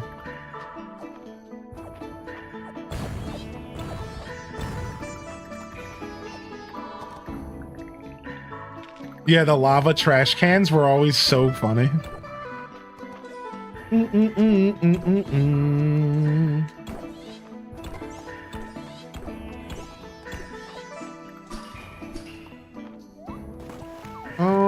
Let's do a little bit of fishing here. Oh, wow, the golden fishing rod is nice. Look how far out it goes. Dude, I was wondering how you were expected to catch some fish that were super far into ponds. I didn't realize that the fishing rod was extending the whole time it was upgrading. That's really nice, actually. Because, like, I saw a couple situations where there was a fish so far out into a lake, and I'm like, what are you supposed to do about that? Like, yeah, or in the ocean. Yeah, I didn't realize that it was going to upgrade that way. Cool. I use cacti for my Minecraft trash can. I didn't even know that was a thing you could do, really. Yo, back up, Sonic Bat. Yo, back up, buddy. Yo, spit it out. Spit it out. Shredded. All right, we're coming home with a good amount of iron. A helmet that we don't need. Should be enough iron here. You go ahead and eat that. Should be enough iron to do what we need to do, potentially. We need 8 iron bars, which is a lot. We only have 32. It's not even close to enough. Keep hunting. I think we have a handful at home, but not even close to enough.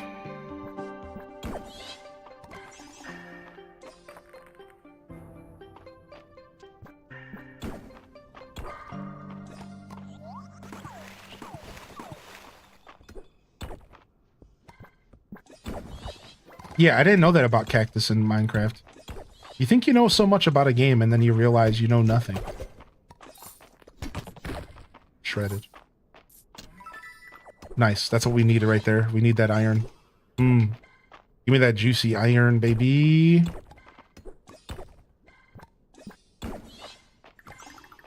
We'll go ahead and we'll eat this. Oh, I probably should have ate a food that was a single. I definitely want this massive Definitely want this perfect sapphire. 1 hundo. Oh. My character looks so dope. I'm actually super happy about the character wardrobe change. I wasn't planning on changing my character's look this playthrough, but I'm totally digging this, dude. Thank you, Didius Maximus. I am forever in your cat-like debt. Your feline debt. What the hell's on your head? It's a lava cat. Here, look. It's a lava cat. It's a cat that's also a pool of lava. AKA Tangy. The hottest out there.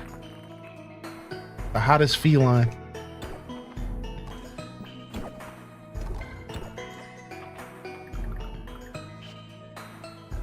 This is decorative? Yeah. Don't really need that. What is this? Nah. We're just gonna try to get as much iron as we can, dude. And hopefully we don't have to come back to the iron mines for a little while. Maybe just suffice, maybe just like a quest or something. 57's good. We're getting there. Yeah, I love when my character turns around and you can see the whole back of my bald head and then a random cat tail. I look like I'm kind of wearing one of those. It kind of reminds me of like a raccoon hat, right? It's kind of funny. Let's go ahead and feed this thing an artifact. If you feed the mimic a random item, you get loot from the mimic instead of damage and then no loot. So if you see a chest kind of moving around a little bit, throw something at it. Throw an item at it. And somebody even said something like potentially you even get a better item depending on what you throw at it. I don't know if that's true though, but it seems like no matter what I throw at it, I kind of get the same value, but that could just be my own like bias, right? I'm not sure. All right, let's go. Looks like a pirate hat from the back. Anybody catching themselves using Hylian's lingo while gaming? Shredded! That makes me smile. Thank you, Pixie. Thank you, dude. Shredded.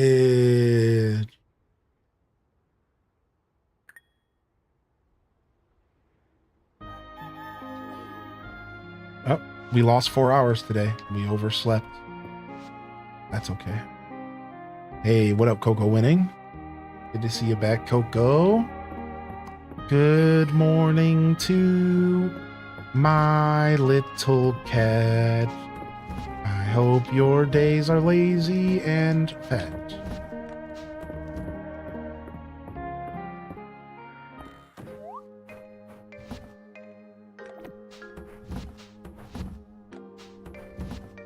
Drop all this stuff off. Oh, we filled up this chest. Looks like we need to sell this stuff again. Oh no, we filled it up. All right, let's go ahead and just throw the backup in here for now. So we're ready to sell these artifacts. Dude, every time I hear the word artifact, recently I've been really thinking about an old band. It's a hip hop duo with Tame One and El DeSensei, and they're called the Artifacts, and it's super dope jams, man. It's some of my honestly favorite hip hop. It's real good stuff. The artifacts from the other sides of the tracks. It's so good, dude. I'm actually jonesing right now for some artifacts. I'm gonna have to go throw some on at some point. The artifacts from the other sides of the tracks. Oh, we filled up another chest. Oh no! They just don't stop filling up. We can't stop. We can't stop them. I'm putting some sea grapes in here. I'm never leaving this place. Yo, Gingy Ginger with the 73 bangarang. Thank you, dude. Hey, what's up, buddy?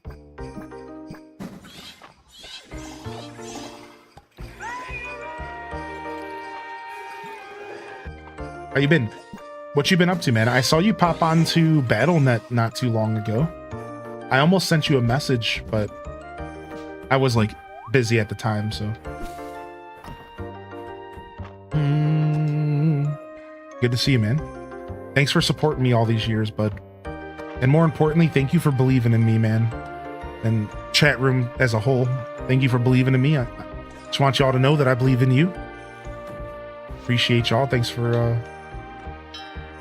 your support, man. 6 years is insane.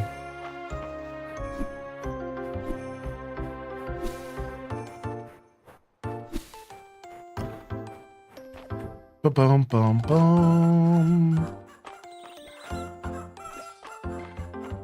Do-do-do-do.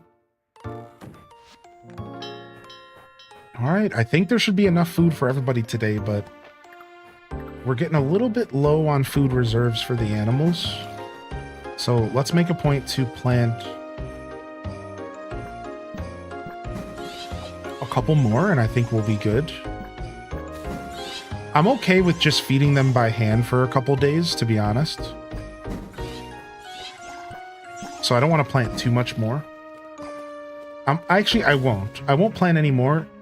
I'll just start feeding them by hand if I have to. Yeah, we'll take a break from growing stuff since it's so close to the end of the season. That's really why I feel this way. Getting ready for the new expansion and player housing. Nice. So you're talking about the newest retail expansion, right?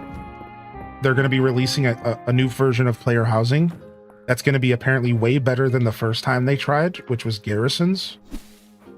And then I don't know. I've heard good things about the new expansion. Yeah, I was thinking about checking it out. You might see me out there, and if I am, we'll for sure play together. I'm currently doing classic though. But you definitely might see me out there. We got all of tier 2 skills here. Let's save my experience points for the combat tree. We'll save them for the combat tree. All right. It's Tuesday in game. We got all the iron we needed, so let's go to the blacksmith. Get that iron worked up, and then we're going to go and finish the quest for Hayden. And we're going to get new animals. Oh yeah, Lady Jovia, there's a lot going on for sure. It's fun. It's better than any other player housing ever made. Oh, really? Wow. Yeah, I heard that they're really going for it this time. And I'm not sure if you know what garrisons are, but apparently they tried doing player housing in the past, and it just kind of missed the point. It like wasn't executed well or something. Yeah. Now you're gonna have neighbors. Yeah, that's what I read. So now you can have neighbors in neighborhoods, and you can pick up your house and switch to a different neighborhood anytime you want. And then you're going to be able to have guild neighborhoods as well. Yeah, they said it's going to be sick. It sounds like it's going to be really cool, actually, dude. Yeah, I remember what I read now. I remember reading that. Yes.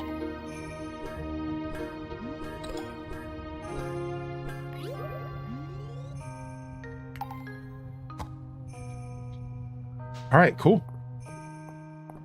Let's go over to Hayden's.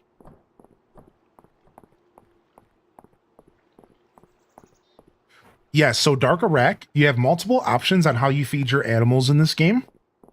So first off, your animals can be fed hay or grass, and that can be found by cutting grass. Just like in Stardew Valley, you cut tall grass, and you can get like this grass right here, and you can get hay for small grass seed for small animals, or hay for big animals, straw or something. Then you can also hand feed them by just taking this feed and walking up to them and feeding them. And then the other option is so the first one being you just grow grass in your field like this right here. your cow will walk up to this little piece of grass and eat it. So will your chickens. So you can just have them eat the grass, just hanging out. Step 1. Step 2, you could cut it, turn it into animal feed, and feed them directly. Step 3, or option 3, you can... Option 3 is you can actually feed them crops or even fully cooked dishes. And this is where this game really starts to set itself apart from the rest of the genre, is you can actually have you can give them fully cooked meals. You can give them crops, whatever you want. And the reason why you might want to do one over the other is the amount of their shiny poop that you get. Yep, that's what I said. So the animals produce their own separate product outside of their milk and their eggs. It's called shiny beads. And the more you get more shiny beads, depending on how well you treat them. Giving them crops to eat and full meals will give you more shiny beads. However, it also affects their heart, as you would guess. You know, if you're giving them the best possible food source, then you're going to get more hearts faster, right? Like that's a given as well.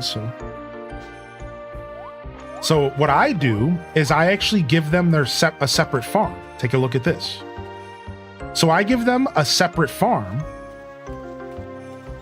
and they can just come and eat the vegetables every morning, and I don't have to I don't even have to hand feed them or nothing. I just let them out, they eat, I collect the poop, I move on. Dude, we are 1 iron away from being able to do Hayden's quest. We also don't have enough wood, so it doesn't even matter. But you know how frustrating that is? We are 1 single iron ore away. That's so frustrating. You can food your animals cooked food? Yes. If that's what I said, then even double yes. Ooh, that's something I've never seen before. I have. I've donated it. I just don't remember it. Any thoughts on picking up Mystria now or waiting for the full release? I encourage people to wait for the full release because it's supposed to be coming out within a couple months. And I think it's probably going to be worth waiting for.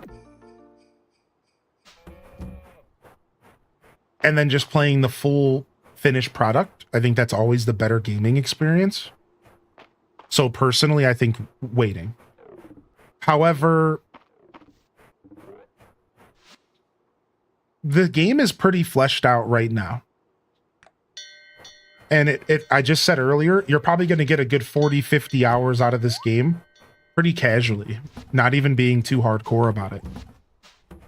And I think that kind of says a lot about the game. So you don't have to wait. It's a pretty full game waiting for you to enjoy. It's pretty fleshed out. Let me go to the mines and get one more piece of iron real quick, and then we'll grab wood on the way home as well. Yeah, I'd say finish, because we don't even know what the last update's gonna look like. It could be massive. It could be like full of quality of life. Like, I'm sure they've talked about it, but we don't know. So I guess a good way to answer your question, and for anybody else out there, is if you have other games to play, wait. If you don't have anything else to play, pick it up. Right? That's the way I would look at it. If you have other things to play right now, just wait. Oh yeah, I could just go buy the piece of iron. True. True. I feel like I've already committed. Now that I'm way over here. Like, I feel like I've committed. I don't know. I always forget about that option.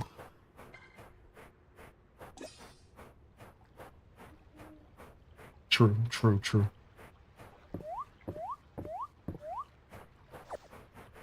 Grab that. Grab one of these.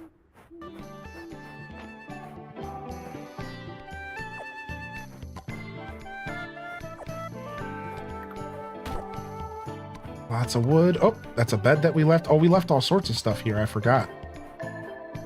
We left all sorts of stuff on the ground. Let's try to get it all. Nice. We managed to pick it all up. Perfect. And we don't have a single space left for the one thing that we came here for. Isn't that a B word, how that works?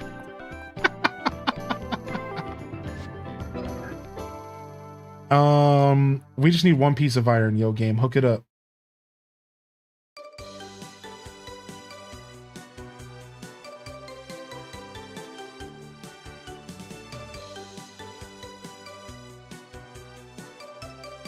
Need more bags? No, I could just not carry my whole life with me. We do have all the bag upgrades, I'm pretty sure. In all reality, I just could not carry everything with me and I'd probably not have any problems, but I'm a weirdo and just walk around with everything in my inventory for no reason.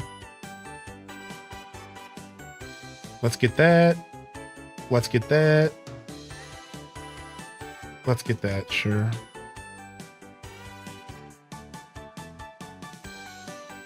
All right, we got the iron. If we make it before midnight to the blacksmith... Oh, actually, we should be able to do it no matter what, because it's 0 minutes, right? Yeah. We always need more bag space. That's just how these video games work. We always need more.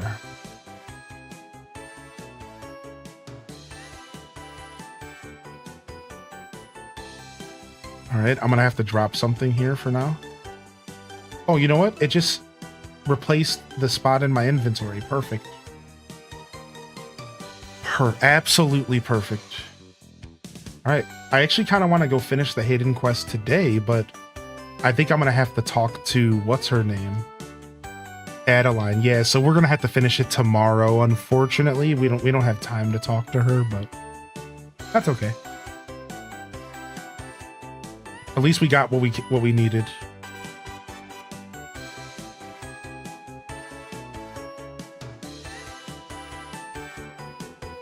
You go around Minecraft with your inventory full of shulker boxes and your ender chest as well.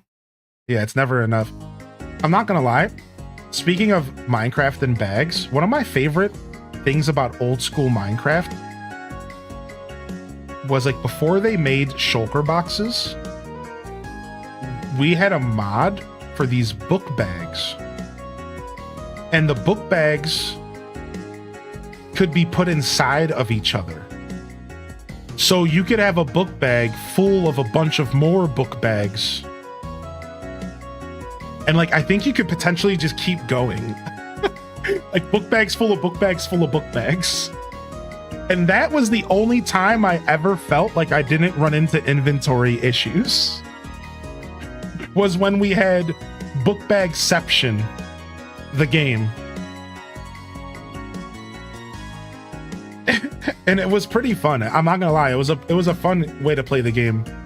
And the cool part is that in one of our versions of Minecraft that we did for the Wastelands, we made it to where you drop the book bag with your corpse when you die. Like, you actually leave a body on the ground. Right? And then you have to go back and pick it up again, or somebody else could loot your body after 24 hours. So if you left your body out on the ground, somebody else could walk by and loot it if you didn't go back to get it. It was really cool. So every once in a while in the Wastelands, you would just run into somebody's body on the ground and you'd be like, oh my God.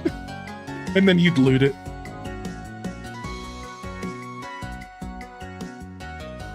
Yeah, Gingy Ginger, we've been talking about the Wastelands again. We were talking about it on stream the other day.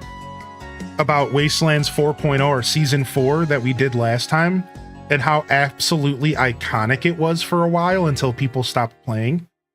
And I would love to run another Wastelands. I'm actually thinking about doing it. Because before we shut down HGG Minecraft, we were actually setting up a modern Wastelands that would have been the highest possible version of Minecraft that we could do. But we fell short because we were running into some issues setting it up and we stopped production. I want to go back and try again. because I think Wasteland Season 5 could be so sick, but we don't have anywhere near as dedicated of a building team anymore. So if we did it, it would be like back in the day. It would just be all of us loading into a world and just playing the game like normal. Because on Season 4 Wastelands, we had like vaults built. Like there was a building team who built like structures and put them into the world and made it feel very Fallout-y. This time around, it would be more just procedural generation and just having fun, and we would just build our own stuff as a community. I want to bring back Wasteland Season 5. Could be so much fun, dude. I've been thinking a lot about it.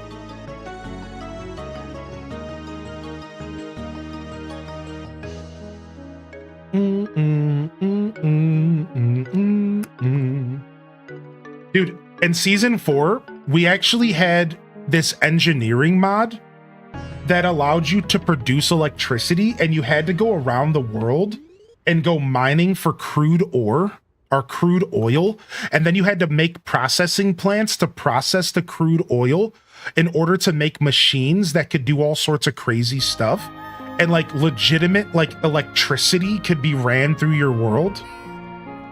And like that was so cool to me. That's what I think a Fallout Minecraft mod needs.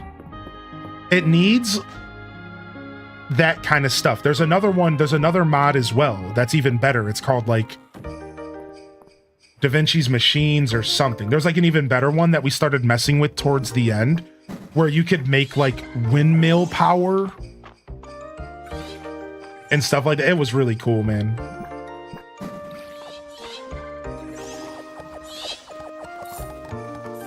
People would always call me out. They'd be like, why don't you just go play Factorio already? And I'm like, dude, because I want to build factories in Minecraft, not in a game about building factories. Not that Factorio isn't good. I'm sure it's a great game. But like, that's not what I wanted to do. I wanted to do it in Minecraft, man. Hey, we have a fully grown cow. Hey. Cute. That means that you get yourself a crown. Do-do-do-do. And then we'll give Arctic Bonobos, the previous crown, a cowboy hat instead. Because why the f not?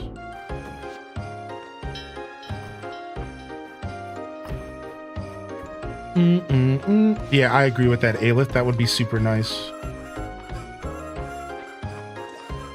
Hey, and our new chicken's grown. We got a silver chicken now. Interesting color chicken here. Silver looking. Look at that. That's cool. It's all silver. And we're going to go ahead and give you the yellow bow, because it'll look really good with your silver background. Sick. All right, come get some food. Time for Teletubbies.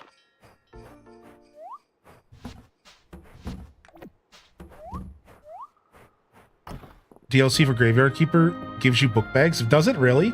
I can't wait to go back to that game eventually and check out all the DLC. And I'll probably do a fresh save file. It'll be down the road sometime, but we'll come back to it for sure. At this point, I'm kind of just saving it because I know it's going to be good no matter what. You know what I mean?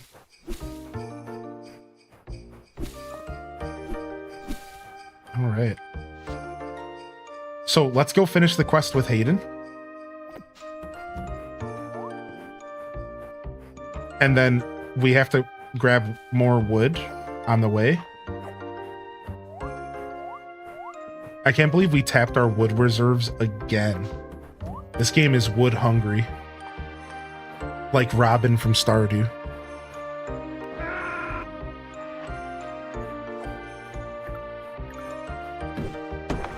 After you donate artifacts, you don't need them for anything. Yeah, you can use them for gifts. So I save them for potential gifts, or I save them for selling, because Christine, as you level up the artifact tree, you're going to be able to run into some perks that give you plus percentage of money from artifacts. So in one of the trees, you get plus 25%, and another one, you get another plus 25%. So I saved all my artifacts until I got one of the plus 25% bonuses, and I made like 5K when I sold everything but one of each. It was insanely nice. And I encourage people to do the same. Save them. Save your artifacts until you get some of those later skill perks, and then you can sell all the artifacts in one big batch, and it'll be super nice. But again, I think saving one of each is important. That's how I think. One of each at least. I can't remember. Noodle is, I think it's tier 3 and tier 4. Yeah. There's a 25%er in tier 3, and then there's another 25%er in tier 4. I think that's what it is. All right, nice. Let's go talk to Adeline and finish this quest. Nice. We're gonna get new mammals here. Yeah, you have to chop all the trees daily. Yeah, I'm realizing that I need to be doing a little bit more lumberjacking than I have been doing, which is cool. I don't mind that at all. I've been focused on other things, you know. So we'll spend a couple days foraging and lumberjacking, and we'll make up for it. The game's lagging a little bit. My farm is getting a little intense for the game. I'm actually noticing a little bit of lag when my farm animals are all playing with their toys. So that's a funny thing. That's the first time I've noticed any kind of lag in the game at all. But when I have both cows, when 4 cows are playing with the balls and 4 chickens are playing with the seesaw, it seems to cause a little bit of stutter. I just noticed. And it's not the computer. I think the computer's doing just fine because OBS is good. Yeah, that could be a product of just too many animals on the grind, or on the screen rather. Graveyard Keeper's fun, but can be a real grind. Oh yeah. If you don't get those zombies going, it's grindier than it needs to be. The zombies really take the grind and kind of lighten it a little bit. I think one of the biggest tips that I got from Graveyard Keeper that I would, if I had to give one tip, actually I have 2, but if I had to give one solid tip for Graveyard Keeper, it would be, don't constantly have bodies coming to your morgue. You don't have to give the donkey carrots. You can not feed the donkey, and then he doesn't bring bodies, and then you feel less overwhelmed. And you can take breaks, and you can just focus on other stuff that you're trying to do. I think that's the best tip I ever got, because as soon as you realize that you can actually control the flow of that, and you can take a breather when you need to take a breather, it really helps give you a couple days where you're not constantly running to do something in that game, because that game just keeps you on the hook the whole time. That's why I think it's one of the best games. But it can be super overwhelming for sure, dude. Yeah.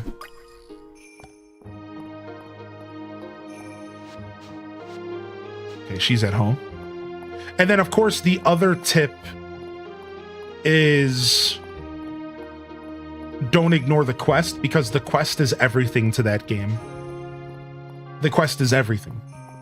So you want to be trying to do the quest. Pay attention to the quest log. It's super important in that game. But that's just 2 of many tips. I already see one in the chat here about Sundays. Right, yeah, that's a huge part of the game. Make sure you're not missing those sermons, right? Because you always need more of the faith, right? There's a lot I could give out, but I think don't sleep on the questing, and then, like I said, don't let the body stuff overwhelm you. It doesn't have to be that way. The zombies are definitely the best thing. Oh my lord, do they make the whole game completely different, right? Link, you came. I said this when I played Graveyard Keeper. I felt like the zombies should have been in the base game, and that it's kind of weird that they're not. And I hope that everybody who plays Graveyard Keeper always gets it with the zombie update. Because I feel like playing that game without the zombies doesn't even make sense. So I can't even imagine a universe where you're playing Graveyard Keeper without the zombie mechanic. It doesn't even make any sense. So that was a criticism I had of that game. It might be one of my favorites, but I think that's a criticism. I think none of that should have been DLC. That should have all just been free updates within the game. Period. I think the zombies are now a free update, but it's also DLC. It's really confusing. But yeah, that's like the only criticism I really have. You know, that's worth noting, right? Link, you came. Yo, how you doing, Ray-Bans? Taking notes is definitely essential. Welcome to the party, dear. Oh no, I hope Adeline didn't bully you into this, Link. Nonsense. Not all of us are as averse to paperwork as you, Island, right, Link? Well, I guess I'm about to find out. I'm sure you'll have a great time. Let me take you around the room. Great Aunt Elsie is working on applying for grants from the capital. There's certainly a trick to getting what you want out of those nobles. Unfortunately for them, I've had plenty of practice. Yes, Yuki boy. She's such a weird, horny old lady. Like, stop it. She reminds me of the old lady from Shark Tank. Like, will you turn your horn dog down a notch, man? We don't need you to be doing that, dude. My dear brother is taking care of large excavation site procedural paperwork. Honestly, with the archaic way these forms have been written, you'd think they were historical artifacts themselves. And I'm handling our tax documents for the season. Sorry to hog the really fun work, everyone. That's funny. Link, I'd like you to come over here and review the work we've already done. It'll give you a good overview and make sure we haven't made any mistakes. But you've already double-checked everything, Adeline. Nothing's better than a triple check. It's so satisfying. Thanks. Oh, Link, you're very welcome. And when you're done, I've ordered up a special tray of treats from the inn to celebrate. Whoever finishes first gets first pick. Well, why didn't you say so earlier? Of course, food is always the treat. That was a cute little heart event. All right, and now for another cutscene. The upgrade to Hayden's barn. Hayden is going to be so excited. Let's go gather everyone up. Yeah. Yeah. Oh. Yeah, this one's for you. My baby boo. Yeah. Yeah. She was in my life, but now she's gone. Yeah. So here's my tale and here's my song. I wish you were still here. I wish you would come back. Anyways, this barn sure takes me back. You've kept my work in great condition, Hayden. I appreciate hearing that from you, Landon. Wait, so Landon used to... Oh, he built this original barn. That's what they're saying. Uncle, really? Link and I have got this. Aren't you supposed to be retired? What a thing to say. Me, retired? I'm sure Landon could pitch in while we do the heavy lifting. Now you listen here. Landon, we are so honored to have someone with your decades of experience so generously lending us your aid, right, Hayden? Oh, absolutely. That's more like it. Come on, you two, let's get to work. Yes, Uncle. Yeah, I don't want to give her my silver sword. I gotta go make her a different one. Yeah, because mine's too good, man. She's the town bard.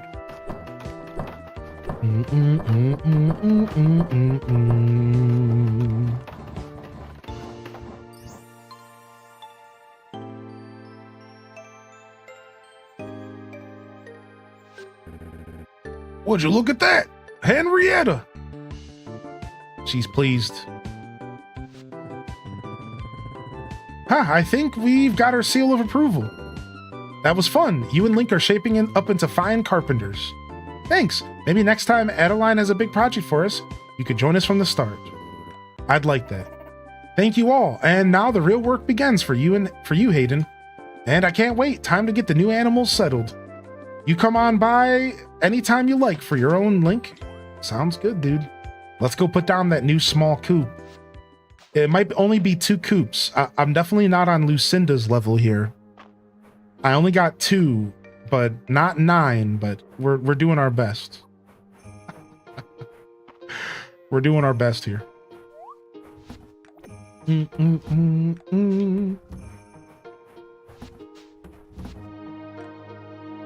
Is this walking stick donated? It is. All right, this needs to still be donated. This is some food. The rest of this stuff can go in the house. Boom shakalaka. All right, we do need to water these crops over here real quick.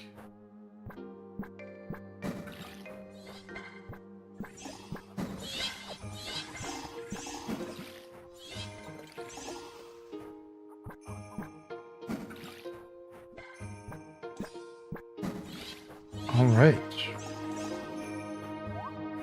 And drop off these seeds. And then let's go find that coop. I think the coop is in the coop. Coopception. I repeat, the coop is in the coop. Oh, wrong button.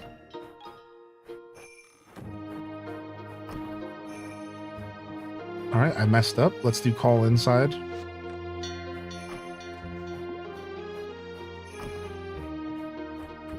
Yo, what's up, Tiny Samler? Yo, welcome back, dude. All right, let's go ahead and clear up this area. Yo, thank you so much, man. Thank you for 18. How you doing today, Samler? Welcome in. Yo, Saridra. What's up, Sari? Good to see Sari in the house as well. Hearty welcomes in the chat. If you got a free hand, don't be shy. But of course, enjoy the lurk if you're lurking out there. Yo, thank you. What's up, Samler? Welcome back, dude. All right, we got a new coop going down.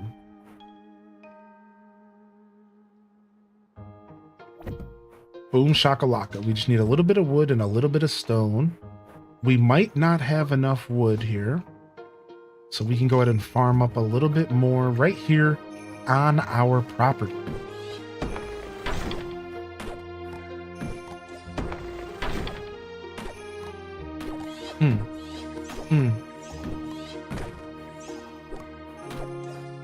How much is this game? I'm not even sure, dude. What is this game? $20? $30?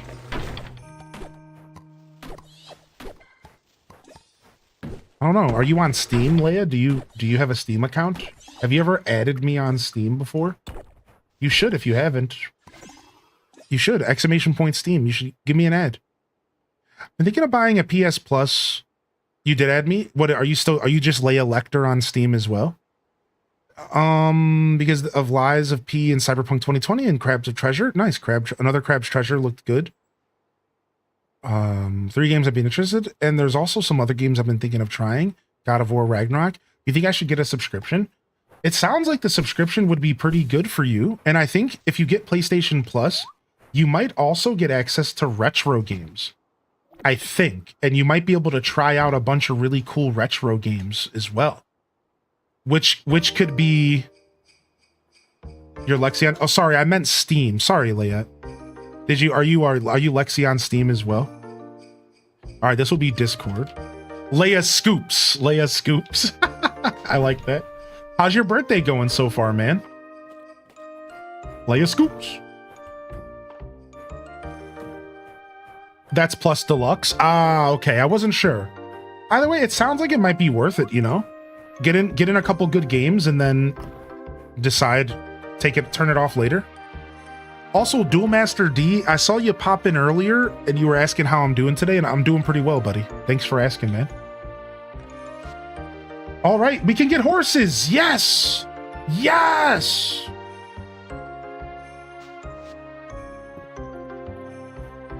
Cool. So what do horses do in this game? Do they provide a product? I know you can I know you can like ride animals in this game now.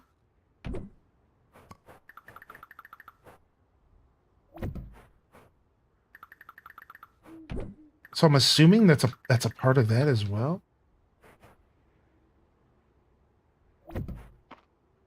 Okay, we have to move those up a little bit. Every animal gives product. All right. Because when I saw somebody else streaming, the animal that they were riding wasn't actually a horse. It was like it looked like a fat unicorn without a horn.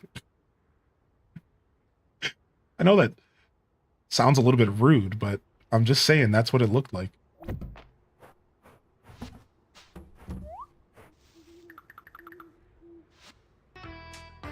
Get horse, hair, and tail. All right.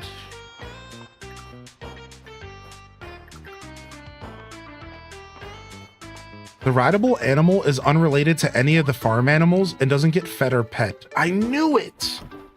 Oh man, I was hoping that unlocking Hayden's barn would get us the mount, the rideable creature. It sounds like that's not the case yet, so...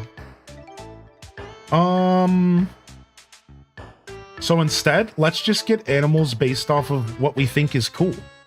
So let's get ourselves a duck. Let's get a mallard. And we're going to name our mallard off of the tiny Samler.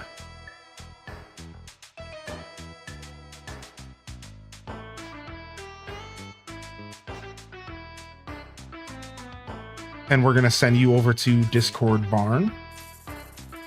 And then we'll grab ourselves a rabbit as well. And we'll go for the black and white rabbit. And even though Cake is a really cute name, we'll go with Patry Payton.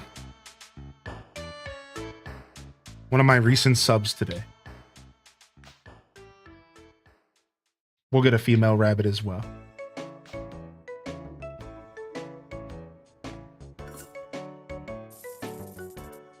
All right, and we're broke.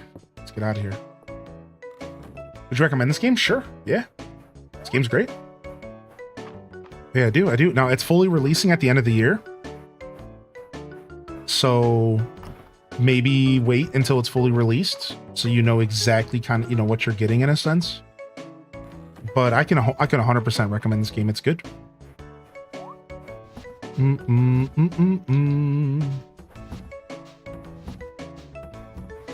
Let me grab some fodder. Let me put this wood and stone away.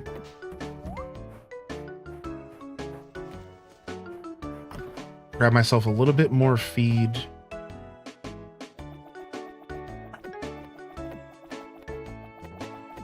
So we can split the feed up between the barns. Honestly, don't know what I did to unlock the mount. It was added in the update and I already had met the requirements. Yeah, I'm okay. It seems like just progressing the story is the play, which we'll do that. Yeah, we'll progress the story. Thank you, chat. I think you can get golden products from any animal too. Oh, wow. Yeah, it sounds like we just got to continue the story, which is the perfect thing you could have said to me. Thank you, M Online, and thank you, chat room. Yeah, that was the perfect thing that you needed to say to me right there. Yeah, just keep on playing, Hylian. That's good. Because we are actually focusing on the story this time. So like that's like a perfect thing to say to me, right? Like because that's what we're gonna be doing. We're gonna continue focusing on the story, so.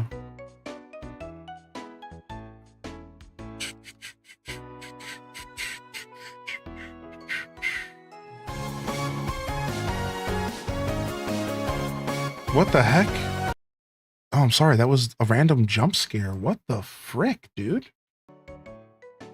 What the heck was that? I got massively jump scared just now. I'm so sorry, chat. Oh my lord.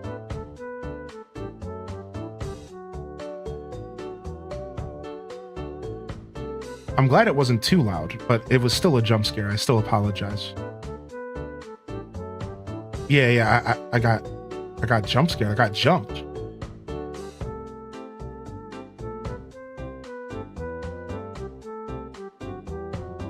I got literally jumped, dude.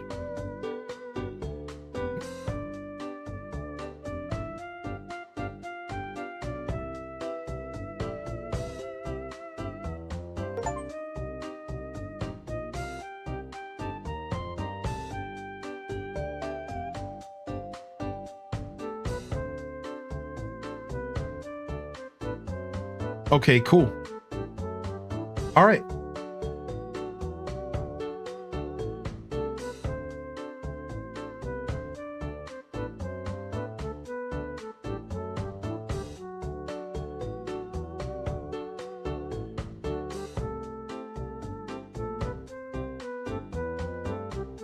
Sorry, give me just a second.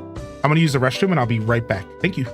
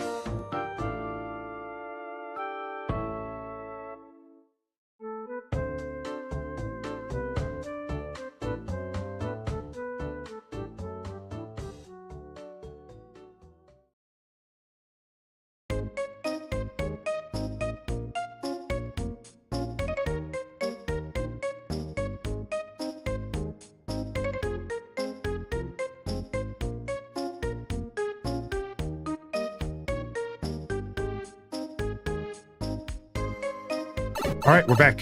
Sorry about that. So, as a treat for your birthday, Leia, I sent you a copy of Fields of Mystria, and I hope you enjoy it. Yeah, no problem. Sorry, it took me a second to set it up because I thought that I bought it for myself again, and I'm like, wait, that's not possible. So I had to like step away for a second because like I was so confused. I'm like, did I just buy it for myself again? That's not even how you do that. No, it got sent to the right person. Boom, boom, nailed it. Got him. Got him! Happy freaking birthday! Sick. Enjoy Fields of Mystria. This game's a treat. Hopefully you like it. And if not, who cares, right? That's cool. I just wanted to support the developers. I don't know what happened here, though. Did I not sleep? So maybe this cutscene was waiting until I was done sleeping.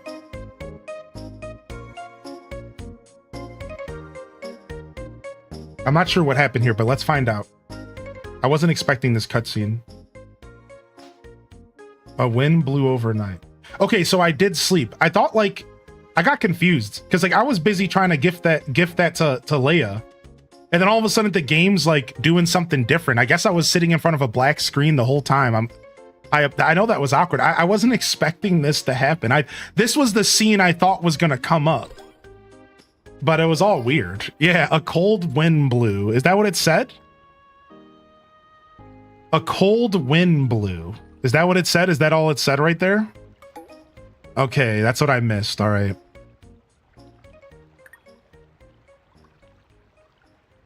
Yeah, that confused the heck out of me because I was trying to bring up the scene where you could all see the animals while I was AFK, but I guess it was just a straight black screen there.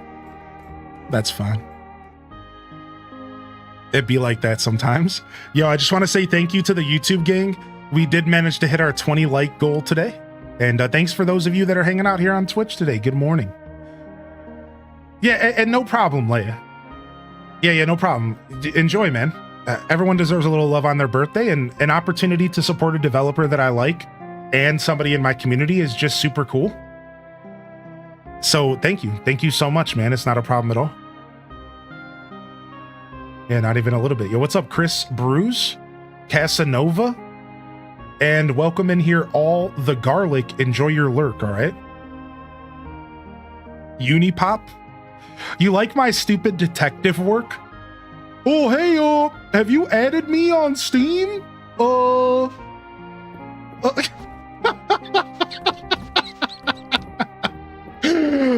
we friends on Steam? I'm just curious. Morning, Link. That was some windstorm that rolled through last night. That's what I heard, Toad. Yeah. I just wanted to check in and see if everything was all right over here. It seems like there was no damage. Although the weather vane blew clear off my new barn. Would you mind helping me find it? I'd like to get it back on before Reese and Landon find it. The wind was blowing northwest, so I'm betting it ended up somewhere near the Narrows. Let me know if you managed to find it. Northwest. Okay. What's on your head? It's a lava cat. It's a cat that's also simultaneously a pool of lava. And if I turn around, you can see its tail. Rear. It's perfect.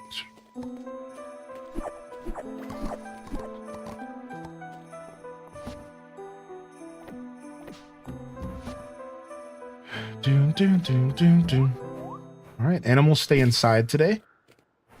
1, 2, 3, 4, 5. Let's go feed these boyos. Remember when you did that to me? It took me a few days.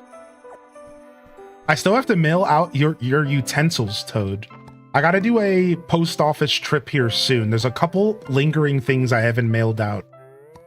And your utensils that I wanted to give you, you know, that was just my thing. You know, I know you didn't ask for them or anything, but I still want to send those to you. I'm not using them. I'll get those mailed out to you soon. I know I'm a little behind on a couple things, but we'll get there. 2, 3. Boom. Yeah, we'll get there for sure.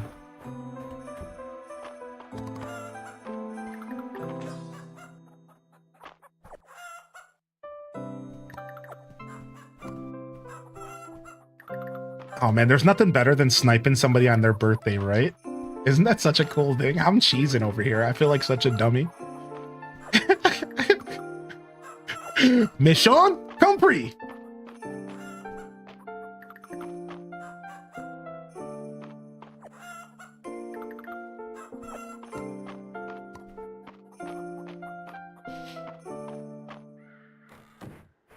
You got me real good. I thought my questions were going to be obvious. Like, I'm going to be honest. I was like, there's no way she doesn't realize what I'm about to do right now. Like, whatever, who cares? Like, then let it be obvious. We'll do it anyways. You know what I mean? Like, I don't care, really. I just wanted to have you play this game. It's sick. I know you're a pretty big fan of Stardew, so... There's a lot of people who don't like Stardew who like this game a lot. So even if you're not a fan of Stardew, this game has managed to find an audience outside of Stardew Valley. There's a lot of people that I've met on Twitch that don't want to go anywhere near Stardew. They're just not into the vibe, the aesthetic, the music, whatever it is, the time constraint, but they pick this game up and they love it. So it's funny because this game is actually, it's more than just another game for Stardew fans. It kind of manages to diversify itself completely from Stardew in a lot of ways. I mean, completely is such a heavy word to use. It's obviously similar to Stardew, but you get what I'm trying to say. It's just different enough that it creates a pretty unique experience. So it's not multiplayer. No, I don't think so.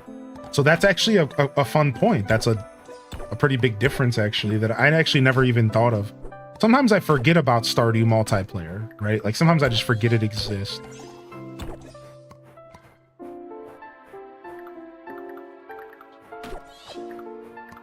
It's a good time. I just forget about it.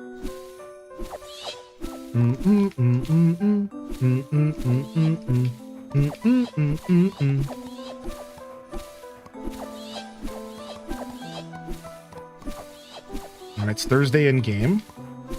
We can go foraging tomorrow for the Friday night hustle. We usually do foraging on Fridays and then maybe one other day a week. So today we'll just work on getting wood.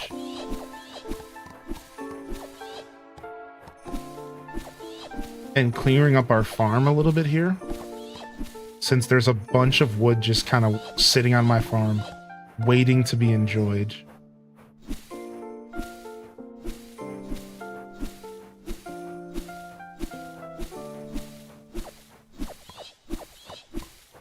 Very satisfying to clear all that. Wasn't that super satisfying?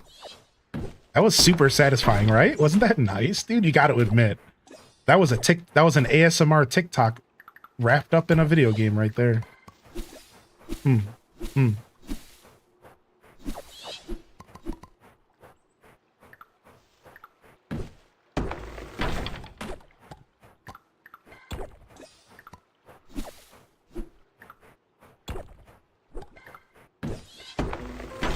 It's me. I couldn't get into Stardew for some reason, though I tried, but I love Mystria. Yeah, I think Mystria just brings just enough different to the table.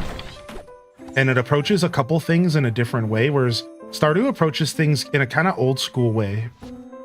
I think it's a good thing that it does, actually, because I think it's what makes Stardew so special, is that it is kind of an old school game. It just throws you in, and it just says, figure it out. And like that's cool, but that's not for everybody. Other people want more structure, more story, right? This game has all those elements. It has the story, it has the structure. And I think people really like that. A little bit more wood.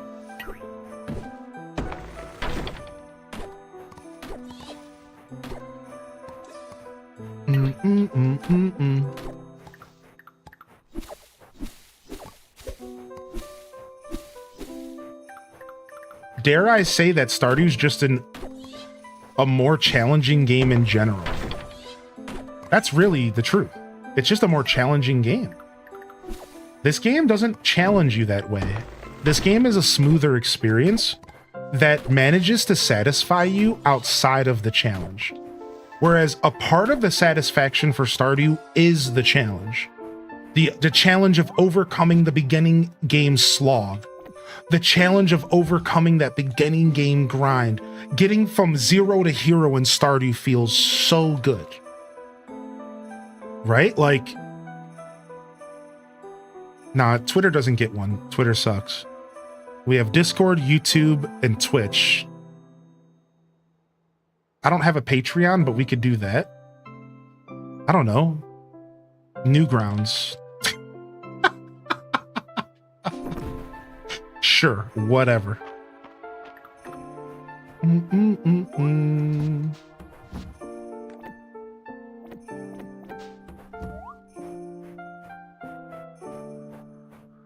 TikTok would have been a good one, yeah. I could rename it if I want. Have they said when it's going to be fully released? The end of the year. Allegedly, right? That's what they've said. End of the year. All right, let's go cut down some more trees and go adventure a little bit. Yeah, end of the year is supposed to be when it's fully released. So we'll see if that comes true, if they don't delay it for some reason. I don't think they're gonna, but they could. So we'll see what happens with that. Yeah, happy Sunday. What's up, an off day? Happy Sunday, dude. Good to see you back in here, man.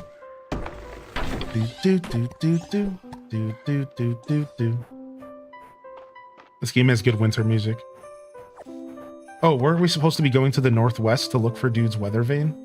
Let's go do that. We'll do the foraging tomorrow.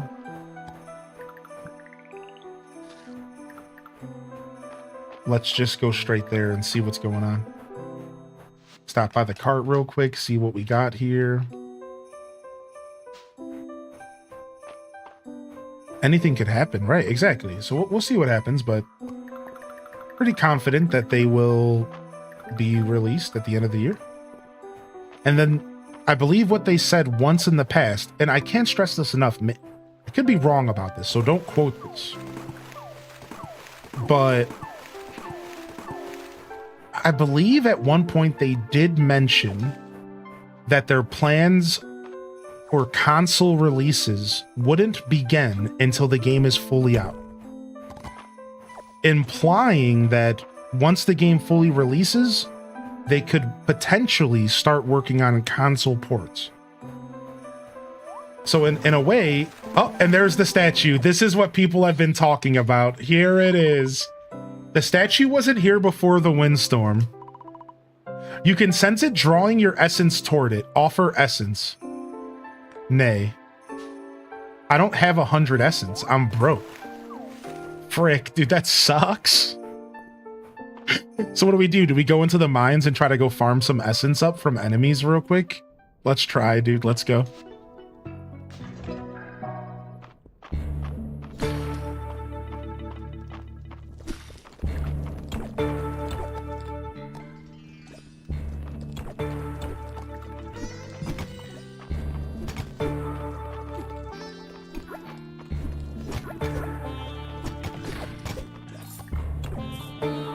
Yeah, we're already up to 95. We got this.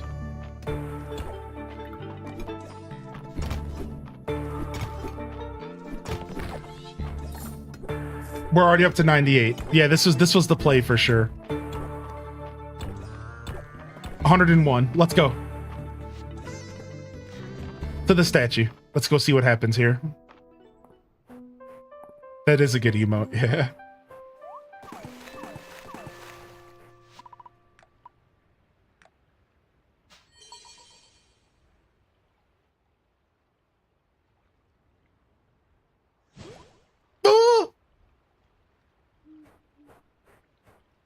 Is it always purple? Tutorial, Mistmare. You can now summon the Mistmare while outdoors. Summon by using the new button on your screen and customize in your journal's animal menu. The horse statue can be used to purchase upgrades for your Mistmare. You can purchase upgrade? Dude, it's upgradable? Wait, what? No way! They even gave it skill tree. Shut up. Your Mistmare is 10% faster. When your Mistmare runs over a forage or a fully grown crop, it'll pop it from the ground. Oh! The appearance of large animals can now be unlocked at 5 hearts to ride them. Wait. So you can turn the Mistmare into a cow and you can ride it? Dude, no way, dude. That is so dope. Dude, shut up, man. Shut up, dude. That's so cool. I'm actually really happy about that. Let's change his name to Lurker because this stream rides on the backbones of the Twitch lurkers. And we couldn't do this without you. So thank you, lurkers. Oh, we can't go in water with it. Okay, sick. That's fine.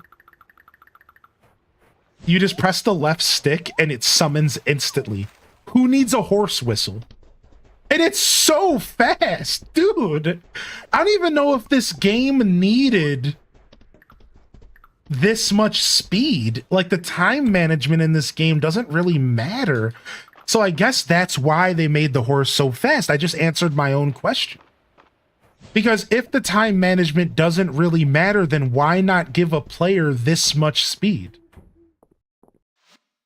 Now, here's the question, and I wonder if somebody can have an answer, because there might not be an answer for this. Does the plus 4% movement speed from the armor buff stack on top of the horse? You can get armor speed through blacksmithing. Does that stack with the horse? Can you get 20% faster on your horse plus another 10% from the shine? Or does the horse completely make the armor not useful outside of maybe the mines, right? Because the armor would still be useful when you're mining and when you're in places where you can't ride your horse. So it's not like this completely makes the armor irrelevant, but it certainly makes the armor not as useful. And, you know, that kind of sucks. I don't have armor speed? Yeah, I don't know. I didn't think that question could be answered right away. Because this game is pretty new, and even if there is a Wikipedia for this game, people probably don't have it full of all the data yet. Can you jump? You can jump! You can jump! Ah!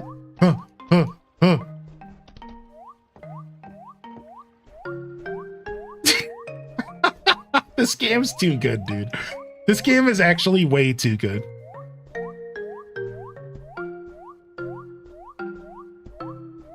Yeah, you don't have to get off the horse to collect stuff. I already noticed that. Which makes that perk from the horse confusing. So you can get a perk that makes it to where if you ride over something, it automatically plops it from the ground. But that's super confusing because you can just press the A button while on the mist mare, and it already does that. There's nothing I can show it off here, but like that's really confusing. Like, see this ice brought? It said that if you get a perk, you can ride over it and it pops it. But I can just do that. So I'm not sure why that perk's relevant at all, which kind of sucks. Hopefully that perk makes more sense once I get it. Yeah, so you don't have to just press the button. Who cares? Just press the A button. That's a little weird to me. I'm not sure about that one. Oh my gosh. Our time management just got insane. We can go anywhere we want at any time, and we get there instantly. Who needs fast traveling? We literally just unlocked fast traveling. We literally just unlocked fast traveling, dude. Who needs it? Look, I can get anywhere I need to go. Watch, I bet you I can go from my farm to Celine's and back and still make it to bed on time.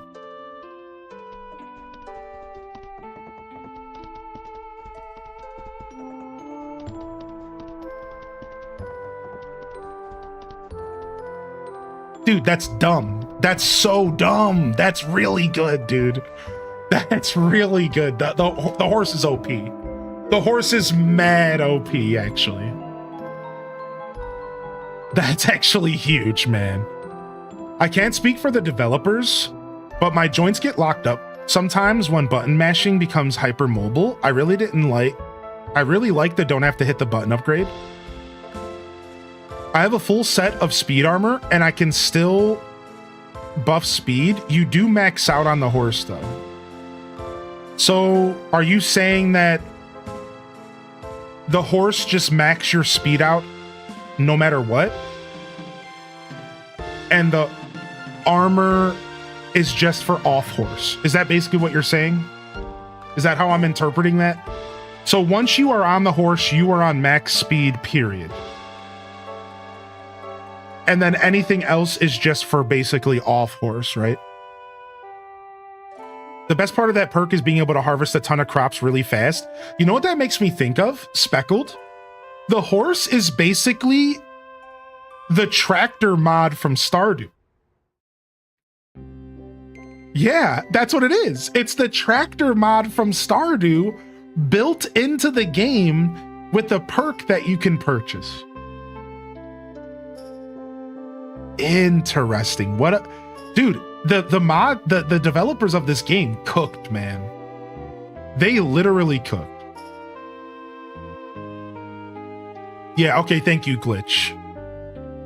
Yeah, like they literally just straight up chefed. They're chefing with this game big time. Dude, we got our Mistmare. So what was the requirement? So the requirement was getting the next level of Hayden's barn. Everything happened after we unlocked level 2 Hayden's barn. So now we know for other players. Now we know for other players who come in, if you're looking to get the horse, you need to upgrade Hayden's barn, which is decently far into the story, mind you. You are gonna have to put some work in. But once you unlock Hayden's farm, And I think maybe it has to be winter. I'm speculating that it also might have to be winter.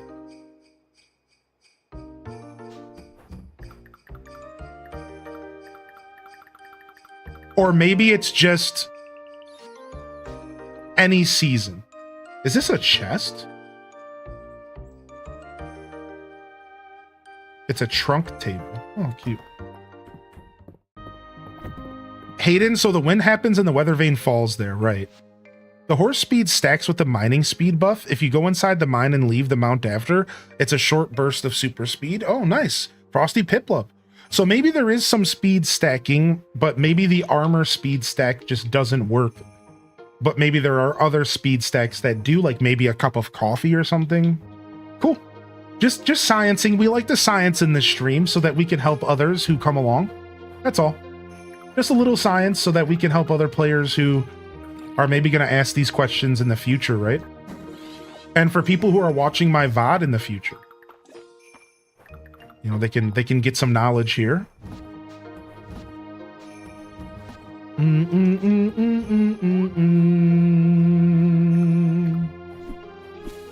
All right, let's go ahead and take care of our animals. We can't afford any more barn animals. We have to save our money. We have to save our money for spring year 2 crops. So we're not gonna buy any horses or alpacas or sheeps or sheps. But instead, we'll just stick with our new bunny rabbit and our new duck.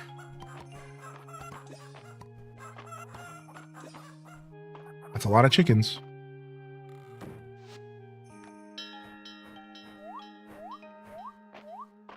All right, and then go in here. And they should be good. I might have to hand feed these because there isn't any food and reach, and that might make them start phasing through the fence and going after my crops or something, even though none of them are fully grown.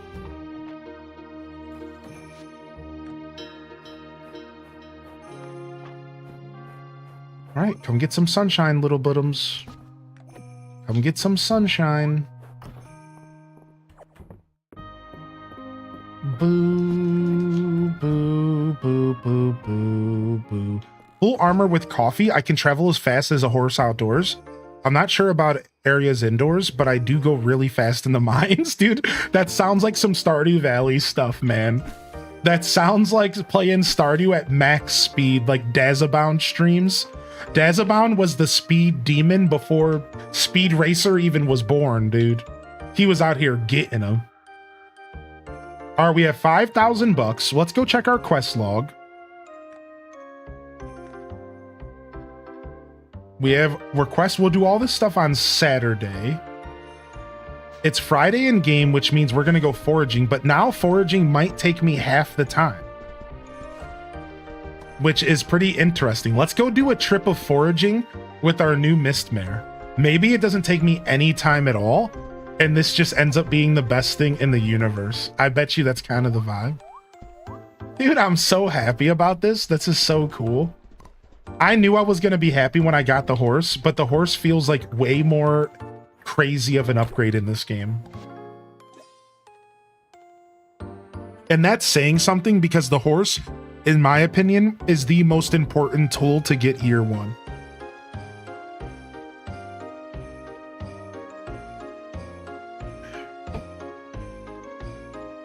I just love that there's a skill tree for the horse. That really blew me away. That really got me going. I love a good skill tree, man. That really got my juices a-curdling. The word curdle is so gross. I don't know. I'm sorry about that. I'll never do that again.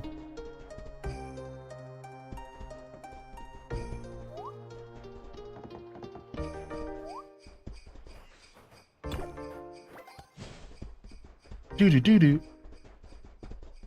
Do-do-do-do.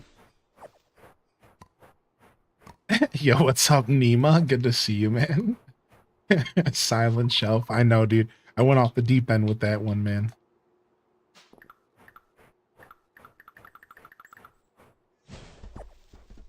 Yeah, not having to press A is pretty nice. I imagine. I agree with Geeky that I suppose that while it might not be necessary, it's probably going to be a super nice quality of life perk to just be able to ride past stuff. But it does sound like the biggest factor of that perk is going to be farming. So hosting a mega farm is never going to be the same once you have your mist mare, aka your tractor, to help you get through it, right? Like this is gonna change mega farms forever.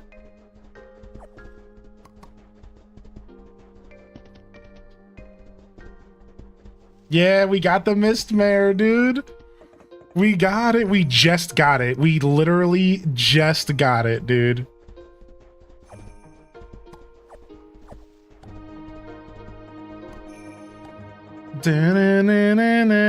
Oh yeah, we can go to the beach. I forgot about that. Thank you. The mist mare was a welcome distraction. We'll teleport at the Dragon Boy Shrine back home, and then we'll go from there. Crops go burr mounted.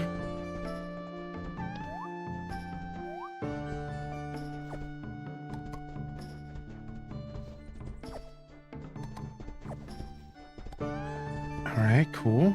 Anything else worth gathering here? Grab all this stuff. Pretty rare forgeables here.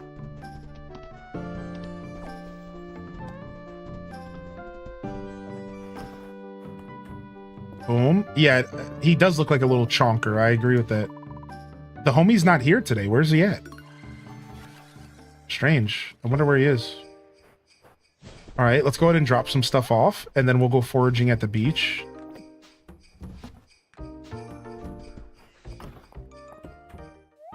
He was there? Oh, did I miss him? Okay.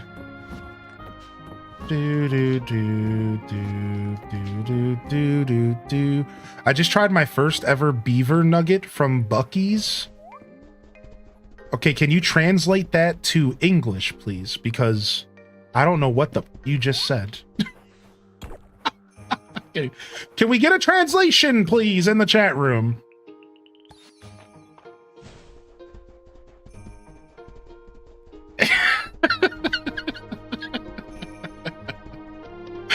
Dude, good to see you, Ham. Can we get a translation? You got a Bucky Beaver up in here.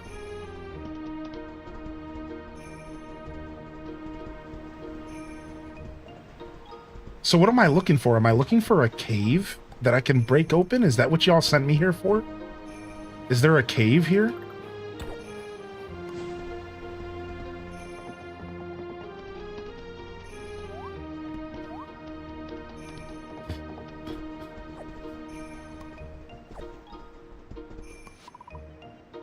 Oh, I can drink the water while mounted.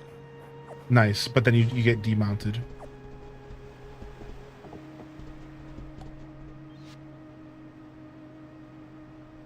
Oh, I see it on the map. It's way on the right side. I haven't been over there ever. Yes, I've been to the island in the bottom left, but I've never been over here. Okay. Sick. Thank you, chat. Let's go.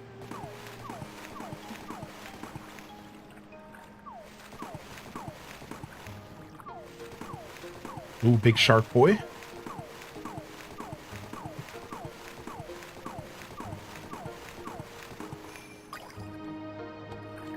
Hey, that's a new critter. No, it's not. All right.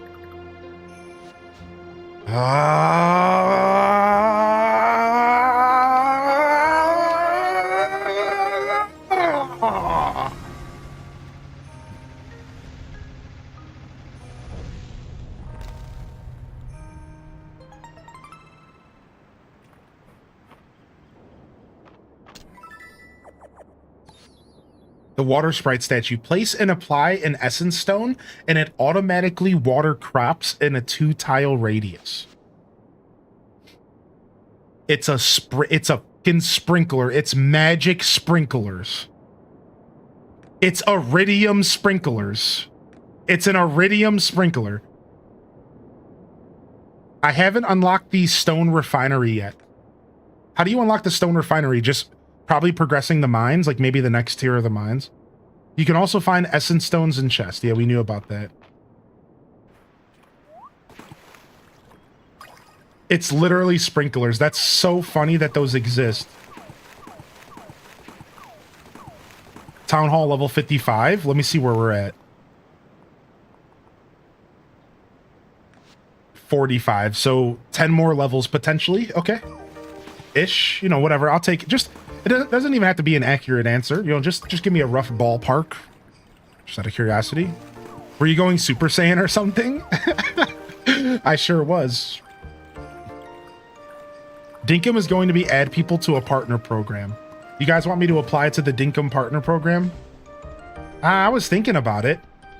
I'm kind of over partner programs though. They always end up weird. Maybe I'm a little jaded nowadays. All right, let's go to the inn. They always end up weird. Like the Palea partner program ended up being trash. It always ends up weird, man. And it puts like a weird expectation on you as a creator, like you're supposed to be doing something. I don't know, man. I guess what I'm trying to say is that I wasn't really gonna I wasn't planning on joining. I don't know.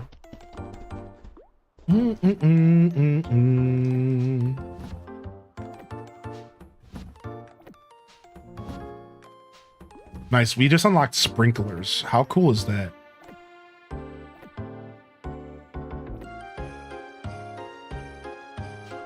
But I certainly will give it a try. Why not, right? I suppose it really is a why not situation. You know, not the Pokemon. Not the Pokemon. All right, let's go. We're gonna miss D&D night if we keep this up. I enjoyed Palea. Palea itself is a great game. The partnership program fell to pieces. And I felt kind of jerked around. Why was it trash? So what happened with the partnership Palea real quick is this. So it started off great. And there was this lady that was a gem who was running it. And she was doing a great job. And then they merged with another company. They got a new publisher. They basically sold themselves because they needed more money. And somehow in this process, this lady like lost her job or something. Either way, she just like completely fell off, stopped replying to me and a bunch of other people, and she just disappeared. Meanwhile, where did this put me? Well, I signed up for the partner program and they finally accepted me. It was like all weird and like they weren't accepting me for a long time. Other people were getting accepted. I was kind of confused, but you know, I'm a patient guy. I don't have any expectations, right? Well, she finally gets to me right before the merger. And she's like, yo, welcome to the partner team. We're going to have you sign an NDA and then you're going to get inside information like everyone else has been. And we're going to be working with you to do partner stuff. And I'm like, cool. So she sends me this document and the document doesn't work.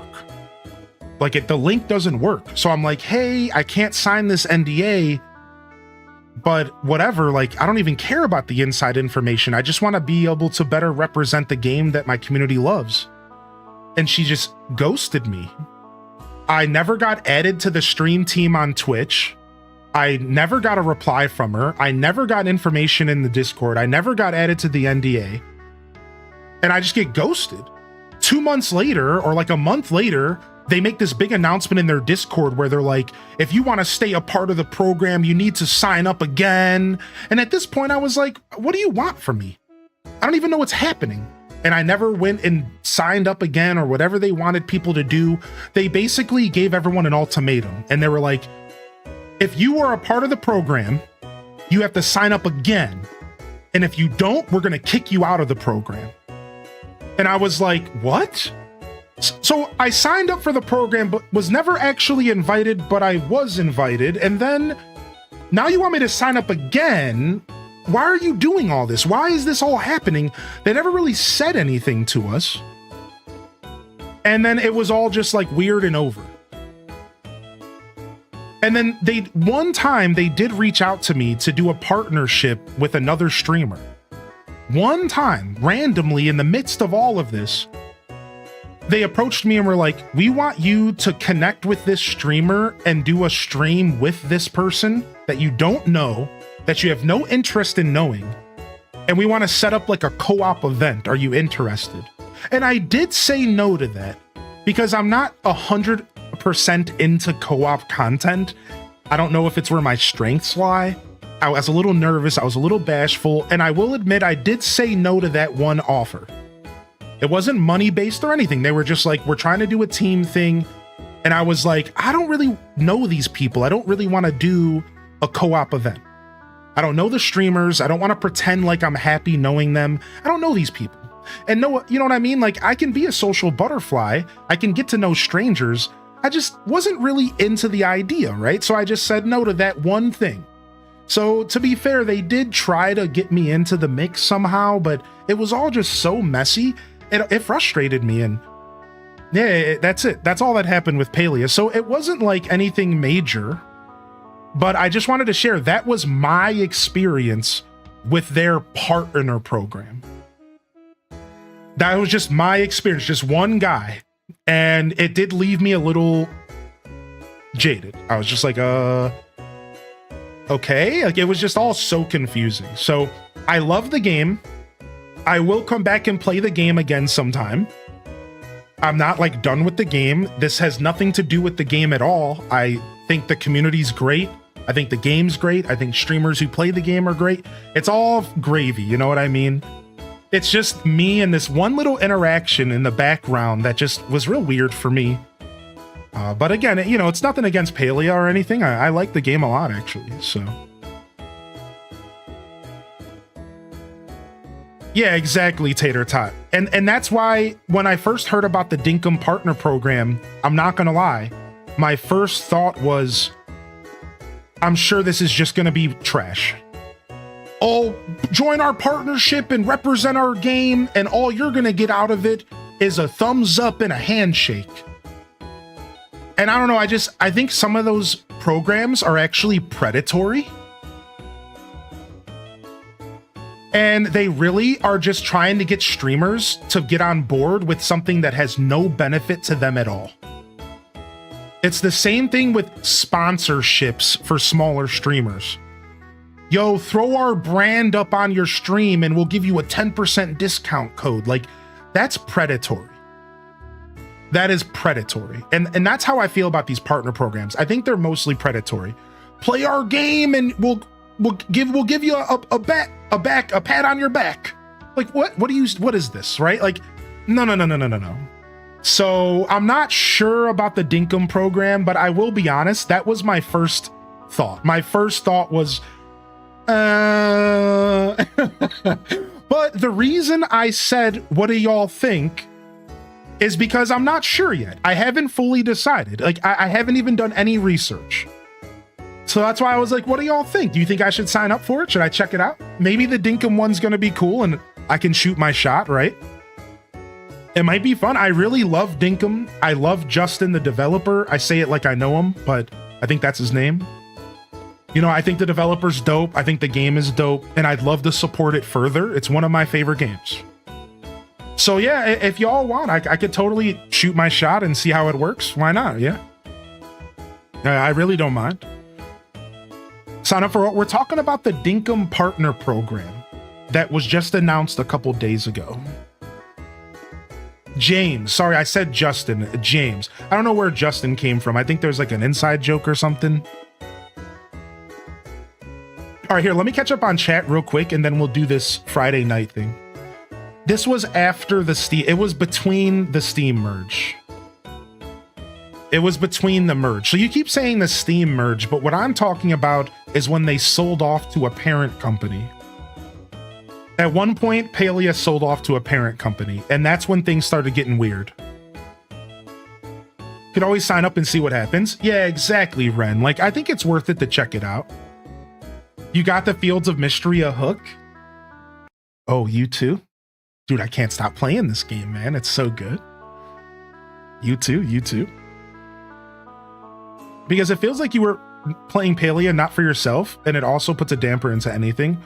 Yeah, right, exactly, yeah. I do like Palia, though. I definitely don't want this commentary to make it sound like Palia isn't a dope game. Palia is a dope game. I wanted to like Palia more, it just didn't fully vibe with me, so that's why you don't see me playing it a ton. But I think it's a really dope game, and one day we'll probably revisit it and check out the new zone that came out and check out all the updates. Palia is definitely a game we'll be revisiting at some point, I imagine, you know, whenever. I'm just catching up on messages real quick. One of the best ways to gain essence is watering a lot of crops. And when you use sprinklers, you don't gain essence, but are actively spending it on essence stones. Sometimes hand water just for the essence. Okay. So Speckled is mentioning that if you're still trying to level up your skills and stuff, the sprinklers might kind of hold you back a little. Oh, I'm not sure, Pixie Rose. That's a good question. Yeah, I'm not sure. Makes you go from playing for fun for the hope of something coming out? Yeah, right. Yeah, I'll go ahead and I'll sign up for the partner program. All right, you guys have my word. It sounds like people would like me to give it a go. I'll do it. And like I said, I was kind of on the rocks. I was already thinking about signing up. Apparently, one of the things that was told to me from Daza was priority opportunity for paid campaign collaborations. Now, I don't really care so much about sponsorships. You know, I get enough support here. But it would be cool to get paid to play games that we already love here.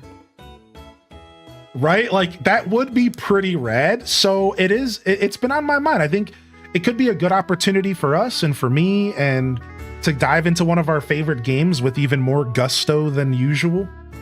And especially if the developer and publisher have fun with it. You know, maybe, like you said, maybe they plan to put a shirt in the game representing a certain person. I think they did that with Jerdman.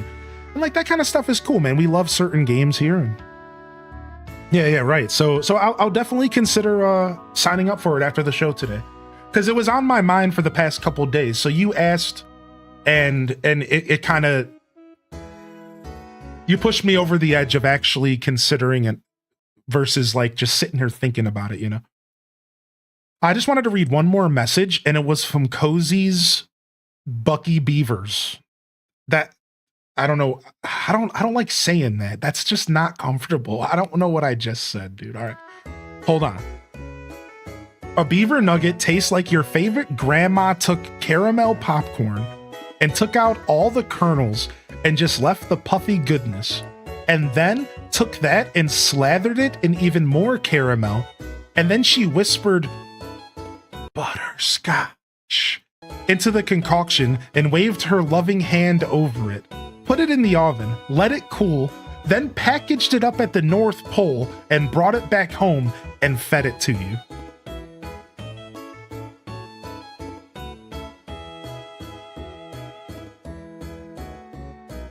That is literally poetry. That is poetry, dude. That's insane. That is insane, dude.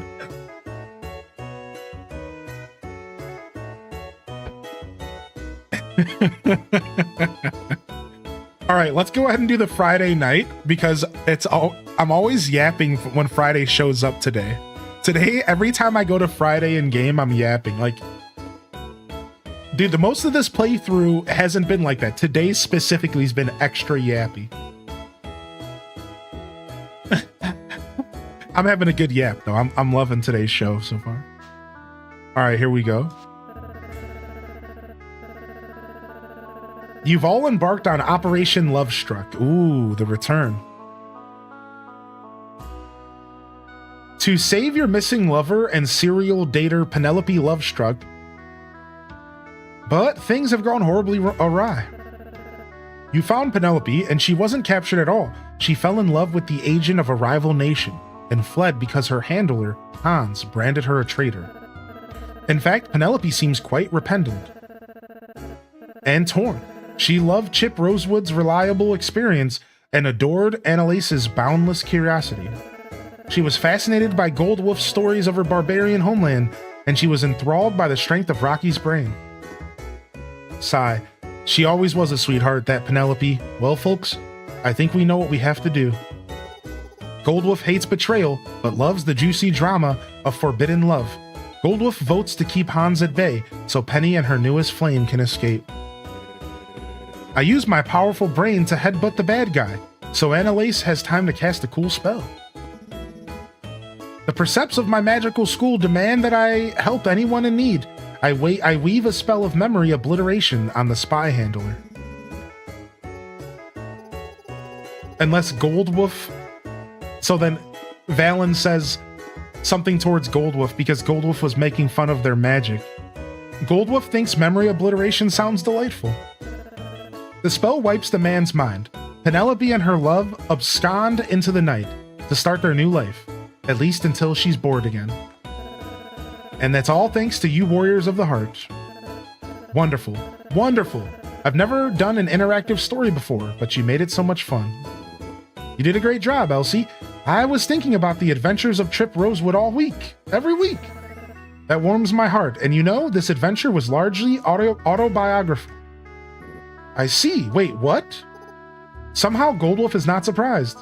What? She's telling a story about herself? Get out of here, man. Well, hello there, Juniper. What's up, Big B Bandit? That's what everyone says when they first see her.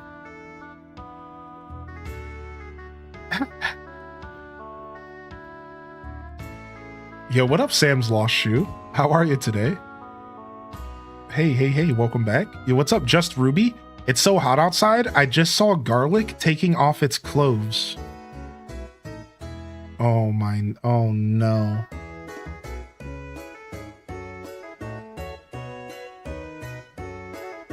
A day in, my dude, happy to be here. Good evening, my detectives. I come bearing good news and bad news. The good news is that we solved the mystery. This painting was indeed commissioned by the late Lord Hawthorne. He was a politician who moonlighted as a clown, his true passion. We did it. And the bad news? The family is aware of the painting and despises it. Oh, I suppose his descendants want nothing to do with their clownish history. So what do we do with it? Well, the Hawthorns said it was a political liability. They want it destroyed.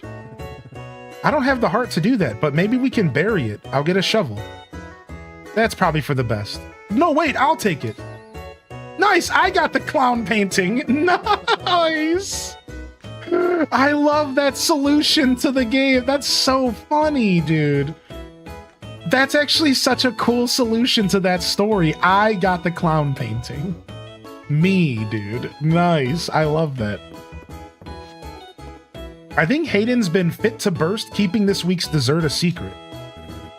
I can't believe I kept a lid on it. I've been gathering the best of the best ingredients from my farm, so this week we're having golden cookies, fresh out of the oven.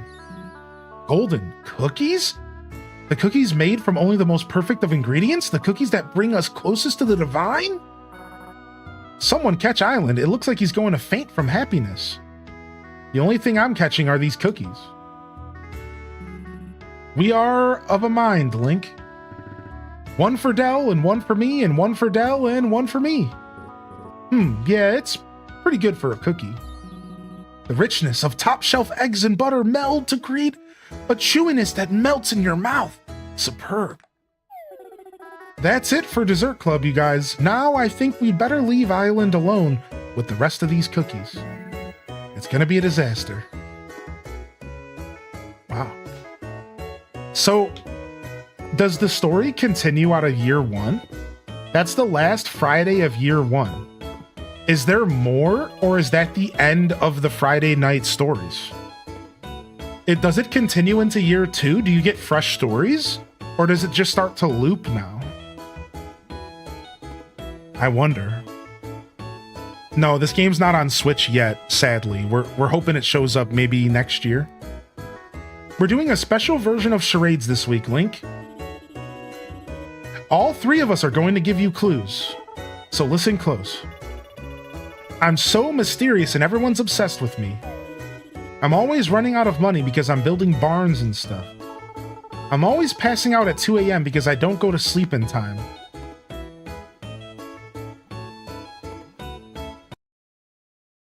Wait, are these kids describing me? Wait, did they just call me out because I passed out like the whole game? Like, dude, I have passed out more in this game than any other game. Like, I swear. What? They're calling me out, dude. What? You got it. We must have done a pretty good impression. We spent all week practicing. I think you gave me battle damage. Really? Maybe we can turn this into a special Dragon Guard attack. Exposed, dude. That's so good, dude. They literally described my gameplay. That's funny, man.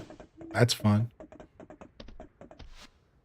I'll just get it on Steam. Yeah, this game will eventually come to Switch, but that's so funny. What the heck? They're on to you. This is where the game breaks the fourth wall and turns into a horror game, isn't it? This is where this game goes Doki Doki Literature Club on us, doesn't it? Uh-oh.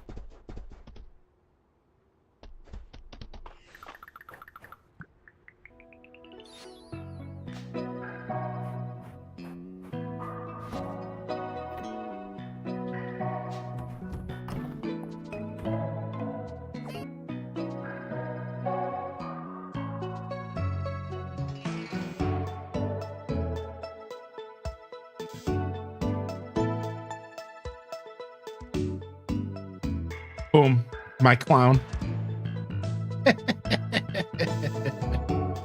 My freaking clown.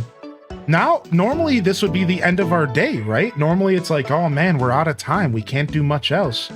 Except we have the Mist Mare, and we can do whatever we wish. We're far from done today. I'm obviously head over heels right now with this game. Don't mind me. This is not a good time to ask if you should buy this game, because I'm just gonna throw the game at you. I have actually already done that once today, so don't tempt me. Don't tempt me, dude. I'm head over heels for this game right in this very moment in time.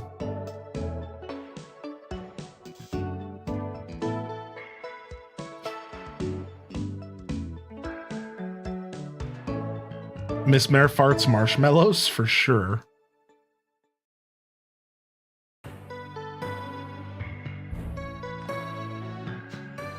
Can it jump over the river? I don't think so. No, it can't go anywhere near water. Basically, it's like a invisible wall to it, kind of.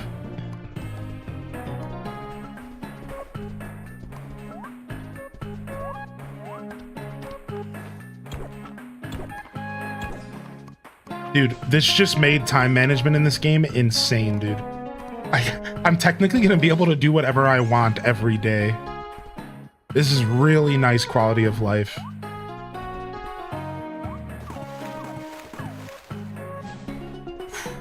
Super nice.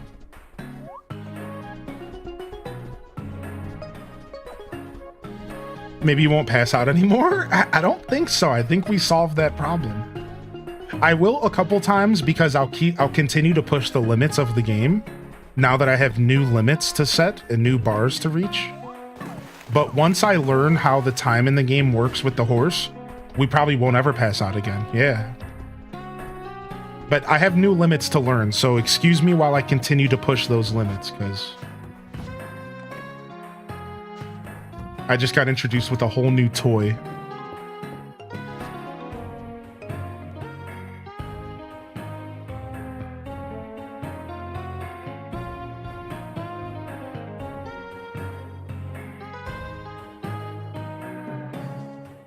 Does the mount change the time? What do you mean? Is this the only mount in the game? So the way the mount works is you unlock the mount and it's always a purple horse, but if you get an animal to level 5, so first off, the mount has a skill tree. So it shows up and it's purple and it's fast. And it has a skill tree. And if you unlock a specific skill, you can turn the mount into any animal that you have at least 5 hearts with. That is a large animal. So if I get 5 hearts with a sheep, I can ride the sheep. And it's just as fat. It's the same mount. It's just a skin, a cosmetic skin. If I get a cow to 5 hearts, I can ride a cow. A regular horse, I can ride a horse. An alpaca, I can ride an alpaca. So the horse itself can be customized with whatever skin of whatever animal you want to ride, as long as it's a large animal, which I think is sheep, alpaca, horse, cow. Now, again, there's also a skill tree, and it gives it like a speed boost, and it gives you the option to do what I just said and like something else. And no, it doesn't change the time. The mount is just so fast that it's going to change how I've been playing the game, similar to the way that the mount would do in Stardew Valley. Like, the mount in Stardew Valley completely changes how you handle time management. And that's all I meant by that comment. Yeah, it's going to change how I've approached time management in the game so far, because now I have a tool that makes me, like, what feels like triple as fast. Like, not double. It almost feels like I'm triple as fast as I was before. That's what it feels. It's insanely fast. So now I have to wrap my head around my time management in game based off of a pretty nice new tool. You know what I mean by that? Whereas, like, let me give you just one example, and then, you know, it won't be as confusing. Before, I would have to leave the mines at around 12:30 the latest in order to make it home on time. Now, I speculate that I could probably make it home from like 1:30. Maybe even 1:40 if I want to push it. So I pretty much just got like a free hour from my mining nights. You see what I mean? So like, that's what I mean. Like, it's going to change how I've approached the game. I'm probably going to be able to get home way faster when it comes to like my late nights in the mine, stuff like that, right? Yeah, and I love that the horse came built in with the horse flute. I love that the horse came with the horse flute. Lies? Wait, what was I lying about? I'm not lying. I was able to get home from 12:30 in the mines. Heck yeah, I was. What do you mean? I've done it before. You get the speed boost, and if you know how to perfectly run home, you can get home with 10 minutes left, maybe 20. So the horse is probably going to make that insanely better. Like, I'll probably be able to get home from the mines within 20 minutes in game, I bet. Maybe 30 is probably safer. If that's what you were talking about. Leaving at 1:30 on the horse? Yeah, I bet you that's doable. I believe it. Yeah. I bet you that 1:30 is probably the play. Yeah, I would imagine. But it's gonna be a tight, you know, it'll be tight regardless. Yeah.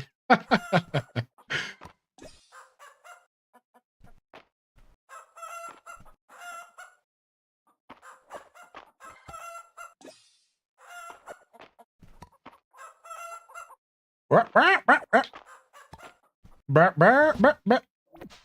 right, nice. Let's let these chickens out. I'm all out of food here. I love your lava cat hat. You know, I wasn't going to put it on, but chat talked me into it, and now I love my lava cat hat. Ooh, we got our first duck egg. I love that you can get rare chickens and cows and every other animal. I'm pretty sure, and if I'm wrong, chat, feel free to correct me. Pretty sure there's like 10 rare colors for every single animal in the game. It's not even just the chickens and cows. I think every animal in the game has rare stuff. It's pretty crazy. How long does it take to get home from the mines in Stardew? I can't answer without Stardew being in front of me because I'm a very muscle memory kind of guy. Does that make sense? Like, I'd have to be playing Stardew to like remember. But I can give you a rough answer. From the local mines, taking the north path, Going home and going straight to the original position of the house.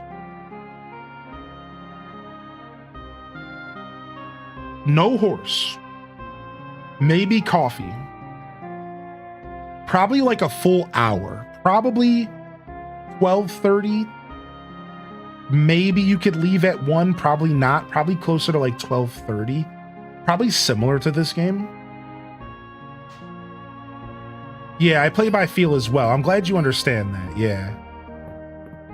Yeah, it's about an hour. It's about an hour. Thank you, Gers. Yeah, it's about an hour. I'd say. So maybe closer to 1. I was thinking 1, but I didn't know if I was giving myself more credit than I deserved. I was thinking 1 though. Yeah. All right, it's Saturday in game, so we can try to do some quest for the Saturday market and make ourselves some extra cash before the new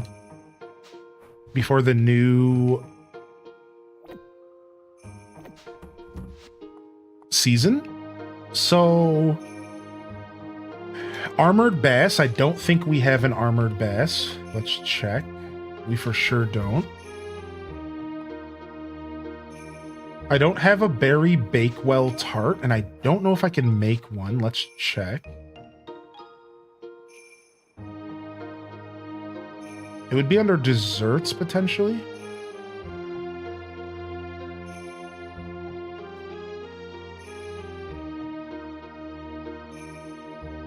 No, I don't think I have that recipe, or I just can't make it. That's fine. I would say leave at 12:30 in the beginning of the game.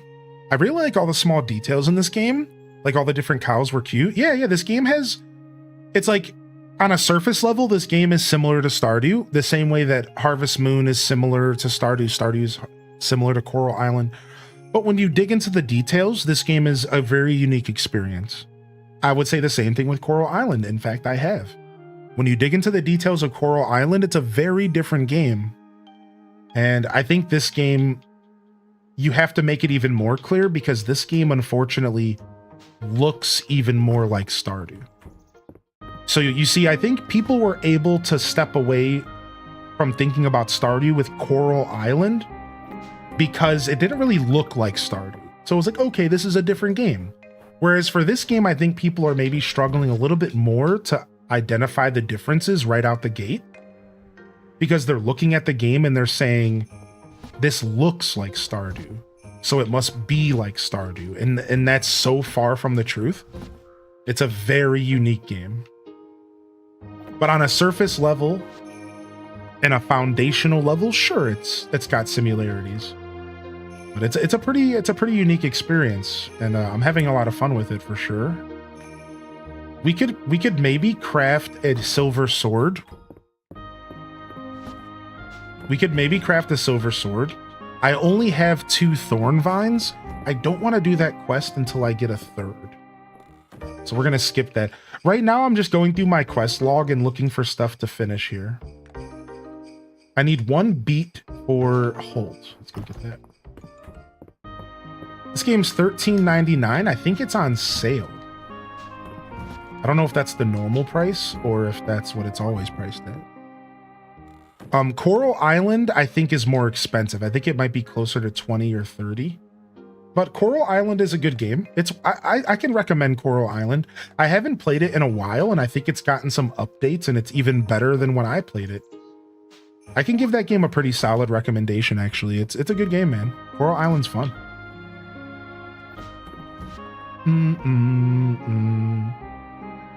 We'll be back to play Coral Island again someday.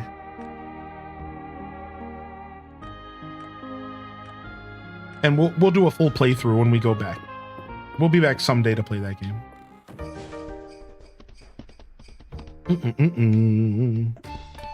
You plant crops, forage, fish, mine, kill monsters, go on quest. That's the bar, then all these games are the same. Yeah, well, and that's the problem because... Yeah, exactly. Well said, right. Exactly. It should have another update coming at the end of September. Nice. All right, we could spend a quick little bit of time crafting a silver sword. Maybe we'll get Leech again. That'd be funny.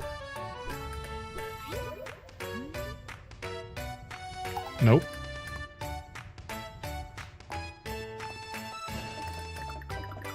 Yeah, Fields of Mystria only being $13, in my opinion, is a massive testament to game developers knowing their lane. And I mean that very positively. I remember one of my biggest criticisms of my time at Porsche before I played it, was I didn't understand how they thought they could get away with charging $40 in a market where Stardew exists. I thought that was brass. Like that was a very bold thing for them to do. That's not a good look. However, you know, I'm not in the market of telling people how to price their games. That's not my place. I'm just a gamer. And ever since I played my time at Porsche, I think I do understand it's a bit of a different game. It's fully 3D, which is a lot more effort than a 2D game. So you do up that price tag. I think at the end of the day, my time at Porsche is fairly priced. But I remember when I first saw it, I was not happy with the $40. I didn't think it was worth it at all. I know the market, Baylor. We won't take charity. I couldn't pull the wool over your eyes if I tried, Nora. I'm making my share off your order, I assure you. Baylor? I do love our talks, but you'll have to excuse me. I have business to attend with Link. Oh, you are incorrigible. Are you gonna play My Time at Evershine? Yeah, maybe. Yeah, they reach out to me pretty often to do promotions and stuff. So if you're out there watching, which where else would you be if you weren't here watching me on a Sunday? So if you're out there watching, send me an email. I'd love to check out Evershine. But I'll probably check it out regardless. They're completely changing their style. That's what I've heard, yeah. Thanks for waiting. Sorry to put you in a position of being my ouch. Why would Nora complain about low prices? Why indeed. I'll make sure there's something extra in your payment for today's work. I'm going to finish organizing these. Could you start taking these boxes to the general store? Sure.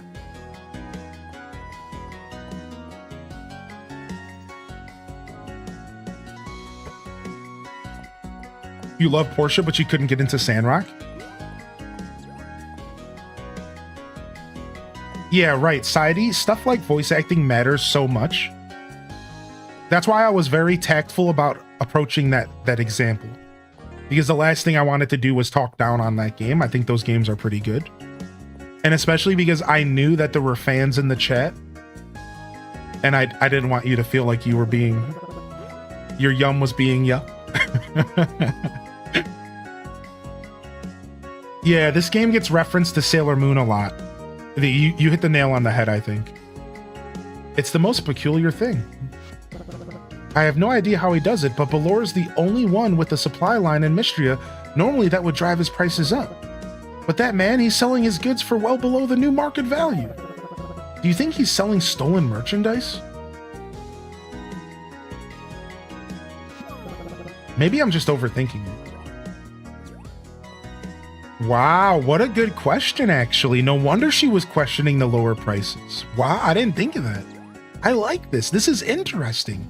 This is super interesting, and it's revealing of Balor's character and Nora's character and how they've interacted potentially in the game. Is Balor a thief? He certainly gives off that energy. My instant reaction is that he's just a good guy. Am I a sucker, chat? Without spoiling, I guess? Am I the sucker? My opinion is that he's just a good guy and he's doing it for the good of the town. That's my take. I don't think he's a thief. Good guys make great thieves. What a good looking beat. Great work, Link. Do you think he's doing an old Robin Hood routine? You think he's Robin Hooding it up?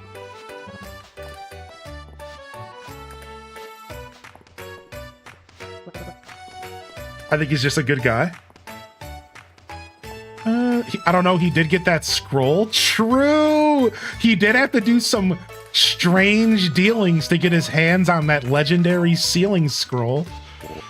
Yeah, dude, I don't know, man. I like Balor, though. He's one of my favorite characters in this game.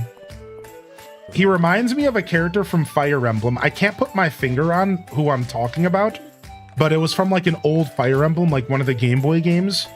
He just reminds me of a character from that game. I just like don't remember exactly what character I'm thinking of. All right, nice. Beautiful, beautiful quest turn-in day. We turned in every quest we intended to. We're sitting on 10,000 gold, which is perfect for starting a new season and a new farm. And this allows us to have enough money to go and purchase ourselves a new farm animal. I was hesitant, but now I'm confident we have the cash to do it. So let's go ahead and get our animals inside for the day so we don't forget.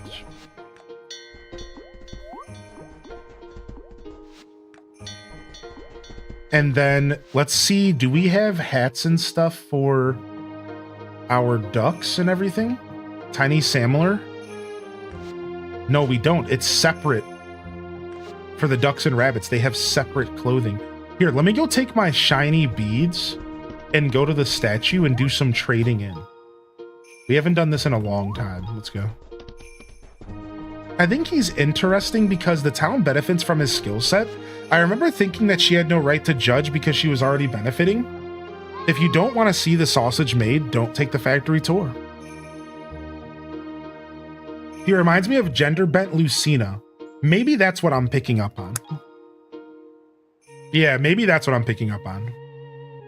This game's been an enjoyable watch. Dude, thanks for saying that, man. I'm glad you're enjoying my show. I'm happy that we decided to sit down and play this. I'm happy that we found the time to play it. And once I realized that we had a month until the Grand Bazaar comes out, I realized we had the perfect window. Here we are halfway through August, right? Not even. And Grand Bazaar doesn't come out till the 28th. And we're already at the end of year one, which means we're going to be able to we're going to be able to go through most of year two, I think. I think we'll be playing through most of year two this playthrough before we end up getting to Grand Bazaar. I think once Grand Bazaar comes out, we will take a break from this game. And I'm hoping at that point we feel good about taking that break. You know, like we feel like we hit a solid stopping point. And then we can bring this game back when it fully releases at the end of the year or at the start of next year, right? That's kind of the vibe I'm going for, so. Yeah, maybe it's just Marth. What, golden milk? I got 12 golden milk. Dude, these beads are actually massive. What? Dude, I'm getting really good stuff. All right, let's do 10 beads so we can get cosmetics. Yeah, let's do 10 beads so we can get cosmetics. Oh, I got a capybara bowler hat. No way, dude. I got a chicken business tie. I got a bow tie for what? Was that a dog?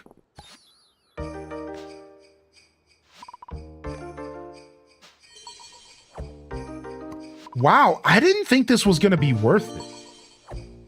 I'm going to be honest with you. I saw how many shiny gems I had, and I thought to myself, is grinding up these shiny gems really worth it? I was thinking to myself a minute ago, like seriously, 10 minutes ago, I didn't say this out loud, but I thought to myself, these shiny beads being only for cosmetics feels a little lackluster. Because I feel like I'm putting all this effort into feeding my animals well. And all I'm really getting is cosmetics. And on one hand, that's nice, but like, I don't know, it could be more. It is more. Dude, I just got like $2,000. I got a bunch of animal feed, golden milk, a bunch of useful ingredients and things.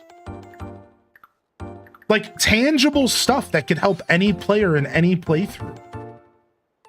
And it's just like a gacha machine, which is kind of fun, right? We like a little gacha, especially when it doesn't involve real money. Like, that's actually not bad. That is a cat on my head, correct. That actually felt really nice. I just got golden milk. And I have ultimate small animal feed, and I think I need that for some quests.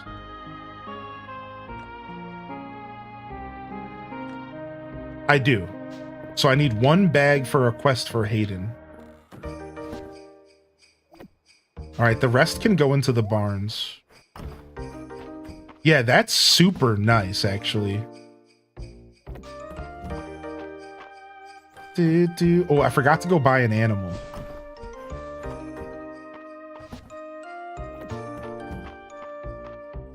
Yo, we'll see you later, Ayla. Thanks for hanging out today, man. It was fun. It was fun chatting with you.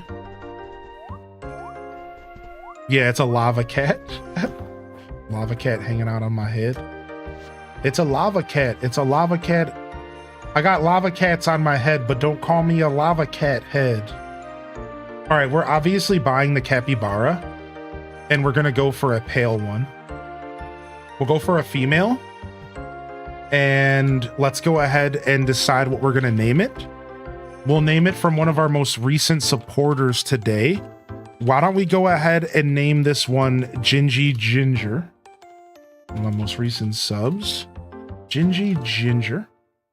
Get up in here and join the family. Oh, wait, you go in the barn? I thought you were a large animal. That confuses me. Okay, so then what are the other large animals? Or, sorry, I misspoke, but they go in the coop. Oh, I see. It shows me the numbers. I can tell by the numbers here. So horses, sheep, and alpacas. All right, so instead, Gingy Ginger is going to be an alpaca. A white alpaca.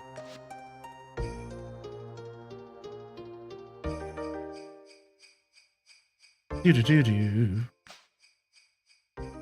And you'll join my new empty barn here.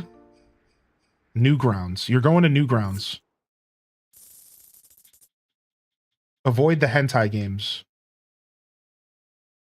All right, and then let's buy a sheep as well. And we'll get a black sheep. All right, Juno. And we'll name this one after Mimi V.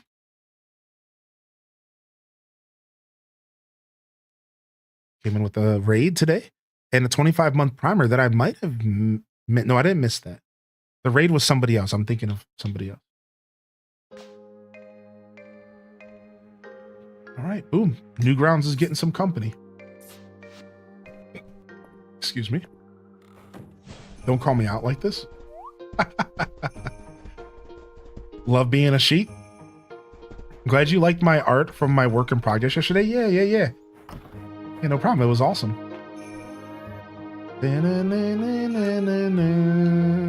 And now I know who the character is, so it was even cooler because I had context now that I've met the dragon boy in my game. A little bit of context, you know? All right, Saturday we did some questing. We did foraging yesterday. I'm gonna go ahead and do some lumberjacking and continue to clean up the farm because we're low on wood. But it's a little too late in the day to do any kind of good hardy mining. So we'll do some mining tomorrow or one of the next days.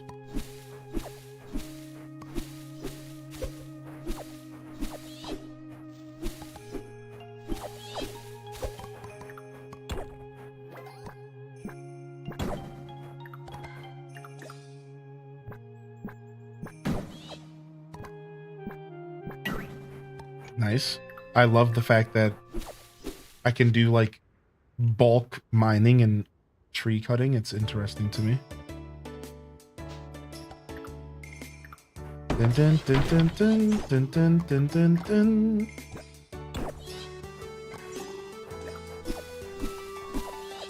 Do, do, do, do, do, do, do, do. Hope you're doing well today, El Rob. I saw you pop in, but I might not have hit you with a good morning today. I think I did, but you know, maybe not.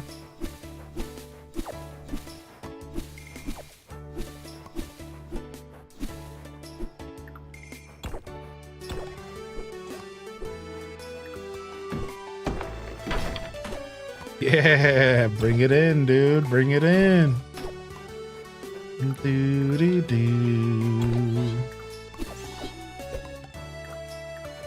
She's got to go down because we can't see anything when the trees are in the way.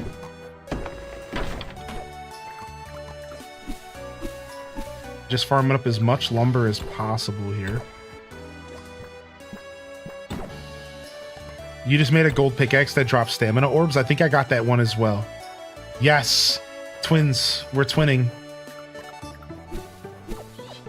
It's a beautiful infusion. Is there a curfew? There is. So the game does make you go to bed at 2 a.m. Otherwise, you pass out and then you wake up 4 hours into your day. However, Leia, what I recommend you and everyone else does is check out the accessibility options. If you go to accessibility, you can turn off screen shake. You can turn off screen flash. You can turn off the oversleep penalty. So if you pass out, you don't get any penalty. You don't wake up late. You can just play the game to the way you want. And here's the biggest one for you. Time. You can change the time of the day to longer or longest. So you can make the days a lot longer depending on your play style. If you don't like time management and if you feel stressed out, make the days longer and then you don't even have to think about it. Turn off the oversleep penalty, boom. Now you just literally get to play a game with zero risk and all reward, if that's your style, man. Very, very nice quality of life. Shout out to Coral Island who did this as well. I think Coral Island was one of the first farming sims I played that really considered the gamers who are not interested in time management. And this game followed suit and did it again as well. I'm sure Coral Island wasn't the first, but I'm still giving it a shout out regardless.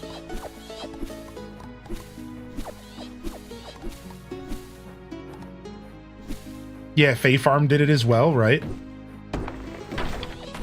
I love that you have that customization. It's nice, man. A lot of people don't want to deal with the stress. A lot of people don't want to deal with the stress, man. It really lets you get used to it before you start challenging yourself. Some of us can't take the pressure of a 10-hour day. Yeah. 10-minute day, I mean. Same difference. Same difference. Sunhaven. Did Sunhaven do it as well? Dinkum lets you play a single... Yeah, Dinkum. Right. There it is. I knew there were games that did it like before. Dude, the way that Dinkum handles the days is perfect. In my opinion, I think Dinkum's actually the perfect balance. Because obviously options are the best balance. Right out the gate, we should just say options are king. However, I will say that for a game that doesn't have options, Dinkum did it best. A game where the clock moves and you can't really do anything about it besides for pausing. But once you get to midnight, everything stops and you can spend all the time you want to do anything you want.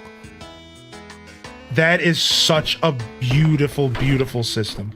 I love Dinkum's system so much.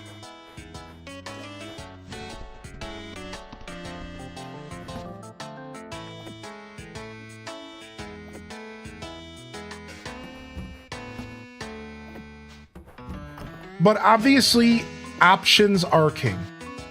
More game options, the better. That's it. Options are king. Yeah, Silverblink, right. Yeah, like OG Harvest Moon will let you stay up as late as you want. It would just affect your energy level the next day, I think. Exactly, L-Rob. Do.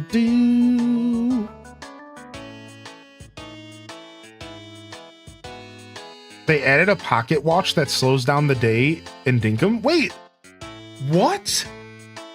Get out of here. Dinkum just keeps getting better and better. They added a pocket watch in Dinkum that lets you slow down the flow of time. That is really good. The last time I played Dinkum, I got my helicopter and I felt like a king. And you're telling me there's that much more stuff. Like, that's so cool. And I already knew there was more. Believe me, I know the helicopter's like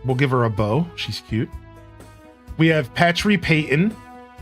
We have a bunny rabbit. We have Tiny Samler. These are all my viewers, by the way. The duck, our first duck. We just got our first alpaca. It's not even out of baby stage yet. And we just got our first sheep. Mimi V and Gingy Ginger. Down here, our chickens are rocking the good life. We have Dweeby the rooster. We have Incubby the rooster, who's a tier 4, my highest tier color so far. I'm pretty proud of that. We got a tier 1 here. This is our first ever chicken, Kai Bells, who has a 3rd place ribbon. We have Martin, the tier 3 chicken. We have Rabies, the tier 2. Simcetera, the tier 2. X-Cat, the tier 3. Now, there's different colors for some tiers, so I should say their color, but I don't remember. I think this is just purple. And then over in our barn, we have our Aria Vex, Arctic Bonobos, Geeky Ray, which is our highest tier cow right now. Tier 3, beautiful blue spotted cow.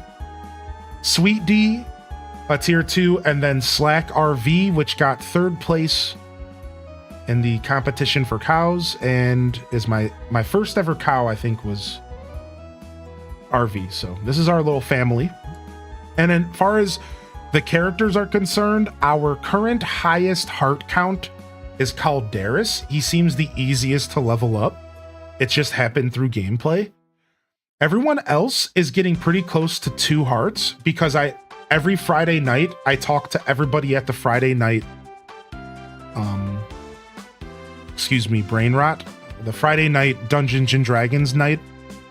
So we're starting to get everyone up to 2 hearts. If a character doesn't go to Friday nights, though, I will be honest, they're kind of at 0. So, you know, I do have some work to put in for some of these characters. Like, I don't really make a point to talk to everybody at the Saturday festival. I don't really talk to Josephine often. I don't talk to Henrietta enough. And yeah, that's it. That's my progress so far. So we've been making a ton of progress. And we just put on a new outfit here. My character's a boss. Yeah, you can ride your cows and stuff. I just have to unlock the skill UKNet, and then we'll be riding a cow for sure. Oh man, I'm a male chicken. I'm sorry, Martin. All right, I'm doing my best. When did the game release? So the game has been in early access for like a year now. It just had its 1-year anniversary, I think, last September, right? Did it? It's been around for a year, right? I think it went into early access about a year ago. And it's going to be fully released this winter, allegedly, supposedly. Full release this winter. So if you're looking to play this game, you might want to wait a couple months, and it's going to be fully released. However, you don't have to wait because the game is pretty fleshed out. And you're going to get a solid 40, 50 hours out of it, I think, if you play the game close to completion. Sure. If you want to buy a female purple chicken and name it after me, I'll do my best. Yeah. Can anyone get... There's no skill? Yeah, you have to unlock a skill, I think.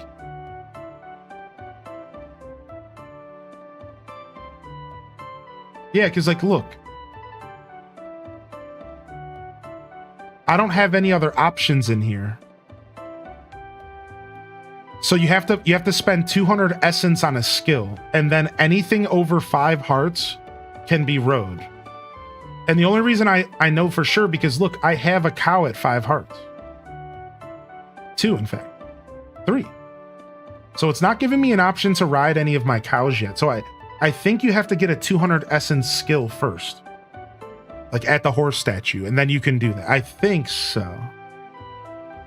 Yeah, this game's just about to get its 1-year anniversary. Yeah, you're okay, UKNet. No worries, man. Yeah, I think this game's just about to get its 1-year anniversary. I think they're doing a celebration or something. Has anybody looked into that? I saw a post that they're doing like a celebration or something. Was it on Steam? Let me go check.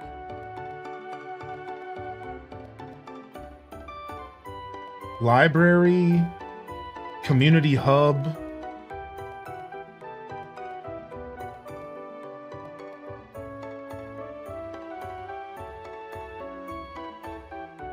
Yeah, I don't know. I thought I read that they're doing something for their 1-year anniversary. I thought so. Maybe I'm misremembering.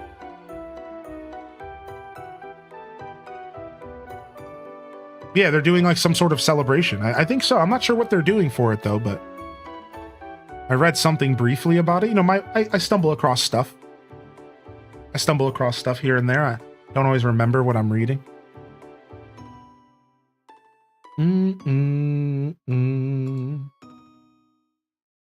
Yeah, sometimes early access can be invite only. Sometimes it can be public. It just depends on the game, Tater Tot, which is probably why you've seen both versions of early access, yeah.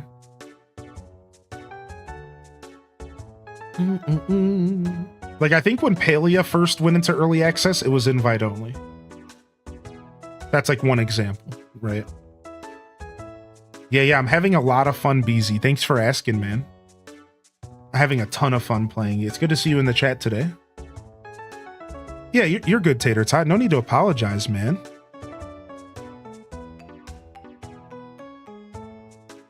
Yeah, no problem at all. You're good. Questions are always welcome here. I think you know that. Appreciate you. All right, I think I'll wrap it up here today, chat. I'm feeling pretty fulfilled. I was thinking about game switching, but anything I choose right now is going to feel kind of super forced. I don't like that feeling, you know? I think I'll call it here today. I like to go longer on the weekend, so if you're new here or if you're just tuning in, I'll try to go a little longer here on the weekends. I usually do try. But today we'll call it here. I'm feeling pretty good about the wrap up here. We accomplished so much. Like, you ever play a game and feel satisfied? Does that make sense? Like, you ever like play a game for a couple hours and you feel like you just ate a full meal? That's how I feel right now. Like, I feel like I just ate a full meal. Like, I'm good. Like, I feel super satisfied by this game right now that I don't really feel like gaming on anything else. I feel like doing something else. I want to get out of the house or something. Like, I'm good. Like, that was a good session. It kind of took the wind out of game. I was thinking about playing Mario Kart today, but I'm not even sure how many people here want to play. So we'll do a Mario Kart night this upcoming week. We'll do some kart. We'll do some kart for sure. All right, chat. I'm out of here. Thank you so much for coming out and hanging out this weekend. And we'll be back tomorrow for the Monday morning show, which will be showcasing some Animal Crossing New Horizons. We're villager hunting. So come on by for that tomorrow. And again, it's the Monday morning show, the best way to start your week right here, twitch.tv/Hylian Descent.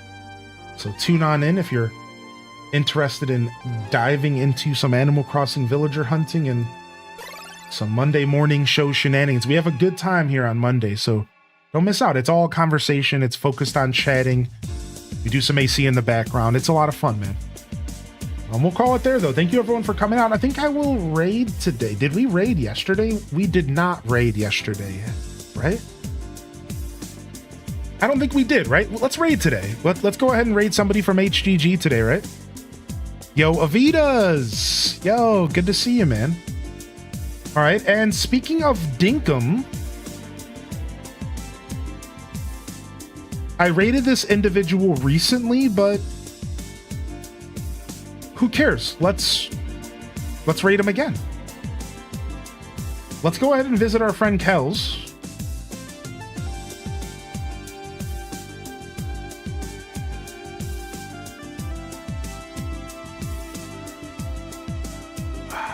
Or would you guys like to, do you want to watch some Dinkum or some Animal Crossing, chat? What do you think? I don't normally waffle like this, but what do y'all think? Do y'all want to do some Animal Crossing or do you want to do some Dinkum? You have options. Both Hyrule Gaming Group legends. Both would be lovely raids. What do you guys want to watch? Favorite show of the week? Yeah, the Monday morning show's fire, dude. Monday morning show's fire, dude. Some AC? Some AC? We'll do some Animal Crossing? All right. We'll hold off on Kells, but make sure you check Kel's out. They're lovely. If you're looking for some more dinkum, you'll find Kel's right here, all right? So check her out, click on the link, and tell her I sent you, all right? You can do an unofficial raid over to Dinkum. Let's go visit Alley Cat. I spoke too soon, and I haven't had a chance to raid Alley Cat in a little while. The only reason I'm pivoting is because I haven't had a chance to raid this individual, and I think they deserve some love today. We did just raid Kel's the other day, all right? So jump on over to Kel's if you want to watch some Dinkum. I just shouted him out in the chat. Have a great day. Otherwise, let's go ahead and start a raid here over to Alley Cat for some Animal Crossing shenanigans. Y'all, this is Highly in Descent signing off from another wonderful Hyro Gaming Group production. If I don't see y'all here tomorrow for the Monday morning show, I'll see you when I see you, fam. Whew, what a day today, man. Don't forget to game on. And of course, as always, peace. Wrap it up and on to the next episode. Peace.